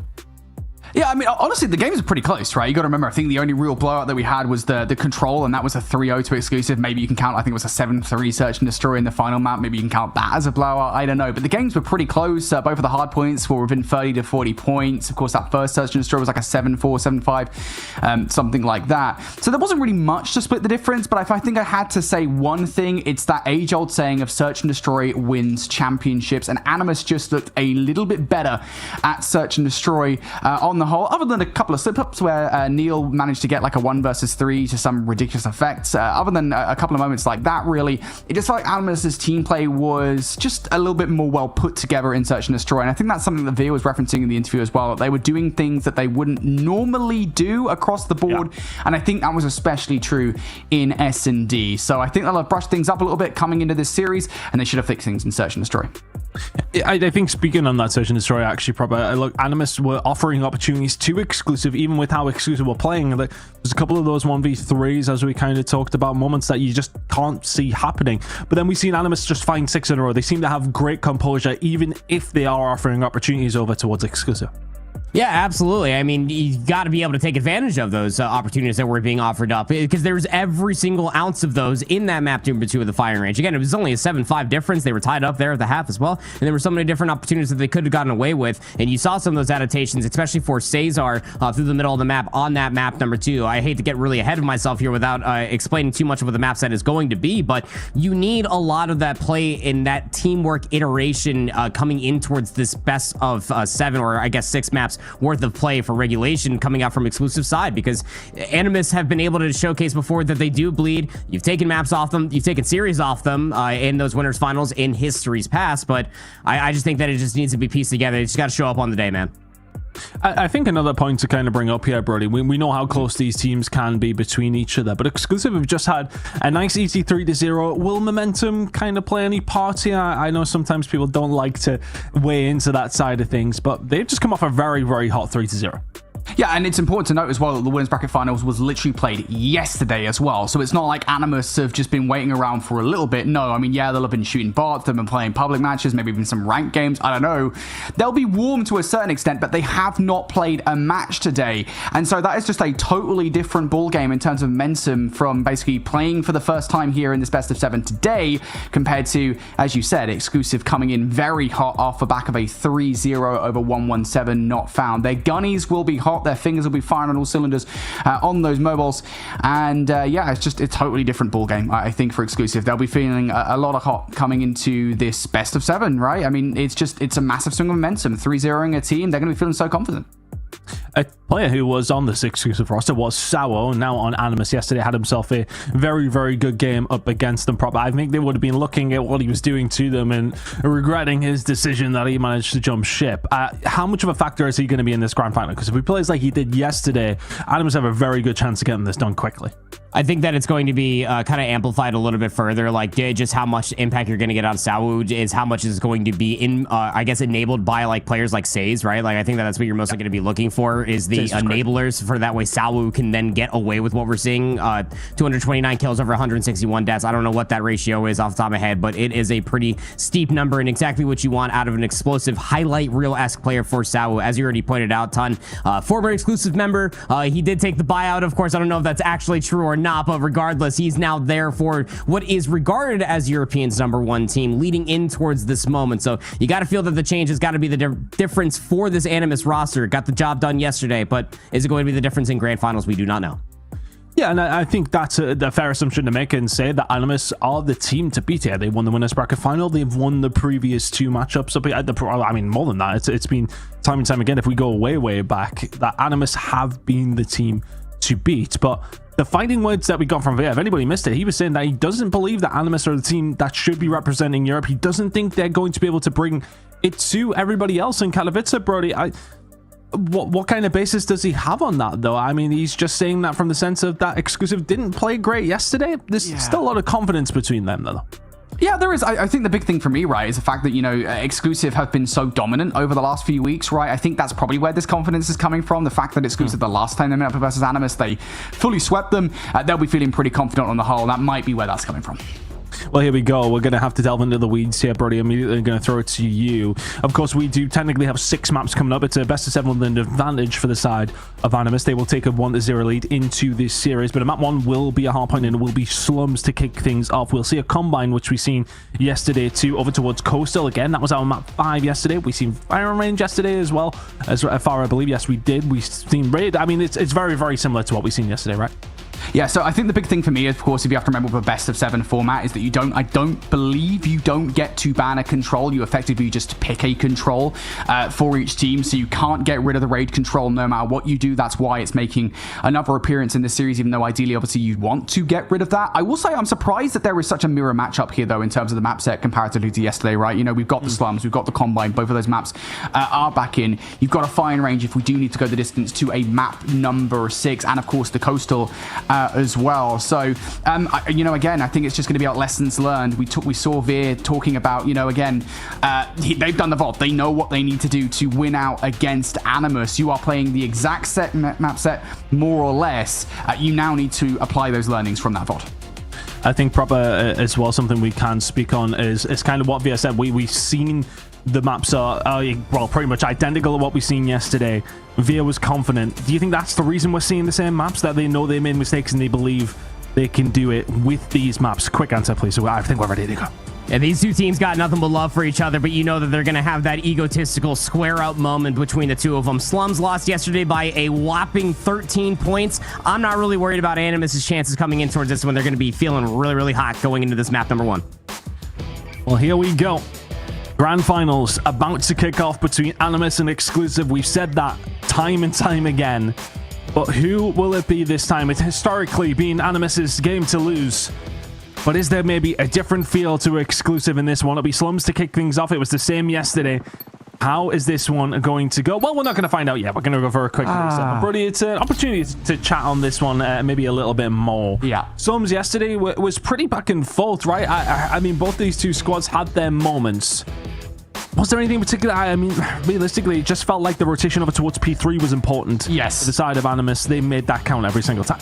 Yeah, I think it was a decision that was made in the closing moments of the game, actually. I believe, I want to say it was Saze with the Annihilator that pulled out 3 kills and accidentally flipped the spawns. And that's the last thing you want. With 20 seconds left on P2, when, you know, the rotation means everything. And you can't win with that last 20 seconds. Investing into scrap time like that, albeit you don't want to get the opposition, you don't want to give them that time. At the same time, you have to be very careful with how those spawns play out. And that's, I think, where they went wrong. Yesterday, they flipped the spawns out with 20 seconds left. And therefore, they almost immediately lost the rotation towards P3. It's a long way to go here on Slums. And so, yeah, I think, you know, you just want to make sure your rotations are a lot more on point this time around, that if you are going to use your operators, you're using them to actually garner full control over hardpoint as opposed to just scrap time. Just small little differences in the gameplay, because again, you got to remember, that game was so close. It was a 250 to 227 in Exclusive's favor. They can make some changes. Well, here we go. Second time's the charm as we get into the first map of this grand finals. Animus looking to go for what feels like the 7 millionth repeat to a certain degree of being champions here in Europe. But can Exclusive finally do it? We're going to find out over these next 6 maps. All right, Exclusive. Let's see if they can win in the same way that they did yesterday. That would be a phenomenal way to start this series, wouldn't it? Keep an eye on spawns for P2. If you don't have somebody blocking through blue, Exclusive are going to continue to spawn on that blue side. That's what's happening right now, Tier Ton, and they're getting kills off the back of it. Good start for Exclusive. As mentioned, the stronger side going to help them out. Neil able to find something. He's going to have to be there again. Opportunities, are they going to be presented as often as they were from Animus for Neil to find those kind of 1v3 moments? I'm not too sure, but a little bit of a spawn out here over towards P3 for a couple of Exclusive players. Sour and Co trying to get something going, but the kill feed lighting up for the side of Exclusive. Get the though has slipped the nets and got the spawns reseen. That's a massive moment immediately for Animus. And the rotation over towards P2. It's going to be hotly contested, but Exclusive may well have thought it was theirs nice and easily. You will get those back spawns. You should get those back spawns if you're Animus. You want to be careful, though, that you don't actually get kind of bullied in. A couple of players now spawning out towards the other side of the map here. So Exclusive now going to be sandwiched in between all those Animus players. They will turn around, at least for the initials here. A couple of rogue spawns coming through. Gafilla in towards the time, though. He's going to pick up a couple of kills. Stays towards the backline. That's a problem you're going to want to deal with if you're Exclusive. And they find a way through. Animus trying to get some control if they can from the front side. Spawns there for exclusive. But Gothilla with this War Machine is so often effective. Finds absolutely nothing. Neil is there to find 2-3 with the Tempest. Everything else now being invested here from the side of exclusive. They smell blood in the water. They smell an opportunity. Animus yet to really get a footing in this first map. Exclusive playing it well. They're well manipulated around the spawns. And great timing on the operators. They're going to have to get moving over towards P3 though. How many times did we see this from exclusive that things were looking good, but P3 changed the game? Animus will know that, and they're rotating immediately with 10 seconds to go. And this is something we've seen from a lot of teams here in CDM, right? You're using everything to try and garner that EMP, getting in towards the next rotation so that the team can't answer the operators that you just put down onto the table. Spy is exceedingly close to said EMP. Split someone's coming through though. Spy now looking for a route in towards the hard point. Now another kill. Spy still looking for it. He might have just got it. I think he did. That's the EMP. And Sour is going to get the Tempest out for 3, but there might not be any more operators going Animus's way as soon as that EMP comes through. Yep, there it is. Gothilla and Co now going to have to fight with their hands tied behind their back. Exclusive find a way through. 40 seconds to go here on this point. Spy having an absolute stormer. 14 in a row. Exclusive trying to get things going with the equalizer out now from Champy. Getting up close and personal. A little bit of a split spawn, but one player's actually managed to slip the net. That will be Shark. He will be dealt with. 25 seconds to go here over towards P3. And Exclusive get a great deal of efficiency out of what they were able to bring to the table there, but Nox is able to find a way back through. It was for 30 seconds though for Exclusive there. I think they'd be pretty happy with that. Yeah, Exclusive now got themselves a rather large lead, and with 10 seconds left, Animus is going to have to focus in towards that next rotation. This is another kind of a sneaky money hill here on Slum's hard point. If you can control this time, make sure nobody gets through the front while you're groovy. Unfortunately, that's happened. One player going to filter through. There is a lot of pressure around the backline here for Animus. They do not want anybody from Exclusive to hit the back. Oh, try and find a way through. Champy on the side though. Can't seem to find a way in. Animus getting their first decent time of the game by the looks of things. Sound finding another. Gothilla and Nox all combining well. It's only really Neil who can do anything. The Tempest is already up from him as well. He will get shut down. So nothing Exclusive to maybe find a way through here. I saved that for Champy. He finds 2. Gothilla, War Machine out. This is absolute chaos. Fish in a barrel springs to mind, but Cesar is the one who finds 4 and way in through the War Machine to Gothilla. That's a big moment for Exclusive. Yeah, you really can't afford to take a 30-30 split there, of course. Champy in with the initial couple of kills, and then Caesar follows up with 3 of his own. It is a full wipe between those 2 players. And now for Animus, you're really left scrambling here. You want to set yourselves up for the next rotation towards Do, but you also kind of want to send some kind of resources in towards Old. Gothilla is that guy, but he just cannot do anything. And we end the first half here. Exclusive, we talked about momentum coming into the series. That is exactly what has happened. They have a 100-point lead, and it looks like it might well go another second set. Oh, they're trying to get the rotation over towards P2 almost immediately here as well. The spawns will be there, though, for the side of Animus. Via getting aggressive. Last shots with the War Machine, not quite clean. Machine pistol as well. Not going to work out, but irrelevant of that, they managed to find the kills anyway, holding down for some decent time. It is a 100-plus point lead for the side of Exclusive in map number 1 in this grand final. They have come in swinging with the same threat, the same momentum that they had in that losers final, and they are making it look pretty easy right now. Sour can just find 4 or 5 out of nothing though with the Tempest, and Animus can start to get some time here. But is the damage already done, Brody? Is that already too much of an insurmountable gap? I'm not too sure for a team like Animus that even exists, but they're starting to find some kills, they're starting to find some time, but Exclusive still with a very, very healthy lead. I mean, it's like I said, right? I mean, there's always ways back into this game. You really want to be blocking for those cafe spawns, though. You've got to be very careful here, because spawns can be very volatile here on Slums. As Nox now spawns in towards the P2 side, we look towards the scrap times now. It should be Animus touching new, and that is the path back into this game. This is the money kill. You got to hold those back spawns down. Do not let anybody slip through, and make sure nobody gets through blues or through double dumpsters. This is the hold. Animus gets this full 60. They are right back in this game. That's all it can take. For teams of this quality, they can punish you if they are really even offered just a slight opening. Nox can find a couple there with the Sparrow. Shark bringing out the equalizers as well, and these are big kills to be fine. Incredible work from Shark and Co, but the push is going to come through from the dumpster side, but he's got an immediate flank at a couple of players. They should be free. Once again, Shark running through absolutely everybody, and that's at least 5 with the equalizer. Animus starting to pin Exclusive back, starting to get back into this game, but 3 kills falling their way through the front door. Neil and Co can do really well to find them, and just about surviving inside of the point. Spy has the Death Machine out, push in from Exclusive, and they managed to find a route in, but Shark with the Predator missile. Animus still holding up. Yeah, if I'm honest, that was a good play from Shark, at least initially, right on surface value, right? You alleviate a little bit of pressure through the double dumpsters, but unfortunately, you end up giving up that area through blue, and, well, that's exactly where Animus are going to spawn, or Exclusive are going to spawn, excuse me. So they're able to push through blue, they get through, and the best bit about that for Exclusive is not only do you get a look towards that time, you take some time away from Animus, but you also force out a Predator missile out of Animus as well. So Shark's play, it looked good at first, but in the end, actually, that gave Exclusive a fair bit of time. I think that was 100 plus at one stage. Animus, typically P3, has been strong for them, but Spire's got a little bit of flank going on here as well, trying to deal with players who are finding the push. The spawns over towards the backside are going to come in for Exclusive, and it's a break on P3. Could that be a dagger for Animus, who are setting themselves up? They were starting to come back. They're trying to find a way through the front door now.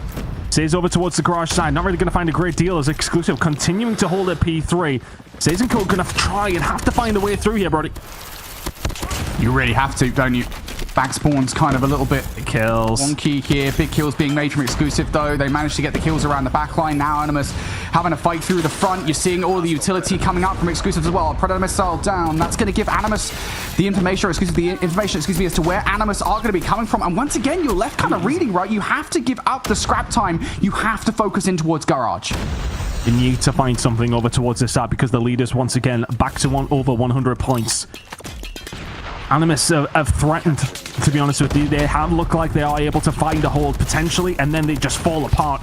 Exclusive are just, managing to find a way through. It's like a knife through butter at the moment. Every single time they need to find a break, and once again they find it. It's just so easy. Animus have got the staying power of a wet paper bag at the moment. Oh, God. Yeah, that's one way to put it, isn't it? They are just 20 points away from victory, and now you're starting to see some of these last few operators coming through. Neil is on a spree, 6 to his name, plus the ones he's getting with the operators. Champy guarding the front as well. This is just kill after kill after kill. Animus cannot get through. Can't get anywhere near. The advantage is already gone within a 5-minute hard point. Exclusive 250 to 110. And that is a statement to kick off this grand finals. Animus are yet to arrive. Exclusive well and truly already here. And I feel like that might just be the momentum buff, right? Again, you come from the lower bracket. Animus have been sitting on their thumbs all day long, and those things are not warm, and you just saw it right there. Exclusive come out swinging in map number 1. And there were material differences that we'll talk about here in just a second, but I think it can't be understated, right? Exclusive, they've been feeling hot coming in this match. They've been feeling momentum. They're feeling confident, and that showed time and time again. Through every single rotation that we just saw, their rotations were much better. Their operators way better, and of course it always helps when you just simply outslay your opposition.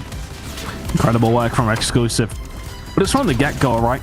You've seen them over towards P1 and P2. Okay, you can see teams kind of get that lead on slums. That can happen, but to then convert that over towards P3 because of the streaks, because of the operators they were able to get, because of such a good start, that was the first dagger. The second one felt like when Animus were finding themselves opportunities, where they were finding themselves setups, they just could not hold them to save their lives. Exclusive just finding the punching power over and over again. This must be a massive outslay as well. Going to be pushing 20-30. Exclusive with a really good start to this grand final. And as mentioned, that advantage that Animus did have has gone. It disappeared in front of our very eyes, and in front of Animus's as well, who will now be saying to themselves, right, okay, we need to lock in very quickly. Well, this could get out of hand immediately. I think the one thing that they do have here, though, Brody, is it's an S&D coastal coming up, so they can maybe slow things down. There's a map they won yesterday. In the end, comfortably. After they were 3-1 down, they find 6 rounds in a row to close it out. So they'll be hoping they can rely on some of the plays they were making yesterday in that winners bracket final. Yeah, definitely. I mean, what we saw a 1 versus 4 from Veer or something ridiculous like that to kick off. Said search and destroy yesterday, so that most certainly helped. But yeah, I think, that's kind of what we were looking at. We would talk about search and destroy. It feels a little bit like, at least what we saw from yesterday, Animus were playing as a team just a little bit better. It feels like they put a lot of work into their strategy play, to their team play, just a lot of communication that you could very clearly see, what was happening between the players. I will say that it wasn't perfect, and I think from that perspective, at least, you can kind of go into this next search and destroy and be like, all right, cool. We know that there are at least holes in Animus's gameplay. And again, we go back to what Veer said in the post-match interview. They have done the VOD. They will know, all right, cool. This is where Animus are putting all of their different players. They'll know what they need to do to try and win Coastal this time around. Okay, let's see if Exclusive have done their research and they have been able to figure out what Animus were doing. Because, I mean, it's all very well losing 1-7-3, but it was the 6 rounds in a row that kind of put things in a bit of a weird perspective. But I suppose then you can throw in the 1v4, as you mentioned, from Via. That was crazy to see it. I think it called was 1v3 at the time. He found every single kill, the ace alongside of it. Those were the kind of moments that Exclusive had to find rounds on Coastal, I should say. So are they going to have to do that again, or do they come in with the same gusto we just seen there? Of course, on Slums, heading into map number 2 of this grand finals. It's 1 apiece with that advantage from Animus already gone. Coastal coming up. A very different affair to what we see on Slums Hardpoint, but it should be an interesting one nonetheless. I feel like if you're Animus, this is where you have to stop Exclusive, right? Because I think the big thing you came out of the last best of 5, the upper bracket final, is that your search and destroy was simply better. If you lose this is where you start to be a little bit concerned, right? You're like, oh god, Exclusive really have changed their strategies. They've come in with a totally different ball game to this grand finals. You really do start to panic a little bit. So for me, I think this is a very important map in this grand final. Exclusive take this, they're plain Salem. A huge map early on. Exclusive, as you said, Brody, if they can find this, if they can find a search, they are absolutely laughing. And could well put to bed some demons that we've seen over the past 2 years. Up against Animus. We're going to try and find some breaks here already as Via through the middle of the map. Slow start for both these two teams, just drawing the battle lines. Well, quite far back at the moment. Grenade out. Well, that's a Bobby native if I've ever seen one. Straight back up the middle of the map. Doesn't do anything.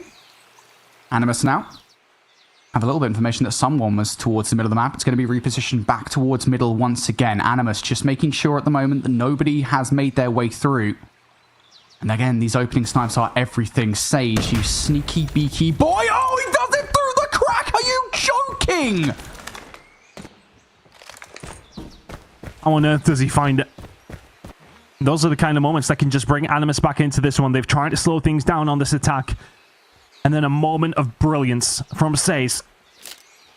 He was the man yesterday in the Search and Destroy who was lighting things up. And Animus needed him. And they needed him there to find the first blood. Shark trying to make his move. This is an incredible shot. Finds it through the crack. Vieira's like, what on earth has just happened? And now look in the middle of the map. Animus have found a way through. Shark has found himself. There's just no way that Exclusive read this. Well, no, they wouldn't, would they? Shark behind. Good for the first one. Shots out. Pre-firing for the second. Has help coming from the mid-cut as well. That smoke. Oh, through the smoke. Again, you can see the names. Not a surprise whatsoever. And now you're down to the last couple of players. And I love this play call from Animus. Look, hang on. We've got full B-side control. Let's just get the bomb over here. Yeah, it's been a very well worked round from Animus. Find the pick over towards the middle of the map. Exclusive lose a bit of pressure over towards A. It opens up some doors that Shark will quite happily walk through and punish you for. Spy and Neil now left in a 2 versus 4. I mean, from their perspective, it's not too hard to find the picks from the outside here, but it's finding 4 of them that might be difficult. It's just getting in. There's just so many different positions you've got to check here on this re-entry. It's so difficult, huh? Sometimes can be fish in a barrel if you've got the numbers in your favor. You need to find those shots. Neil can find one. Spy left on his own in a 1 versus 3. Finds one. Isn't able to find the second. I think if we can snap onto the second player and find him quickly, he's got a real chance, but Animus would do well to lose that round from that position. Opening blood from Says is the catalyst for a very, very good first round from Animus. Yeah, Exclusive they just don't fill that hole in the gameplay, right? You lose the first blood, you lose that opening snipe. Sharp is able to walk straight through the middle of the map and completely puncture a hole in the B-bomb site defense for Exclusive. Animus, phenomenal start for them. Phenomenal start from Says and Shark. And now this is a much more standard setup. Exclusive getting aggressive through the middle of the map here. You've got a player down the A-long and Neil over the top. Good for the first. You will get traded out, but you will take that trade. Information is everything here in Call of Duty Mobile. You now know what Animus want to do. 4v4. Spy just going to have to play his life here. Animus yet to really make their move. In fairness to Exclusive, they haven't really bit to anything. They haven't overextended or made any mistakes just yet. Flash out. But the slow movement coming through from Animus. Information gained now as the flash will come through. Exclusive will know that there is utility at least down this A side, but have yet to really move from their corners.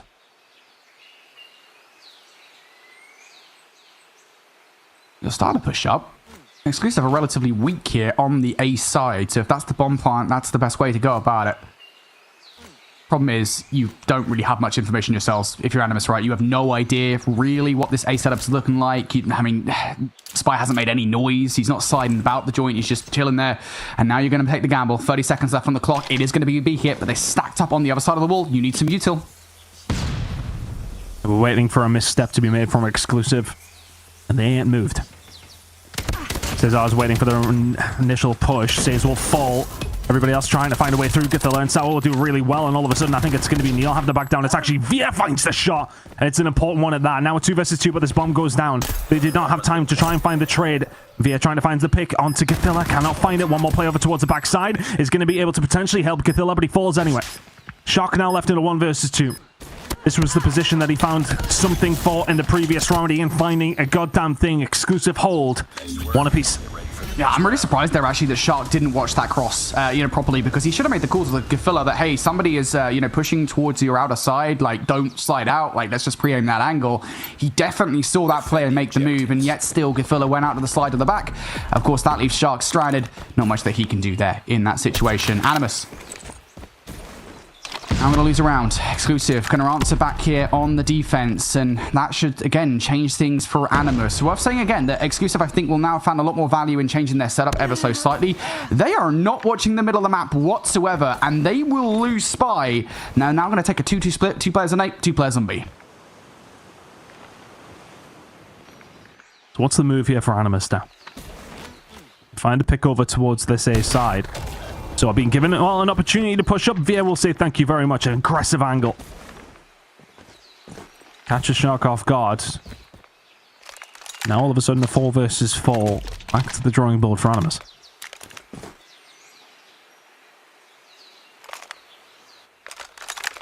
Once again, going to be a B hit. 2 players positioned once again towards the back of the site. Trophy system is down, so any util going through will get caught. Of course, it only catches a couple before expiring. There's that first bit of util. Both nades caught. One went straight past. The trophy system survives. Again, the stun going through. No information off any of this util, despite where Animus players are, or Exclusive players, are not. Go to the left through the front door. Chappie holding the angle. Are they going to be able to find anything here? Absolutely not. They're just sitting back corners and finding the kill. Sour can find one, but not the second. Well played from Exclusive. They've been so patient. Did not have the numbers for the majority of that round. Via evens the odds. It almost feels like Animus are maybe taking their time a little bit too much. Maybe being a little too methodical. Defend the objective. They're finding their moments to try and do something, but don't have a lot of time to pull it off. It feels a little rushed at times. That's a beautiful use of... Oh my god, what a play off that nade. You get the initial hit marker onto one, you're like, right, cool, let's send a second nade. They don't have a trophy down in the exact same spot to pick up those opening gunfights. The response from Exclusive, get aggressive, and they are being punished for it ton. This round is done. I mean, it always helps when the util lands like that, right? A very aggressive push from Exclusive on this defensive side. Expecting to catch Animus off guard. Yeah, there's a nade at your feet, boys, and you're down to a 5v3. Very, very quick riposte from Animus. 2-2 now. Now, all of a sudden, Raid's in the middle of the map. Says finds Via, finds Nox. Bullets sent out very, very quickly. I think Nox will be questioning how the hell he actually managed to die, but nonetheless, a 4 versus 4. And again, a slower start from Animus this time around. I want to see Animus start to hit A instead of B, right? It's not like it hasn't been that successful for them so far, but we haven't seen a single A hit from them. They haven't been courageous enough to actually chow down A long. They can get those opening bloods. It's a much more difficult bomb site for Exclusive to actually re-enter into. But right now, they're just in information gathering phase. You're in a 4 versus 4. No need to make anything crazy move. Again, the one thing that Exclusive, I will say, are doing is they don't have any coverage through the middle of the map. The closest thing they have is Spy watching the cross from down low on A. That is it. So they could get through the B cut here, and they would leave those two players inside the site totally helpless. Those players inside the site, though, have not done too bad of a job over towards B, in fairness. The only time that they have really had broken down over towards the side is the previous round where they had to get aggressive. They didn't have the numbers, and the other round, that Shark managed to find a route in. Can they hold it down? Just even a trade would not be the end of the world. Anything more than that will be a bit of a disaster for Animus. Oh, that's a bad time to get a nade out. It's a terrible time to get a nade out, but Champion's actually managed to find Shark. Can he turn and help him out as well? On the other side, not quite. The timing does not go Exclusive's way. Animus find a way through, but Spy's here rather quickly. You know, trying to find the pick on the outside, but it's not looking likely. It's going to be a 2 versus 3 retake needed from Exclusive. What utility do you have here? No trophies in sight, so if you do have a stun or a nade late into the round, it would be nice. You spot one player out for Spy, shots taken. You got to imagine the reaction's quick. No, it's not. He immediately transitions to what, a second? Brings us down to a 2 versus 2, but you do know where those players are. 25. Need to start making their move. Spy on his way through. Spots saves. The shots are there. Sour's not there for the cover. He's stuck in between a rock and a hard place. Puts the smoke down. Tries to get away, but the retake is there. Exclusive get through the setup of Animus so many times in the hard point, and they do it here in the search as well. 3-2. What was that transition on towards Gefilla? Like, he should be dead to rights. There is absolutely no reason for him to be able to exit the site in the way that they do, let alone get that second kill on Gefilla. That is nutty. Smokes down off the start of this round. Animus looking for a full send on towards A. This is what I wanted to see. Oh, they're getting aggressive. Kills just actually flowing between the two teams. It's 2 versus 3 in the blink of an eye for Exclusive. Animus are finding first bloods. They're finding advantages, but they're not making them count. It kind of feels like a bit of a flip from yesterday. The bomb has been planted. Veer now finds himself in a position where he is about to get flanked. If he can be quick enough, he may well get himself around the corner. He's not going to. Says will find the pick. And all of a sudden, Says out left. NA 1 versus 3. It takes something quite special to pull this one off. Not going to happen, but 3 apiece. I think if I'm one team that's a little happier here, I'm Exclusive. I think Animus will be a little disappointed to be level heading into the defensive side. Exclusive have pulled a couple of rounds out the fire there. Oh, 100%. I mean, the way that they've got those rounds right with that A hit towards the final round, and then, of course, you know, managing to get their way into towards B, where there was a couple of players towards the back of the site. Like, it feels like Animus have been able to pull off these pretty standard rounds. I'm kind of surprised in a way they didn't do it more consistently there on their first 6. But nonetheless, we're going to switch sides now. Exclusive on the offense once again, and they feel a little bit more measured. They are going straight towards B. You still to cover that close corner. There's not going to be an HSO to meet you on the other side. Just clearing space, gathering information right now. You've got to be very careful that this Sage doesn't whip you out from the middle of the map. No! That's a USS 9, by the way. That shouldn't do that. We're just living in an SMG player's world, I'll tell you. I used to be that guy when I was young, but now I'm a stiff AR. I can't do it. It's such a struggle to deal with when players like Spy have got shots as crispy as that. Now all of a sudden the players on Animus over towards this B side potentially have a extremely difficult job to do. A job that was done well by Exclusive on their defensive side. Whether it was retake or whether it was a hold, B wasn't too bad. Utility starting to be sent out. You can see they've got one player through the middle of the map. Neil is kind of watching the cross, so it's going to be down to these 4 players to try and get something going. Animus are trying to make their move, but here comes Exclusive. Sour will be able to find one with a shotgun. He's going to manage to find a way out as well. The HSO will just be absolute nightmare fuel for Exclusive in this scenario, but they pinch. They do it well. They do it effectively. Bomb will go down. It's a 4v2. Make it a 4v1. Yeah. Not going to happen. Again, I feel like for both of these teams right now, their defenses on B have been pretty weak. Like, they need to start being more aggressive with the HSO. You need to be a little bit more aggressive with your trophies towards that cut, right? I mean, it feels like that's how you're seeing the best of the best teams here on Coastal play this map. And right now, it feels like they're being just a little bit more sheepish towards the back of the site instead. If we see changes here from the team on defense, which is currently Animus, maybe they'll have more fortune on the B kit. But once again, it is going to be players towards the back of the site. They are getting aggressive. Can they manage to find these picks as well? It's just not been a place where Animus have had a lot of success as B.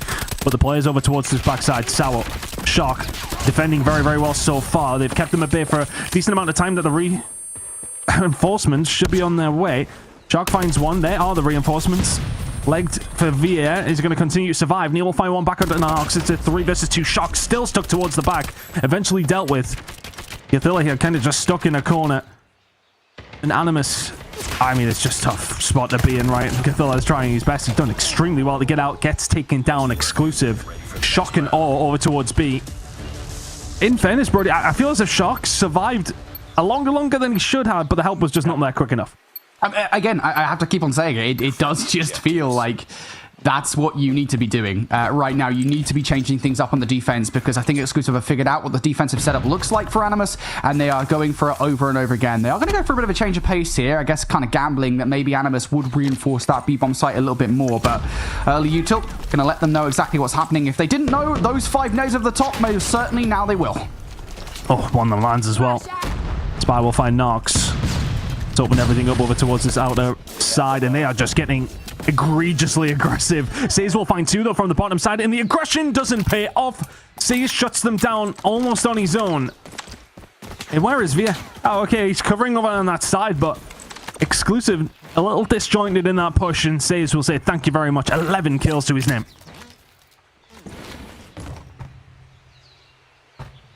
Via now has to do the impossible. This is a setup that's all too common. You can see that again here. Says with the 1 versus 3. They just don't tech down low, and he pieces them all up. Now Via has to do more or less the same thing. They are more or less in the same place, and EU players do kind of have this tendency, should we say, to overpeak, so he might be given a freebie. Has a little bit of time to play with. Again, the problem is that all 3 of those players are stuck into the same corner, and you're kind of hoping, praying for some kind of magical collat to come your way. I think in that scenario, just to talk on Says' 3-piece, like, why was nobody watching Stairs? Yeah. It has to be questioned. Ultimately, it has led to Via being left at a 1 versus 3. And as mentioned, he has pulled off things like this before, but the problem is they know where the bomb is. They've got an idea where Via is, but sometimes doesn't matter. Say's going to charl that as well, and Via will say thank you very much. Gets a shot off. Isn't able to do a great deal. 14 seconds to try and do something. Knows that one's behind the bomb site. Needs to pull off these shots. Needs to be perfect. Cannot find them. Animus, patient in their craft there. Sails will line up the majority of the kills in that round, which will help them get their 4th over the line. Exclusive still have a lead, but the rush does not work out. Yeah, I mean, I'll be honest again. The fact that they give him so many looks is wild. You just got to sit in corners. You guys do not need to be jalling in the way that you are. 1 versus 3 for Via will be denied. I'll be thanking Says' lucky stars for that round. Early util once again.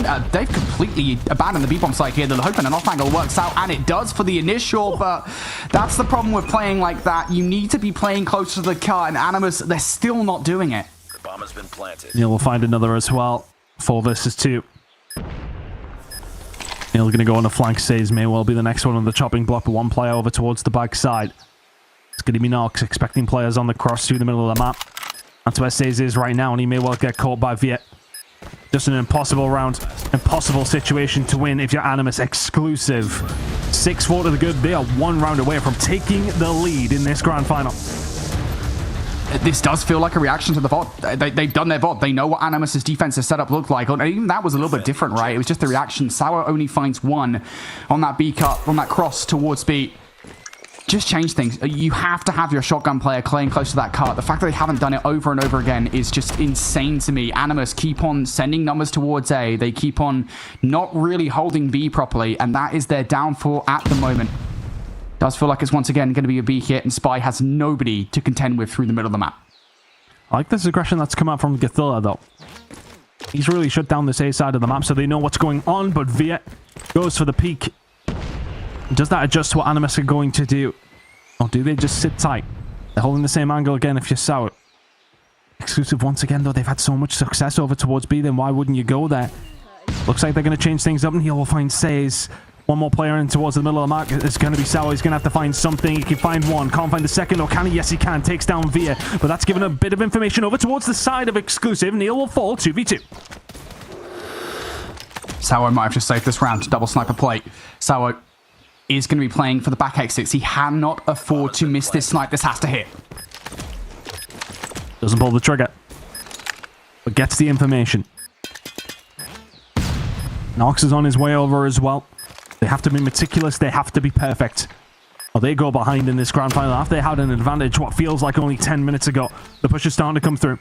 Spy towards the backhand side is not going to be able to see a great deal. They are really turtling up. Sour going to try and find a way in. Nox is alongside him. The smoke is going to create chaos. Champy just ringing bullets out as quickly as he can. Nox is going to find a push, but he's all on his own. Sour left in a 1 versus 2 against his old team. Exclusive. Find map number 2. They are making mincemeat of Animus in this grand final. Man, I don't even know what to say. Just Animus, man, you got to figure that B defense out because it was really poor. I don't even think they had a shotgun out at all through that search and destroy. If they did, it wasn't there for very long, and it certainly wasn't in the right spot. I mean, no wonder Exclusive just waltzed their way through B time and time again. And even in that final round, it just felt like the util was poor, really, really poor from Animus. You know, they had a couple of moments, I think, especially early on, where, hey, we figured out, you know, what Exclusive are doing, right? We know what their B defense looks like, and we found a way around that, and they just still consistently aren't playing around it properly. I don't know. If I had to pinpoint one problem there for Animus, it's that the consistency is key, and it just was not there whatsoever. For Exclusive, though, I mean, shout out to them. Again, we talked about the fact that Veers said, yep, they've done their VOD, they know what they need to do. And again, I think that totally showed. You compare that Coastal Search and Destroy to the Coastal we saw yesterday, in game number 5, it was a totally different ball game. They knew exactly what Animus were going to do, and they played around it perfectly. I think it's a fair assumption to say that every single time we were over towards B, it felt like Exclusive were winning out probably about 90% of the time. Over towards A, they didn't have much luck, so they were just like, okay, well, let's just keep hitting B. Animus were quite involved over towards their side on their attacking rounds, didn't nearly have the same success. Exclusive doing a really good job to, well, I mean, visualizing what was working and doing it over and over again. It never really felt like Animus made that many adjustments to it, though. Exclusive were enjoying themselves over towards B. Animus still had only 2 players there. Tried to change the position up, and it just didn't work. Yeah, I mean, again, it does just feel like, you know, there are certain meta ways to play Coastal Search and Destroy. You kind of almost have to play closer to, I keep on ringing back on this, but I mean, it is just the reason they lost that Search and Destroy is your B defense is so terrible. Like, Animus, you got to be playing that better. And again, they'll watch that back. You know, if this series is done, even if they win this series, they'll watch that back and be like, damn, we played that really badly. Like, and again, just going to say it, you know, we talk big picture here for a second. Outside of this grand final, obviously, you know, you're going to be short-sighted for the moment. You're going to be focusing on just making it to Katowice, but if you make it to Katowice and that's your Coastal Search and Destroy defense, yeah, that ain't going to cut the mustard against even teams from like Japan. That Diabolos would outplay you there. Yeah, it was not the best showing from Animus, especially what we've seen yesterday, right? I mean, they put up some decent numbers and some decent players, I want to say, on the Coastal. Exclusive said, though, we've seen it from Veer, or heard it from Veer, I should say, that they didn't play well yesterday. They are playing well today. We've got to give them their flowers. They've been sensational so far. Find themselves now in the lead, Brody. And we said if they can take the Search and Destroy, this should be their series to lose. Well, there's the first one. We may not need to see a second at this rate with the way that Exclusive are playing. Yeah, no, 100%. I mean, we talk about momentum coming into this series from the lower bracket final. Exclusive had that going into this one, and we said that Search and Destroy was the one game mode that Animus just looked way better than Exclusive yesterday. We heard Veer in the interview saying, look, we were playing incorrectly. We know what we need to do to change things, and we wondered whether those adaptations would be made going into this Search and Destroy. Well, the answer very plainly is, yep, they made those adaptations. They look much, much better as a squad now.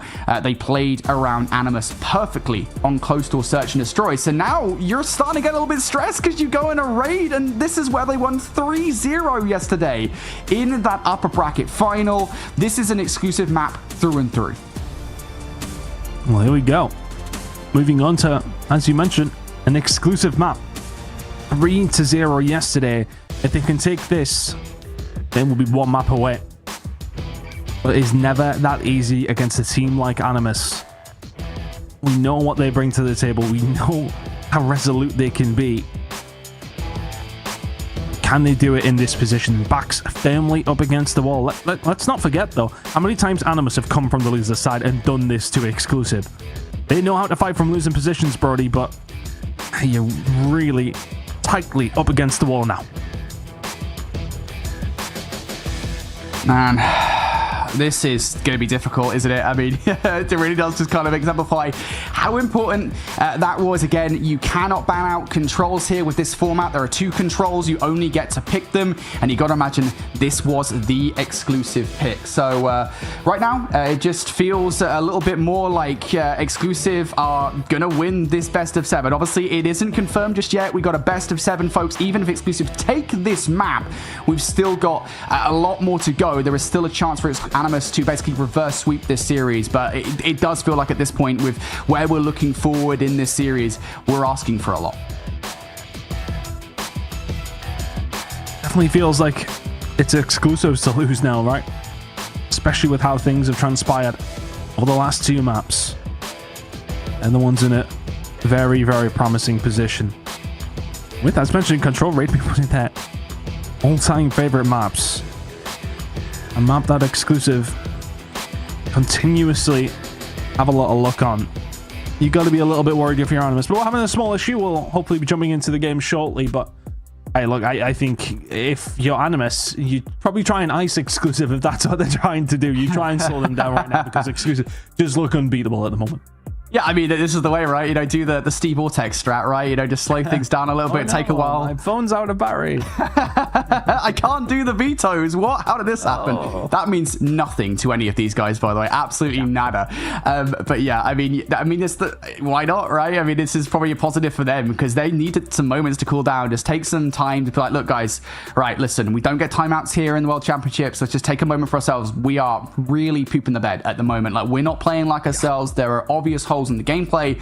Let's fix those. And, you know, we talk about the VOD, right? The VOD was a key thing that Veer was talking about, right, in the interview, saying, like, hey, like, you know, we know what we got to do.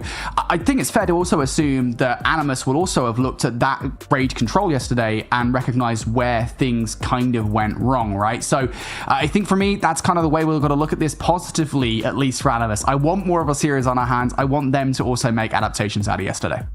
Yeah, I mean, I think that we've just seen them come in a little cold. I mean, we talked about the momentum that exclusive would have off that losers bracket final. I didn't think it would necessarily extend to a coastal search and destroy, but it definitely felt like it did. We knew they would probably come out hot in the slums. They did. If you're Animus, you need to somehow slow them down, but I don't think raid control is going to be the map to do that on. Of course, it can be fast, it can be furious. We'll see how it's going to go down. Hopefully we can load in pretty shortly because we want to keep this up. We want to see these teams battling it out. But what a story it would be for exclusive to do it now, to get when it goes down to 1 spot, to get that moment to be able to do it would be a sensational time to start turning things around, wouldn't it? It's the prime time to get the dub. Yeah, it's something actually I wanted to bring up at some point during the broadcast. Now we've got a chance to do so. Raballo, I think, tweeted. Obviously, it's Raballo, right? Raballo, whatever Raballo says, kind of you take it with a massive grain of salt. But still, he was saying that like, exclusive are kind of a team to look out for come World Champs if they do qualify. They're the kind of team that you've got to keep an eye on. So, hey, maybe if they do make it to World Champs, they'll be perfectly fine. Right now, though, they've got to get through Animus. They've got to get through this raid control. Well, let's see if exclusive can keep this up or Animus can show them what they can do. Good defensive start for them. Shark will find a couple over this outside towards ramp. Spy will eventually deal with him, and the press over towards B will continue. Champy gonna try the distraction tactic over towards A whilst he's out of there.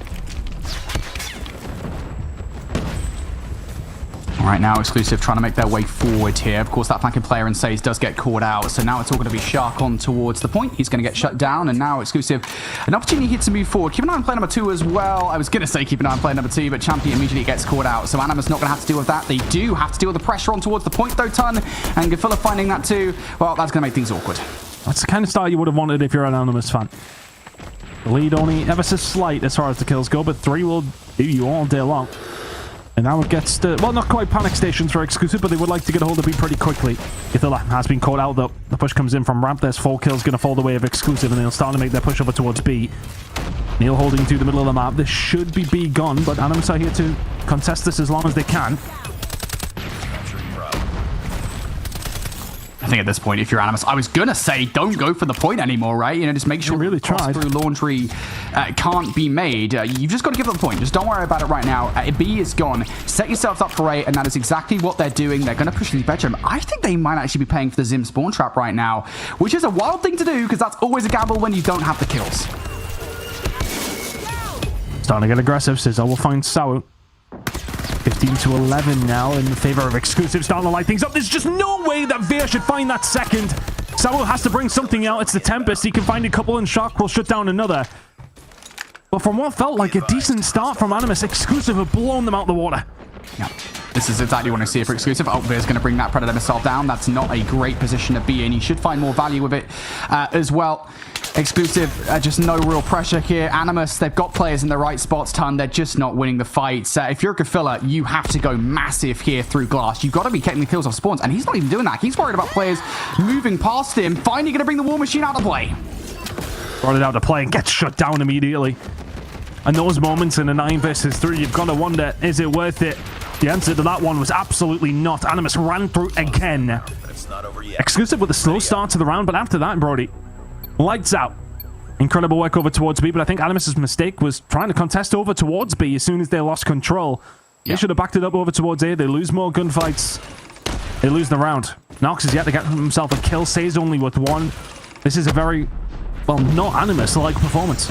It was a bit of both, right? It was a bit of, not making sure they held onto Laundry, but also trying to push through Bedroom when you didn't have any map control to really warrant that. That was a bit of a weird one for me. So Exclusive starting strong here in this game, and now they're starting strong with the utility as well. They've got the first wave of gunfights. They've got players on both of the points. Good shot from Champy, find himself in a good spot. Says can find 1 and 2 though. A bit of a flank coming through. Finds a bit of Laundry control, and now all of a sudden Exclusive have got to make their mind up on what they want to do, because a couple of kills have went down over towards this A side as well. If you're Animus, you would love to get a couple of ticks over towards this side. But water does conduct electricity, and the Tempest is out over towards this side. What can Neil do? Starts to get aggressive with it. Shots in over towards the stairway. It will find plenty. Getting aggressive now as Animus will be batted away. Exclusive, a minor scare, but they survive it.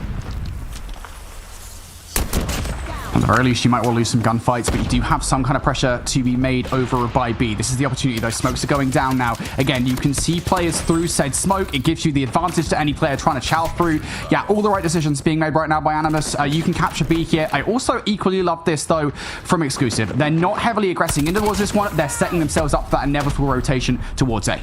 They're big kills. It's not going to be garage control, and all of a sudden, potential spawn trap was on the go, but Sawik does well. Turns back around, helps his teammates out of it. The killer in the end now from Caesar. B should be gone, and it is. Animus will get a hold of that in a relatively even game now. But the setup now from Exclusive has been able to transpire for a little while. They've got themselves over towards the garage side. They will be dealt with, but A is pretty deep now. They're in a good spot. But look at this push that's coming in from Animus. They're flanking as well. Oh, but they've all been absolutely murdered, Brody. Uh-oh. I don't think they're going to get to the spawn trap in time, despite that DM investment coming out from player number 2. So, yeah, this is a bit of an awkward one. Actually, they are going back to take him down. DM will go out, a couple of kills coming through, and now the effort here from Exclusive to put the spawn trap together has kind of fallen to absolutely nothing. A couple of odds coming out from Animus. They want this point time. They've got 3 down. There's no way. How have they found a route through? One play over towards the B side is Via. He's not getting involved just yet, but A starting to take. Exclusive down to 7. Big investment coming in here from Animus. If Exclusive can steal this one away, it'll be a disaster for Animus, but the kill's starting to fall. This will be tough. Everything being thrown at this one, and not a great deal that Exclusive can do to stop it. There's at least 2 operators brought in from Animus, but it feels like a moment where they need to do something like that. They're going to get the round, absolutely, but a lot invested to make sure they did. Nice work. Get ready for the next round. Yeah, I mean, if I'm being perfectly honest, that's perfectly normal investment from Animus. Great round from them. I want to say for Exclusive, though, just a little bit too overzealous on getting that spawn trap together. I think that DM was activated just a tad too early. You didn't really have any reason to do so. You didn't have the kills to actually get yourselves towards that spawn trap. So, spawn trap doesn't come together. You got a bit of a weaker defense. That's how Animus win that round. As mentioned, that amount that was invested from Animus, not so much questioning it, but now it's going to give Exclusive the onus to have their own, and they do nothing with it. That was the thing. Animus were very solid with their investment. They're finding plenty now. And have they maybe awoken halfway through this control? Champy Neil starting to find something going over towards his B side. Find a couple of shots. Kithilla should, well, not be long for this world for much longer. Spy can find 1, 2. Kill's been traded across the board over towards this B side. It looks like Exclusive will come out on top. Exclusive now, just trying to hold on towards this point here, Ton. Animus getting the wave of gunfights, though. That's going to make things awkward now. You fully push them back. And again, you don't have anybody to concern about over towards Bedroom's side. Leave this point. Just go straight towards A. Animus have fully invested in defending B. You have an opportunity to get some progress over there. Shark with a flank. Sends 2 players back to the respawn queue. We're going to try and send a couple more as well. Can find Neil. Veo is there for the trade. Exclusive being farmed here. They need to find something pretty quickly. Push over towards A. Now having to come in from Exclusive. They have to do something about this. They have to turn this round on its head. Animus looking to take the lead. Exclusive 3-0'd them yesterday. Animus smell blood in the water, though. Second to go back to be thrown over by A here. Shark, you got to be careful here. Kills have come through. I don't think they're going to go for it. I think they're just leaving it. They're going to send some util over. Maybe they can get it, but the stack is pretty good from Animus. I love that play call. You've got the stack. You've got an extra 60 seconds. You do have a 7 life advantage, though, if you're Animus. Exclusive had to find something, and now they can take their time. But so can Animus. They can set themselves up. They know they have that advantage, but that advantage has been whittled down. Operator's going to start becoming available. Say's just caught with his pants down. Shark can find something under Via. Every single kill that Animus can find is massively important. The trade going to be there from Spy onto Shark. Should be, and is. Investment had been made from Neil. He hasn't found a great deal with it and has to start getting aggressive. Does get taken down, but the flank's starting to come through via Laundry. 11 versus 7 now. Says, can he find this gunfight? It's important that he did and does. Big gunfight over towards the backside of Laundry. Champy is still here and still surviving. Now down to a 5v9. This is investment from DM is everything. This Champy DM has to equate towards kills. He's going to find one. More on the cards. You know he's there. And he's found 2. Oh, the streak getting called in and he gets caught off guard. No respawn coming back through. Does not get a chance to use it. Spy has the Annihilator out. Shark going to try to get something going. Nox can find Via. Has to find this gunfight if he's Shark, and that might well be that. Spy still with the Annihilator. Progress being made over towards B. Not going to have a knock. So accurate once again. And Animus will find the round. A lot invested from Exclusive, but they don't get the return they wanted. Yeah, I'm at the very least glad for Champy that Predator missile that he tried to get out doesn't amount to anything. Unfortunately for him, though, the DM, one of the most important options that you can have, doesn't really do anything in the way of stopping Animus. So, yeah, tough round, I think, for Exclusive to lose now. Animus starting to look a little bit better. They might have found a way to get around Exclusive, and off the start of this round as well, they have full control over B. Exclusive, they are totally panicking. They're trying to retake through the middle of the map. Well, Via has the war machine available. He's finding plenty with it as well. There's that investment that Champy wanted to make in the previous round. It finds its way through. So Animus pinned back just a little bit now. Exclusive getting aggressive over towards the respawn side of things. They can then push over towards Garage. There's still some progress being made from Animus over towards B, but it's not been plain sailing. Exclusive doing a really good job, and that's 4 dead. All of a sudden, you know exactly where they are, and you've got a Sparrow in the spawn. Cesar should cause absolute havoc here, and there's 4 in a row. Exclusive in a really good spot to send this to a round 5. Yeah, but nobody goes towards glass, nobody bedrooms. That's not going to stop them getting towards A. You've got a massive life advantage. I don't think they want to get too over-aggressive in this play. Even Spy pushing out there is maybe a little bit too much. But at the same time, if you want a defense round number 5, I also don't think you can afford to give this one away. So they're going to try and invest into it through money, through elbow. If you're those players, you have to win the gunfights. Can they? A couple of underway. How Says found that second. It's going to get taken down by the Predator missile. Still 20 versus 10. Sawo stopping the time. Can do with dealing with him, but still B is something that Animus probably have to concentrate on, and they're starting to now. Annihilator out from Says. Finds one. Can't find the second. Bear takes him down. A has been captured. Plenty of progress being made over towards B, but Exclusive now have a little bit more control. Exclusive still with a life advantage. I'd be careful, though, because it can very quickly fall away from you control, right? One wave of gunfights, one stack, and the game is done. That's what they want to avoid right now. Players are approaching from both sides of the point, and that might well come to pass. Caesar needs to play up strong here. He goes down. Ton, now they're stacking the point. They've stacked it. You're going to have to start moving if you're Exclusive, even if you can win this round, but they've had to invest. There's a player coming in through the middle of the map. There's the second tick gone. Have Animus pulled this out the fire? Are they going to find their first map of this grand final? The kills are coming in. Exclusive crumble. And Animus get themselves on the board. Out of absolutely nothing, it was Exclusive's round all day. But Animus somehow find it. We said if Exclusive can find the Search and Destroys, it should be their final. We did not count on raid control going Animus's way.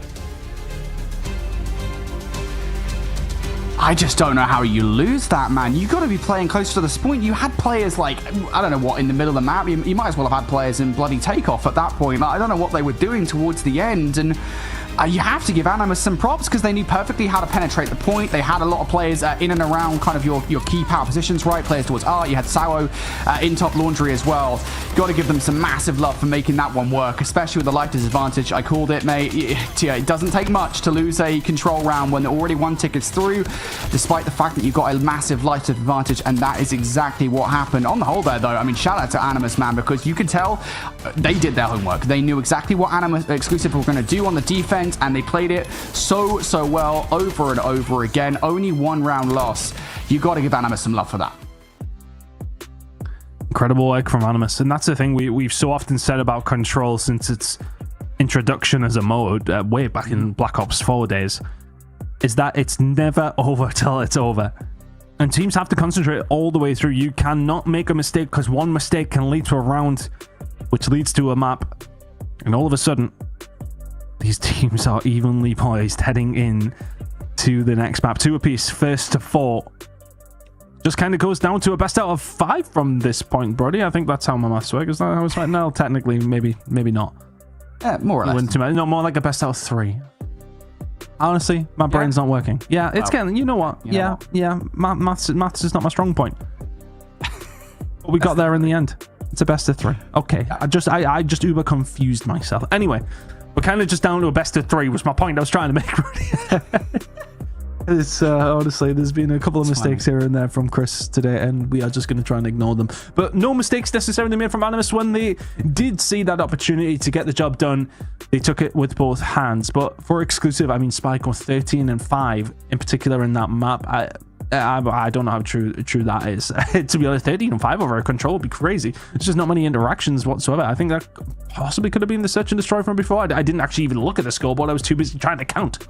Yeah, I didn't even know. I'll have to look at the scoreboard here in just a second on a delayed stream. But yeah, I mean, still, just a really good game on the whole there from Animus, right? You've got to give them some props. I will say for Exclusive, I've got to stop being such a negative Nancy, man, on some of these games. But Exclusive, it feels like a lot of the time when they'd lose one of the control zones, they kind of started panicking just a little bit on the defense post capture, right? I think that was true, especially in that final round where they obviously they made the right decision. They backed up. They tried to get a couple of kills. They tried to accentuate the life advantage, but they didn't fully back up around the point. They didn't fully get themselves ready for that push, and they certainly weren't watching the flank. Sawa was able to get through way too easily. Little bits like that, I think, can definitely hurt you. But again, I want to give Animus some real props because they definitely performed very well on that map. You can tell they made adaptations from what happened yesterday, and it definitely played out. So Animus, they finally stopped the momentum of Exclusive. And that was important. I think if Exclusive find that map, I think that might be the series, right? I think the momentum far too in their favor. They would have been one map away.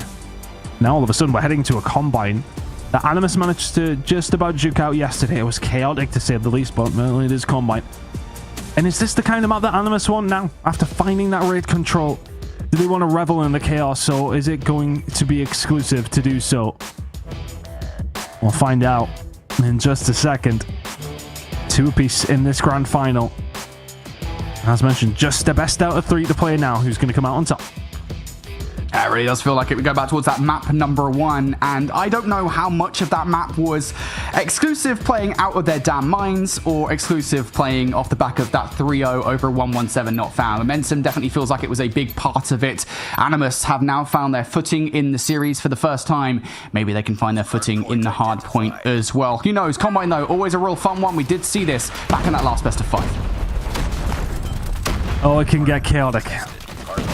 I think yesterday it was Says who just went crazy for Animus. Oh, yeah. And he's going to need to do that again by the looks of things, because Vieira's like, yeah, okay, it's my turn. Finds 3 immediately off the rip. Exclusive with a good start here in the hard point. We've seen a very good one from them on Slums, and they'll want to try and do that again, but Cathilla Say is trying to shut it down.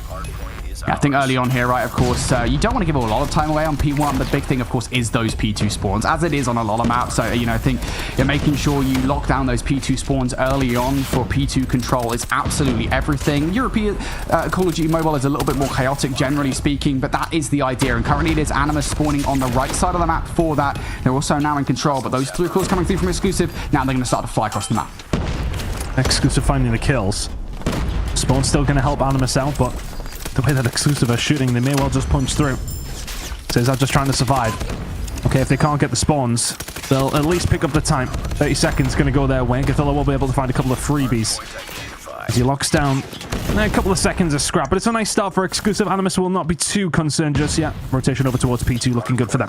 Yeah, this is what we're talking about, right? You get a player towards the back of the map, you can lock this hard point down. Just make sure that nobody gets in through the front. That's the main thing. That's the play right now for Animus, but Exclusive, they're starting to get kills already. Finding a way through. Says and Co will shut it down. Says had such a good map on this one in particular yesterday up against Exclusive and finds a couple of big kills there. Investment started to come through already for the Gothilla. We know how efficient he can be with this War Machine. He is going to find at least one, but Champion Co starting to find a little bit more luck. They find a way through with 30 seconds still to play here. Over towards P2. It's a massive break for Exclusive. Investment comes through. 30 seconds to play for. That's everything they could have wanted. Yeah, worth saying they are going to at least read the spawn through the front. Kind of surprised that the spawns did flip in that way, but Animus now spawning out on the other side of the map for the back 15. Exclusive still vying for this time. One last little wrap coming through from Shark as he finds 2 kills. Will get traded out. Says right back at it. Problem is with that exchange of gunfights though for Exclusive, letting Animus back in towards the time as now they are spawning towards the back, so they are in Narnia as far as rotation towards the next hard point is concerned. On the whole though, I'm happy with that if I'm Exclusive. Yeah, it's not a bad return realistically, is it? He kind of goes split on that one. Considering the rotation of spawn wasn't there, you would take that over towards P3 as well. Because right now it's Animus in control. VS starting to find something on the outside. Can they find a breakthrough? Neil can't line anything up. Or can he? Yes, he does. He finds Sawu. But all of a sudden says Death Machine is out. They're trying to farm their way off the outside. Animus trying to keep things at bay, but Spy can find 2 of his own. Gets around the flank. He'll have the 3rd. Spawning over towards the back is Animus, but Exclusive inside of the point. Hey, go on, player spawning out towards the front of the point, though. Shark could do some serious damage here. Backing towards the time. Shark, oh god, runs through everybody and their nans. Animus now backing towards the time. They've got the back spawn control and even trying to create some space through the middle of the map. The attempt to get the EMP is going to be denied. That would have been nice to have as you go in towards the next hard point, but now you're going to have to settle for a 50-50 on said scrap time. Exclusive should be able to grab that time. Animus, now the first minute touch everybody knew. You've got one op in the back pocket and Sour's immediately going to bring it out. Oh, those poor French nanas getting farmed away by Shark. It's a hell of a way to go, but again, it's kind of going to go 50-50 between Animus and Exclusive there. If anything, maybe the gap is closed ever so slightly in Animus's favor. Exclusive now over towards P4. Big gunfights coming through. Cesar could do with finding something here. He's going to line up Sour, but the kill's starting to go the way of Exclusive. 45 seconds to play for here. A little bit of control, but it's not necessarily the easiest one to hold. They need to push out both sides. Easier said than done. That's just so chaotic here on the water hard point. Narx is going to bring that Sparrow to the gunfight as well. Good for a couple of kills. Animus have broken through. Exclusive failing to regenerate their forces to stop Animus even touching the time. And now they've lost full control. This is a good opportunity for Animus to absolutely farm for Exclusive. Trying to find something. Need to get themselves back into this game. It's still a tight one. Neither team's been able to necessarily find a good lead. This 14 seconds that does remain over towards P4 would be enough for Animus to get themselves into a lead, but a slender one at that. Champy will shut that idea down almost immediately. Tower trying to find something, not going to be able to. We go to another rotation, and there is literally nothing between these two teams. It's a 5-point game in Exclusive's favor. Animus have managed to find the P2 rotations though, so in a good spot, but they need to stop Exclusive being as successful as they were over towards P1 in the previous rotation. They found plenty. For what it's worth, this is pretty much classic Combine right now. 10-point difference between the two teams right now, and well, I don't know if that's going to grow as Exclusive do currently have P1 control. They want to try and flip out for P2 spawns. That is exactly what they're going to try and do. Tempest creates a little bit of space, gets Neil in towards P2 itself, and Animus are going to have to waste resources making sure that Neil doesn't flip said spawns out. In doing so, Ton, they're giving away a lot of time on P1 right now. Exclusive are getting a ton of time on P1. They need to get through. And they eventually do get in there to Animus. And I wonder if it was just a case of really not wanting to give the spawns up. Well, they have to be careful not to do that now because the pressure's starting to come in from Rob Exclusive. They find a couple of gunfights through the middle of the map. Shock finding plenty himself. But again, yeah, Exclusive have had some decent time here. Okay, they might not have the spawns for P2, but you get yourself 30, 40 seconds. You take that risk all day long. It is easy. Push back through. Caesar gets shut down. Shark, that's a huge shutdown, and Animus can fight this one from the back here. Ton, they're getting the gunfights.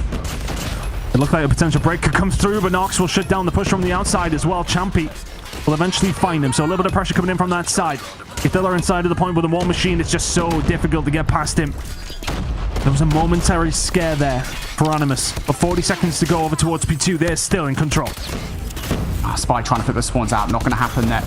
So back spawn still locked in for Animus. I said it again, though. You can hold them from the front if you successfully manage to get through. But right now, you've got players like Sao going crazy. Veer, there's no trophy to stop him. Veer running through everybody. Finally going to get shut down. Now Spy going to invest as well. This is a big 20 seconds to get. You get this time. You keep Animus towards the back line, but the Death Machine are going to go down. Now you've got to do it just with your gunny. Yeah, they had to find a way through, and when they have done, they managed to hold. 10 seconds to go. Exclusive trying to get something going here. Shock is going to find a way through the smoke to maybe find a route in. Rotation starting to come through as well. 3 seconds to play for. Not really important now, but you can see somebody has made a move. It was Nox out the respawn. All the way down the outer side of the map, but it's Neil inside of the point. Nox will be dealt with. One other player who was on his way is going to be Says. Spawns towards the backside for Exclusive. A decent lead for them now off the back of a really good hold at P1.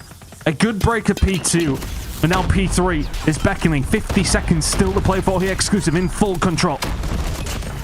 Just feels never mind. Entire lead has not really changed that much the entire game so far. This is an opportunity for Animus to do that by holding Exclusive towards the back of this hill. Stun kill coming through from Says here. They're getting the better of Exclusive for the moment. Yes, Exclusive needed to find the gunfights and do. 3 of them go their way, spawn over towards the back for Animus, though they could potentially find a break to spawn over towards the back for Exclusive alongside of it. It's absolute chaos. Who comes out? Who revels in it? Right now it's Exclusive. Cesar cannot find any more saves. Shark doing so well, but that lead for Exclusive now finding its way over towards 55 points. They're in a good spot. Yeah, and again, you talk about the rotation towards the next hard point, right? This is the moment where Animus really start to fall out of this game here, Tom, because they're spawning towards the back. They're going to continue to get that spawn. Nothing that Exclusive do is going to change that. And you can watch the next with your ops. Gafilla, if he brings his out of play, they're going to have a struggle to get to this hard point. A couple of good kills coming through on the transition. Wait, what? Samuel will somehow find a way through. He only finds the one, will eventually get shut down. But Exclusive in a good spot to find some time here. Veer going to have to hold it down from this side. Coming in from a couple of different angles is Animus, but right now Exclusive inside the point, losing a couple of gunfights. Need to start winning them. Yes, Caesar has to get some more value out of the Sparrow. So does Veer, really, with the War Machine. And now it is just going to be the latter of those two ops. These sides need to be watched. You need to see some heroic plays coming out of the individual players. They have to get every single gunfight. Exclusive really starting to bring the hurt down now on Animus. Everything out to play. And why wouldn't you? This is the money hard point. The Death Machine was out from Says and it gets picked by Neil. He was holding in the corner. He will find it. He'll find another in Shark. This is a brilliant hold from Exclusive. 15 seconds remaining here over towards the latter stages of the second rotation. And Exclusive are running away with it again. 3 operators up and running. Animus can get nowhere near them. Spy just going to bring out the Death Machine. That might well be the hill that's made the difference here in this game. I think for the most part, Animus have been good at taking time away from Exclusive here in this game. That was the first time where it felt like definitively that was Exclusive's ground to hold, and Animus didn't even really get a look at it outside of Sao's initial approach towards the hard point. Now we go back towards the time. Exclusive, they are 18 points away from victory. Animus need to fight for every single shred of P1 control they can get. Animus did not have the spawns for P2, but a bit of a split comes through, so they will have them. They need to stop Exclusive getting good time over towards P1. They need to stop them just getting 18 seconds. One good wave of gunfights for Exclusive may well do it, but Sour will take things into his own hands. It's 3 with the Tempest as he starts to get aggressive. Spy can find one on the other side. Can he find much else? Only the 2. Trying to find a way through if you're Exclusive. Into the point they go. That's a big wave of gunfights. They are 14 seconds away. Exclusive, just one more wave of gunfights. Animus, can you get to the time? You've got to stop him. You've got to go for the contest. Shark gonna do it. Gets shut down. Veer just watching, making sure nobody even gets close to the hard point. Sao provides something. It's not enough. Nox with a touch. That's not enough either. Exclusive walk away with a dominant map victory. The most dominant we've seen this entire series. Incredible work from Exclusive. Combine goes their way. Just unrelenting, relentless play. Consistently chaotic and working out for Exclusive. They retake the lead in this grand final. They are 1 map away from sending themselves to Katowice. Man, what a game from Exclusive. I think specifically, right, what a second half. I think there was a game at a point at the end of the first set where I was talking about it being like a 10-point difference between the two teams. I think it was like 85 to 95, something to that effect. And I think you compare that first set to the second set, Exclusive just got a hell of a lot more value out of the hard points comparatively than Animus did. You know, we talk about kind of P2, right? The hard point that generally speaking is the one that everyone goes to, and the spawn control was just better for Exclusive. I think they only allowed one spawn flip to actually come through. For the most part, they did what you want to do, which is hold players towards the back of that point. You go towards P3. Exclusive again, get the better look, but I think the most damning kill of them all was that P4 that you guys just saw right there. The only player that even got a look towards it was Sao, and he couldn't really do anything outside of to get the one kill. So Exclusive, perfect rotations, perfect holds in that second set. They now have the lead in this series. My word. They really did turn it on over towards that P4. They just seemed to get themselves set up either side. And that's the only potential you have to actually find some good time, because it can be so mixy. But as soon as they cleared, they had players in positions that could stop those small choke points. And we've seen on multiple occasions. Well, more specifically, we've seen Says find a push through with a death machine in hand, I should say, and Neil's already waiting in the corner to shut him down. And Says was such a big factor for the side of Animus on that map yesterday. He went crazy. I think it was out 24 kills within the first 3 hills or something stupid like that. Drops an EMP pretty much off the rip. And today, just not able to replicate that, but it would have been difficult to. It was an incredible performance from them, but Exclusive on every single level. Very, very impressive there, buddy. And as mentioned, they are one map away from being champions here. Yeah, but that next map is going to be a control, and that is the one map, obviously outside of the freebie they got from being in the upper bracket final, that Animus have won thus far. So honestly, you know what? I'm fully, give me the Animus jersey, I'm putting it on. I won another Game 7 between these two teams. I don't believe the last couple I went to. I think the last couple of series between these two teams in the grand finals was a 4-2 victory, which doesn't exactly bode well for Animus, does it? But I would love to see the Game 7, man. Call me a bias caster, whatever, I'll take the title. Animus did look better in the last control. They looked more composed. Exclusive, I think, after losing one of the zones, couldn't really get map control. I will say though, you know, we're going to Crossfire next up, and I think it's going to be a little bit easier to do that, right? This is much more of a linear map comparatively to Raid, where you've got a bit of a choice of how you want to play things out. No, if you're on offense, you are going to capture A first. I think the percentage of like B captures being first must be like 5% or something like that on offenses. It rarely ever happens for good reason, and I think for that, you know, the defense Exclusive will not struggle this time to actually hold their defense off the back of losing A. Yeah, you would like to hope so. It's hard to say. This grand final is offered up a couple of surprises here and there. S&D's going Exclusive's way. Control's going Animus's. And now we head over towards a Crossfire. And I still don't know whose game this is. Go to Crossfire on Control. There's part of me that feels that Exclusive probably need to do this here. A firing range will be interesting. Search and Destroy, even though it was won by Exclusive on Crossfire on Coastal, you would still fancy them to give themselves a shout in a firing range Search and Destroy for all the marbles. Exclusive will not want to go there. They'll want to close this out as quickly as they possibly can. Okay, Exclusive. Let's see what you're made of. Already off the start of this game, Exclusive on the defense, getting pushed. Animus trying to get through. There is a crucial gunfight by A, and I absolutely love this play from Animus. They are forced sending to try and get some map control before capturing A.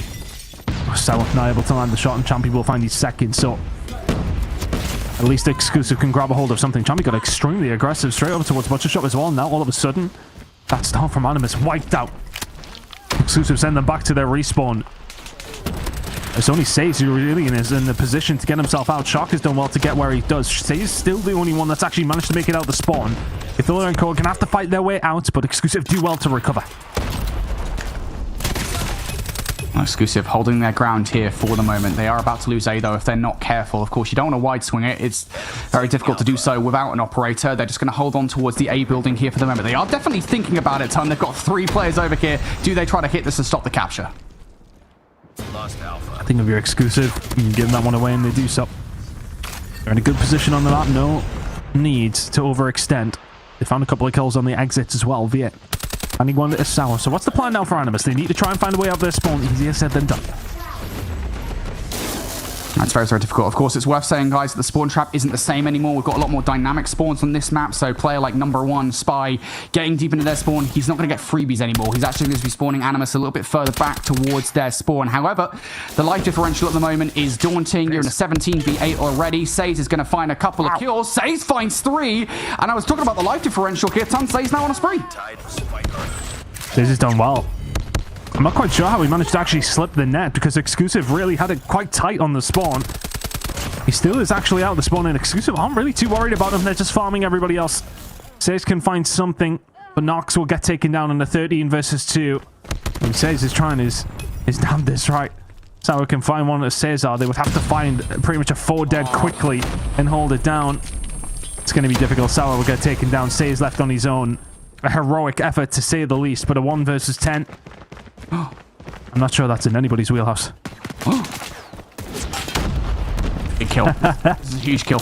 Actually, outside of this round, yep, they find Saze. Okay, massive gunfight because Saze was on a huge spree there. He was 1 kill away from getting an EMP. That would have been hella disruptive to Animus in the next round, or to Exclusive in the next round. But he's going to go down before that EMP can be obtained. So just the Hunter Killer drone and the Predator missile to be concerned about for Exclusive. Big moment. Saze was able to find something there out of a round that they had already lost. It could have been huge, but Exclusive draw first blood here in the crossfire control. Decent enough start for Exclusive as well, but here comes that Predator missile we were talking about. Not able to find a great deal with it, but Champy will find Saze with one of his own. Trying to clear out Butcher, and they do so via just spraying bullets into it. They manage to find him. A push starting to bring something to the table here for Exclusive. It's been a nice start. Again, same kind of decision being made by Animus this time on the defense. Okay, you're getting over aggressive now, Animus. You're starting to overheat a little bit here. You're going for a full A defense on this play.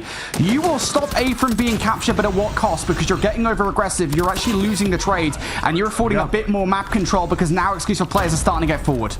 Yeah, Champy has found a route through. An open door over towards the B side. Animus are doing a decent job over towards A, but it's kind of just denying the inevitable.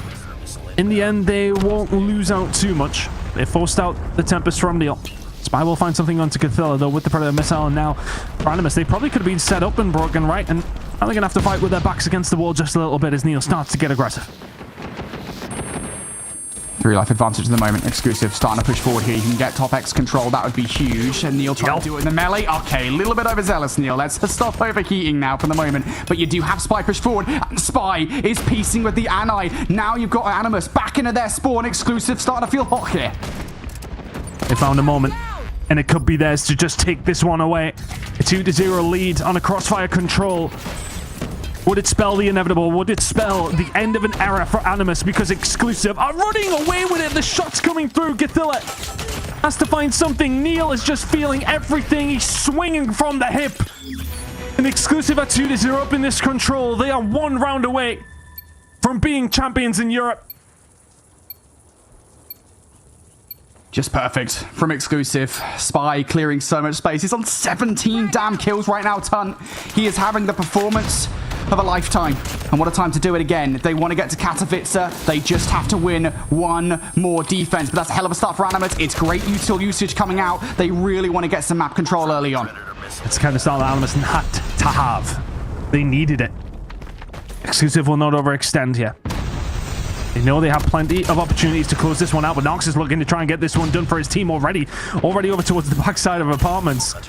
Claw has done all the damage. Shark has done a really good job as well. They're having to invest. They're having to do something.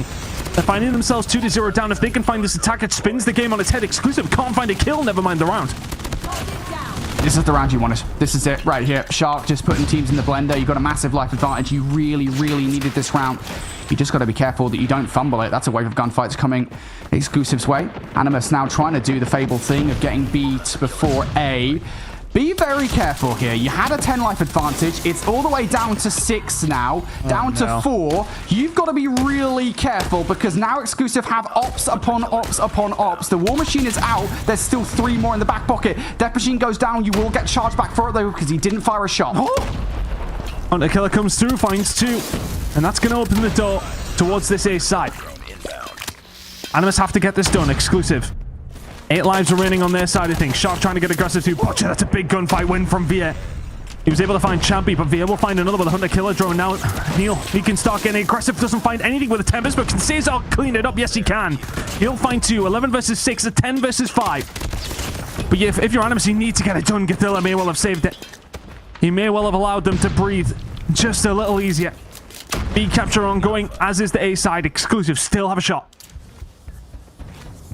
Extra stick through. Could be a defense round number 5. That might well matter down the line. Shark with a slide out. You can take this one slow if you're Animus. You do not need to go too aggressive. The only thing that really is at stake is potentially allowing Exclusive to charge back through their operators for the beginning of the next round. That would not be the best for you. So maybe that's the only reason you want to pick up the play. For the moment, though, playing through bottom X, they're looking for map control. A couple of kills do come through, though, Ton, and that map control is starting to fade away in front of their very eyes. They do have time. But they're running out of lives. Vieira and Co have done so well. Neil's going to call it in. They're looking to try and find a little bit more, but he's just going to try and slow them down here. Smart play coming in from Neil, but finds the pick anyway. 5 versus 4. Exclusive are holding this so well. And it's more smart than that as well, because you get the information as to where the players are. Champion now going to use that information to recognize, hey, nobody's in Delhi. I can push up at the back of this. You can find some kills. That's even better. This is going to turn the attention of Animus towards him. And again, it's more time wasted off the clock. It was a minute and a half in what felt like a blink of an eye ago. 40 seconds. Good gunning from Champion. He'll back it on down. Will eventually get picked by Sour. 5 versus 3. Numbers in favor of Animus. Map control and game in general in favor of Exclusive. 30 seconds to go. It's all going to be on this break, which is taking a while to formulate. 25 seconds to go. They've got to go. 20 seconds. Gotta go. Can't afford to sit here. You see one player. They're going to try to push through the front, obviously around the flank as well. Caesar's watching that one. Neil for the first blood. You get a second kill through. Animus now pushing forward. Sparrow's out. Caesar may well have just called game. 3 in a row with the Sparrow, and Caesar's left on his own with 10 seconds to go. It's been 2 years of hurt for Exclusive. 4 finals in a row. They couldn't get near, but when it matters, they get the job done. Exclusive are your European champions, and we will see them in Katowice in November. It took 5 goes. They eventually get the job done. Congratulations to Exclusive. They have got it done. We said it right. A massive life advantage for Animus. It is easy to let that slip, and I will say that was not down to Animus playing badly. They just could not get any map control. Everything of Exclusive in those final few moments was absolutely perfect. The way that I think Neil played that Predator missile, right? Look, hey, listen, we know where they are. You get a kill off the back of it as well is insane. You see, I think it was Champy pushing up the death machine off the back of that as well. Cool. Nobody's inside Delhi. More time wasted off of the clock. And then, of course, we talk about Caesar with that 3-piece with the Sparrow. Are you kidding me? Absolutely insane. And that is what they were waiting for. They were playing for time. They were playing for a cycle on the op. There is that absolutely insatiable play. Once again, make no mistake, Caesar has just made one of the best plays we have seen this entire year of Call of Duty Mobile. A clutch play at that. It was a significant disadvantage for Animus for Exclusive throughout that final round of Control. But a game mode that they've continuously done it on is the one they close it out with 4-2 in the grand final. $10,000 Richard Proper will bring it back in. Exclusive they've finally done it. I cannot believe what I just won. I'm pretty sure, Brody, I'm going to agree with you. I think that's the best play in Call of Duty Mobile we have literally seen all year until we're going to get to Katowice. Nothing has topped that. Again, Caesar, as far as the Animus 1v1 is concerned, he's never really played that series well. That moment right there kind of cements it just the opposite way, right? You called it, Ton. 4 grand finals, finally showing up. Nobody beats Exclusive the 5th time in grand finals as they show up and just absolutely knock Animus right out of the park. Dude, what a hell of a series.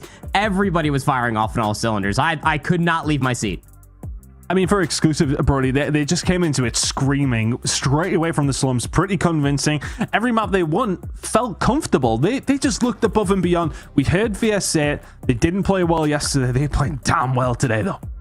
Yeah, I mean, you could tell, right? Again, I'm going to keep on coming back to it. Veer said it. They looked at the VOD. They watched what went wrong in that upper bracket final, and they made those adaptations. To me, that was no clearer than in that Search and Destroy. And albeit we only got to see one Search and Destroy, sadly, I'll be honest again, biased caster. I really wanted that Game 7 Search and Destroy. What can you do?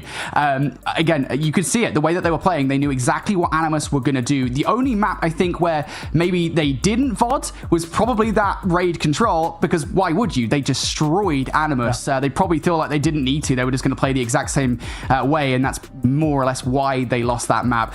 You can really tell. The work that the exclusive put into that series was incredible, and if they put that work in come Katowice, they are going to have to, by the way, because exclusive, we talk about Europe on the grand stage, right, being this region that's done terribly the last couple of years. It's that kind of VOD work, it's that kind of prep work that is going to get you far come Katowice. And they're really going to have to up their game. It is very, very difficult to come in against some of these squads, and here are the squads that right now they are going to be facing. There are obviously others to join it, but this is who we have so far coming to the World Championships at the beginning of November. Garrus, Amigos Gaming, Street Gaming from LATAM, Southeast Asia, we've got our defending champions in Elevate, Stalwart Esports coming along from Japan, Diavolos, but Europe have exclusive, the only team who will be representing the region. They said that it is only them that they can actually... I mean, we heard from Veer. He said he feels like exclusive are the only ones who can represent the region correctly. If they play like that, they've got a decent chance of representing us well here, probably, right? Oh, absolutely. I mean, you said it perfect. Like going into this one, like, you really do expect for, like, I guess you're gunning to be where your mouth put yourself if you are Veer, and like he showed up. I mean, that Search and Destroy really kind of cemented it for me. I mean, he went 12-8 in that Search and Destroy, and it was absolutely electric, man. So I think that this is probably Europe's best chance. You only got one shot at it, so I'm happy to at least see exclusive with all of their study. Bring them here. Well, there you go. We said it before the grand finals. They did not play well yesterday. They played well today. Let's welcome Veer in to this chat, because I mean, they've eventually managed to get it done. I believe we've got Veer here for an interview. I actually can't believe that you guys did it in that manner. Look at the cheesy little smile. You said it to us beforehand, Veer. You said that you think you can be the team to represent the region. You should be able to get it done if you play within yourselves, and man, you boys got it done. Yo, thank you very much. Listen, I might be talking, but at least I can back it up. But I'm pretty sure, I was 1,000,000% sure it was us. It was bound to happen. Yesterday we only lost because we played fucking horrible. We lost our own game, and today the boys just came through smoking everyone, just like it should be. This is how it was done before the month's preparation to this. And on one thing I can only say, yo, shout out to those that left us when we were in our lowest point, bro. Fuck all you. Like, honestly,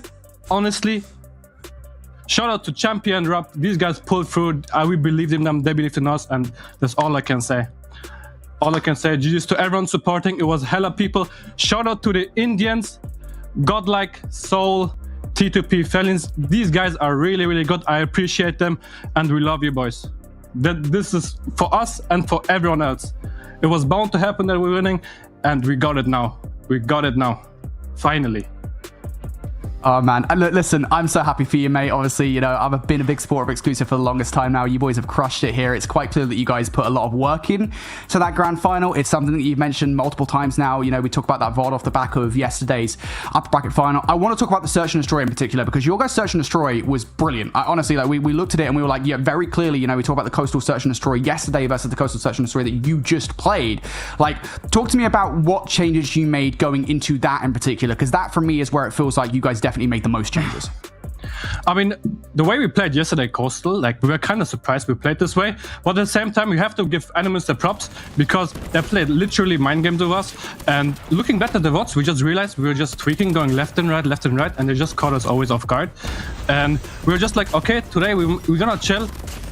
We're not gonna tweak. Let them come to us. If we're defending, and just stick to whatever plan we're gonna have to go. Trust in each other, and this is literally all it takes for us, like, to be able to win against them, because we know if you're locking down SND, these boys ain't winning shit. So they caught us lacking yesterday, but today's the day it mattered, and we beat them. So Very true. You absolutely did. And you finally got your get back, and as well the big shout outs there for champion Rops. Dude, Veer, I don't know. The years keep blending together. How many different world championships I keep seeing you at, man. I'm excited that I'm going to be able to see you in Katowice representing all of Europe once again, dude. But like, look, let's keep it a buck 50 with one another. You guys haven't made it out of groups before. It's a little bit of a different format. You guys are looking damn good. Really solid as far as all the efforts. Your macro is insane. Your gunny is absolutely nuts. You guys got this big whopping prize pool for you in November. Tell me how are you guys gonna power yourselves up in between now and then? What are you focused on? I mean, the one thing we will keep focusing on is obviously hardpoint and control, and alongside SND, but like how the respawns are bread and butter, like we're trying to get really good at that. The SND will just get eventually better by just scrimming like the Eastern teams, the Indians, like the CDM teams. You will learn a lot from them in the progress. That's what we also did leading up to this. We have never scrimmed Europe in a process to this. We just scrimmed only Indians and Americans. This way we can sort of learn from them, and it showed as well that we can learn from them and that we can also compete against them. That's why we're just fairly confident going to stage 5 that we are gonna do damage. We are gonna do damage. I just want to ask you, kind of on a personal level. Obviously, it's brilliant to get to Katowice, but for you, is it probably a better feeling to beat Animus eventually, or is it just getting to Katowice? It doesn't matter which way you did it. I mean, obviously, it's good to get the vendetta we deserve, because Neil and me been through a lot. We placed second, I think, 2.5 years in a row, which is quite impressive, but it's at the same time sad. So it finally feels good to win one, and especially against Animus as well, because it always felt like they are kryptonite. So now actually pulling through against them, it's just a nice feeling personally, like knowing you can win. So, and you just don't fumble as well. So for me, it's really nice. It's feeling really nice. It was bound to happen. So finally got it done. Yeah, you finally got the championship, mate. All right, listen, looking forward then to Katowice. Obviously, you talked a little bit about kind of your prep, right? You guys are scrimming CDM teams now. This has been a big talking point in the community, right? CDM has been this big thing for a lot of teams, specifically for teams you mentioned, right? Godlike Soul, OUG, Accelerate, even like Diabolos and Exceed, right? You've got all these teams now that are getting more experience against Chinese teams that they otherwise wouldn't. And it's made those teams better. For you guys then, obviously as a team outside of that kind of system, you haven't had a chance to have that same kind of sort of practice. How are you feeling about that, right? Because that's been the big point of contention. The non-CDM teams, how are they going to compete? Where are you guys sitting with that right now? I'm fairly confident we could beat most of the CDM teams on any given day, but I can confidently say CDM is like the best place for people to get better at. That is true, and you can also learn very much from them, especially on SND on control. We learned a lot, like credits to Godlike and Soul. We learned a lot from them, so it was really nice adapting to that and just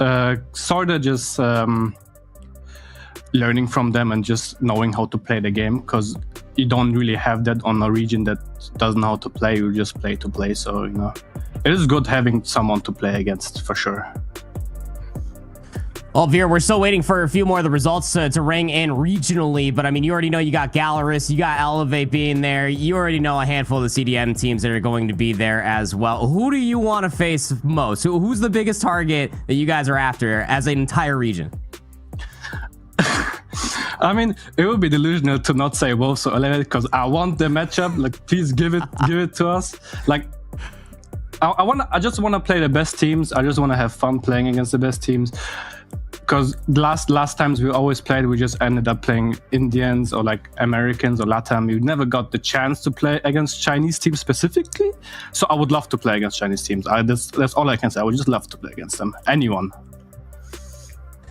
Well, Veer, you've kind of sent everybody on notice now. That's everyone looking out for exclusive when we do get to Katowice. Congratulations. I'm going to give you an opportunity for any more shout-outs you want to give. You give a few at the beginning, but any more shout-outs to your supporters and your fans? I mean, obviously, shout out to my family. I mean, they've been supporting me a lot. They just want me to win, so shout out to them. And to my teammates, especially to Nox. He's been like our coach. He's been through a lot of dark times with us. That's very a lot of us. So that the win is also for him because he's living in India and his time zones for him to stay up is mostly always going to stay up till 2 a.m. So rated a lot. So shout out to him, our manager Onyx, obviously the players, they did a phenomenal job. Also to you casters and the staffs, to Infinity proper, anyone that's watch partying as well, maybe Bobby, Verdict. Shout out to everyone. Shout out to the Indians. And shout out to Europe for supporting. We have a lot of supporters. I can't really name all of them, but shout out to everyone, honestly. You guys did the best, and the win is not just for us, also for you guys. Thank you very much, Via. Go and enjoy it. Congratulations, champions here in Europe, and we will see you in Katowice. Yo, thank you very much. We'll see you guys as well in Katowice. Well, there we go. Via, obviously very, very happy with it. I'm really happy for them as well. Because, look, for all that Animus have been the team to beat, they have been, I want to say, really proud custodians here in Europe. They've always really been there, and they've always performed so well. We know what to expect from Animus. It's clean. It's, you know, they're not necessarily one of these teams who are chaotic. They really did play Call of Duty Mobile to a higher level, but Exclusive stepped their level up. They found a way. They stuck together. They stuck at it. It took 5 goes, Brody, for them to eventually beat them in a final. I mean, for me, I've been involved in COD Mobile for about a year and a half now, and it's always just been Animus against Exclusive, and Exclusive always second. For them to break that duck now, that's going to be a huge weight off their shoulders, and they'll be heading to Katowice and say, right, okay, well, what can we do? Let's find out. Yeah, I mean, that's the next step, right? Again, I talked about it on a global stage because now they're not just battling for themselves. They have the entire weight of Europe on their shoulders. Europe is a region that has not done well the last couple of years. They haven't made playoffs since 2022. Obviously, the format is now back to 2022 format, so maybe this is the year that they can do it again. But that's the next step. And I love the fact that, you know, we heard him in the interview there talking about the fact that they are challenging. You know, they are scrimming against teams like Godlike and Soul and, you know, these teams outside of Europe. That's what they need to do, because you're not going to get better playing other teams in Europe. You need to know what the best of the best in the world, what are Wolves, what are Q9, you know, what are SPG doing that makes them the best of the best in the world. That's where they need to go next. But honestly, I'm so happy that they've made it to champs, because it really is just like the culmination of all the storylines, isn't it? They are the sole European representatives. You're right, you know, they've got second event after event after event. You know, they did that after Sawo left the roster as well. Like, there's just so much behind it. I can't wait to see what Exclusive do at champs. Yeah, I don't want to talk too much on it, but that's going to be a stinger for Sour, right, proper. I mean, that's going to hurt. But Brody's right. A rising tide raises all ships, and that's the case for them when they're going up against these Eastern teams. That's going to give them some experience that's going to be needed, because they are going to be the teams to beat when, of course, we get to Katowice. I mean, I think we kind of buttoned it up perfectly at the end of that interview. It's putting the entire globe on the map. You do have the European representation, and although in previous formats they haven't made out of groups in towards that championship bracket, but like, it's home turf. They're going to be the least jet lag going in towards this. A lot of preparation you hear from Exclusive, even in between last night into today. We got all the way until November, and honestly, the prep work can be insurmountable in between Exclusive, and some other regions might be like, oh snap, this may not even be the highest ceiling that we could get out of this European team, and this powerhouse of Exclusive might reach new heights when it comes down to the championship bracket. I'm hopeful, man. That was a hell of a run and a real big statement there to finally put those demons to rest. That could be the floodgates open. They finally got over that big epsilon to finally take down Animus. They are champions going in towards this big international event in November. Who knows what Exclusive are going to look like? Oh man, I can't wait for it. I really can't wait for it. I think probably that was probably your closing thoughts. I want to ask Brody as well, heading into Katowice. We've still got NA teams to send in a couple of weeks as well, but a closing thought from Europe, how that has went over the last 2 years for Exclusive to do that. It's a cool thing to see, but closing thoughts from yourself. Yeah, just really happy, honestly. Again, not biased in any way. I would have been happy if Animus would have made it. Honestly, I think just happy to see some great Call of Duty here in this grand finals. Just knowing that there is a path, I think, for Europe to get better on a global stage. They're not going to beat the best of the best overnight, but they've got time. You've got about 2 months now until November to fix up, to VOD your life out, because Europe is behind you. Everything relies on Exclusive come Katowice, and I can't wait to see what they do. Yeah, I mean, me and Brody can be biased. I'll give you one more shout here, proper, as well, because it's got to feel nice for Exclusive. We've got some teams to send from North America in a couple of weeks' time. Oh, absolutely. Yeah. I mean, like, I'll be biased then, but I mean, all of my bias, honesty, is over in CDM right now as far as one team. You guys know who exactly I'm talking about, but I kind of poured it out there for Veer, right? I've been watching this guy compete for such a long time around these household names, and I've been watching this big matchup in between them and Animus and all of the close but no cigar moments, even dating back to Raleigh, man. Like, these guys have been through the absolute ringer. To be able to see it all poured out in all of the hard work that they put behind the scenes to finally get over one echelon again. I'm just really, really happy for the guys. I'm really, really happy for the entire team of Exclusive. Most notably, I'll be biased, I'm very happy for Veer. This guy is an absolutely lovely guy. I appreciate every conversation we get with him at Champs. And who knows the confidence that he could be rolling in with his sniper rifle come Champs time, man. I'm excited.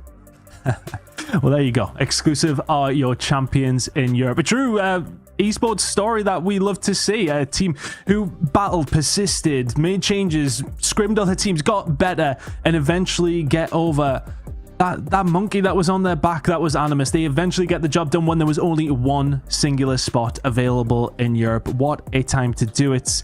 Exclusive are your champions here in Europe. We'll see them in Katowice, but in a couple of weeks time we do have some North American teams to send, but today is all about Exclusive. We will be seeing them at the Call of Duty Mobile World Championships in 2025 in a couple of months time. What a champion team they really truly are. Thank you very much to everybody who has been involved in this broadcast, everybody who's watching from home, to all the teams, especially sensational work today from Exclusive. They get the job done. Make sure you're following us on socials at PlayCod Mobile. Incredible work from all you guys behind the scenes, incredible work from our casters. We'll see you in a couple of weeks time, but Exclusive are your champions here in Europe. Hope you enjoyed it. Have a good night. Like that magic, do ya? Want a little more, do ya? Like that magic, do ya? Want a little more, do ya? Pick a number, any number you like. Now forget it, you won't need that tonight. Know my reputation, they got it tight. Let me show you this trick I like. Yeah, baby, I'm the best. That's why I ain't taking no less. I'm like the Royals, don't sweat. The haters look little from the jet. Woo. Little to the left. You always hit the spot, yes. Think I'm just blessed. Red souls with that new couture dress. Hey. I'll show you things that you won't believe, no. Yeah. Stand back, baby, here we go. Baby, here we go. Use that magic. I'm the queen of all suits. I'm doing just fantastic. Said they got us a little loose. I roll up in old classics. It's all diamonds, no hoops. I'm doing good. How about you? Welcome to another world, one where they let out all the girls. Them boys, they don't know where to look now. We're stripping cause it's winning. Yeah, little to the right, just so I hit the spotlight. I want everyone to see now. This is how you do the thing right. Hey. I'll show you things that you won't believe, no. Yeah. Stand back, baby, here we go. Baby, here we go. Use that magic. I'm the queen of all suits. I'm doing just fantastic. Said they got us a little loose. I rolled up in old classics. It's all diamonds, no hoops. I'm doing good. How about you? I guess you heard they call me good love. Cause with me you'll be on the good stuff. Cause we go harder than the bedrock. Shot like the neighbor when the bed rocks. All you need to know is I'll be back. Eyes shining, you will need the flash. Said I'd be the lights, you can see I got it right about that. Like that magic, do ya? Want a little more, do ya? Like that magic, do ya? Want a little more, do ya?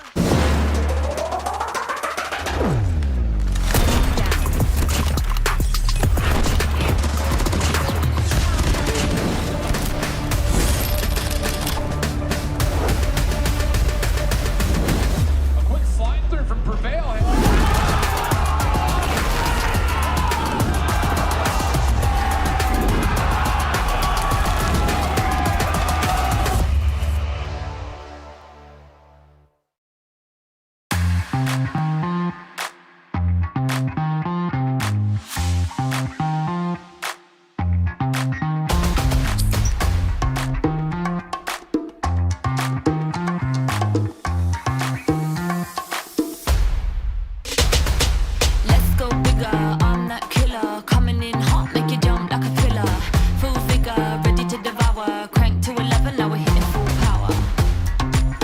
Unpacking, gotta keep up, cause there ain't no lagging. Settling into the early hour. Not giving up, till we're hitting full power. Listen up, I got a way we can juice it up. Pick up the pace, cause it's not enough. Turn up the sound till you feel it pump, pump, pump. Listen up, I got a way we can juice it up. Fill up the tank if you're tough enough. Turn up the sound till you feel it pump, pump.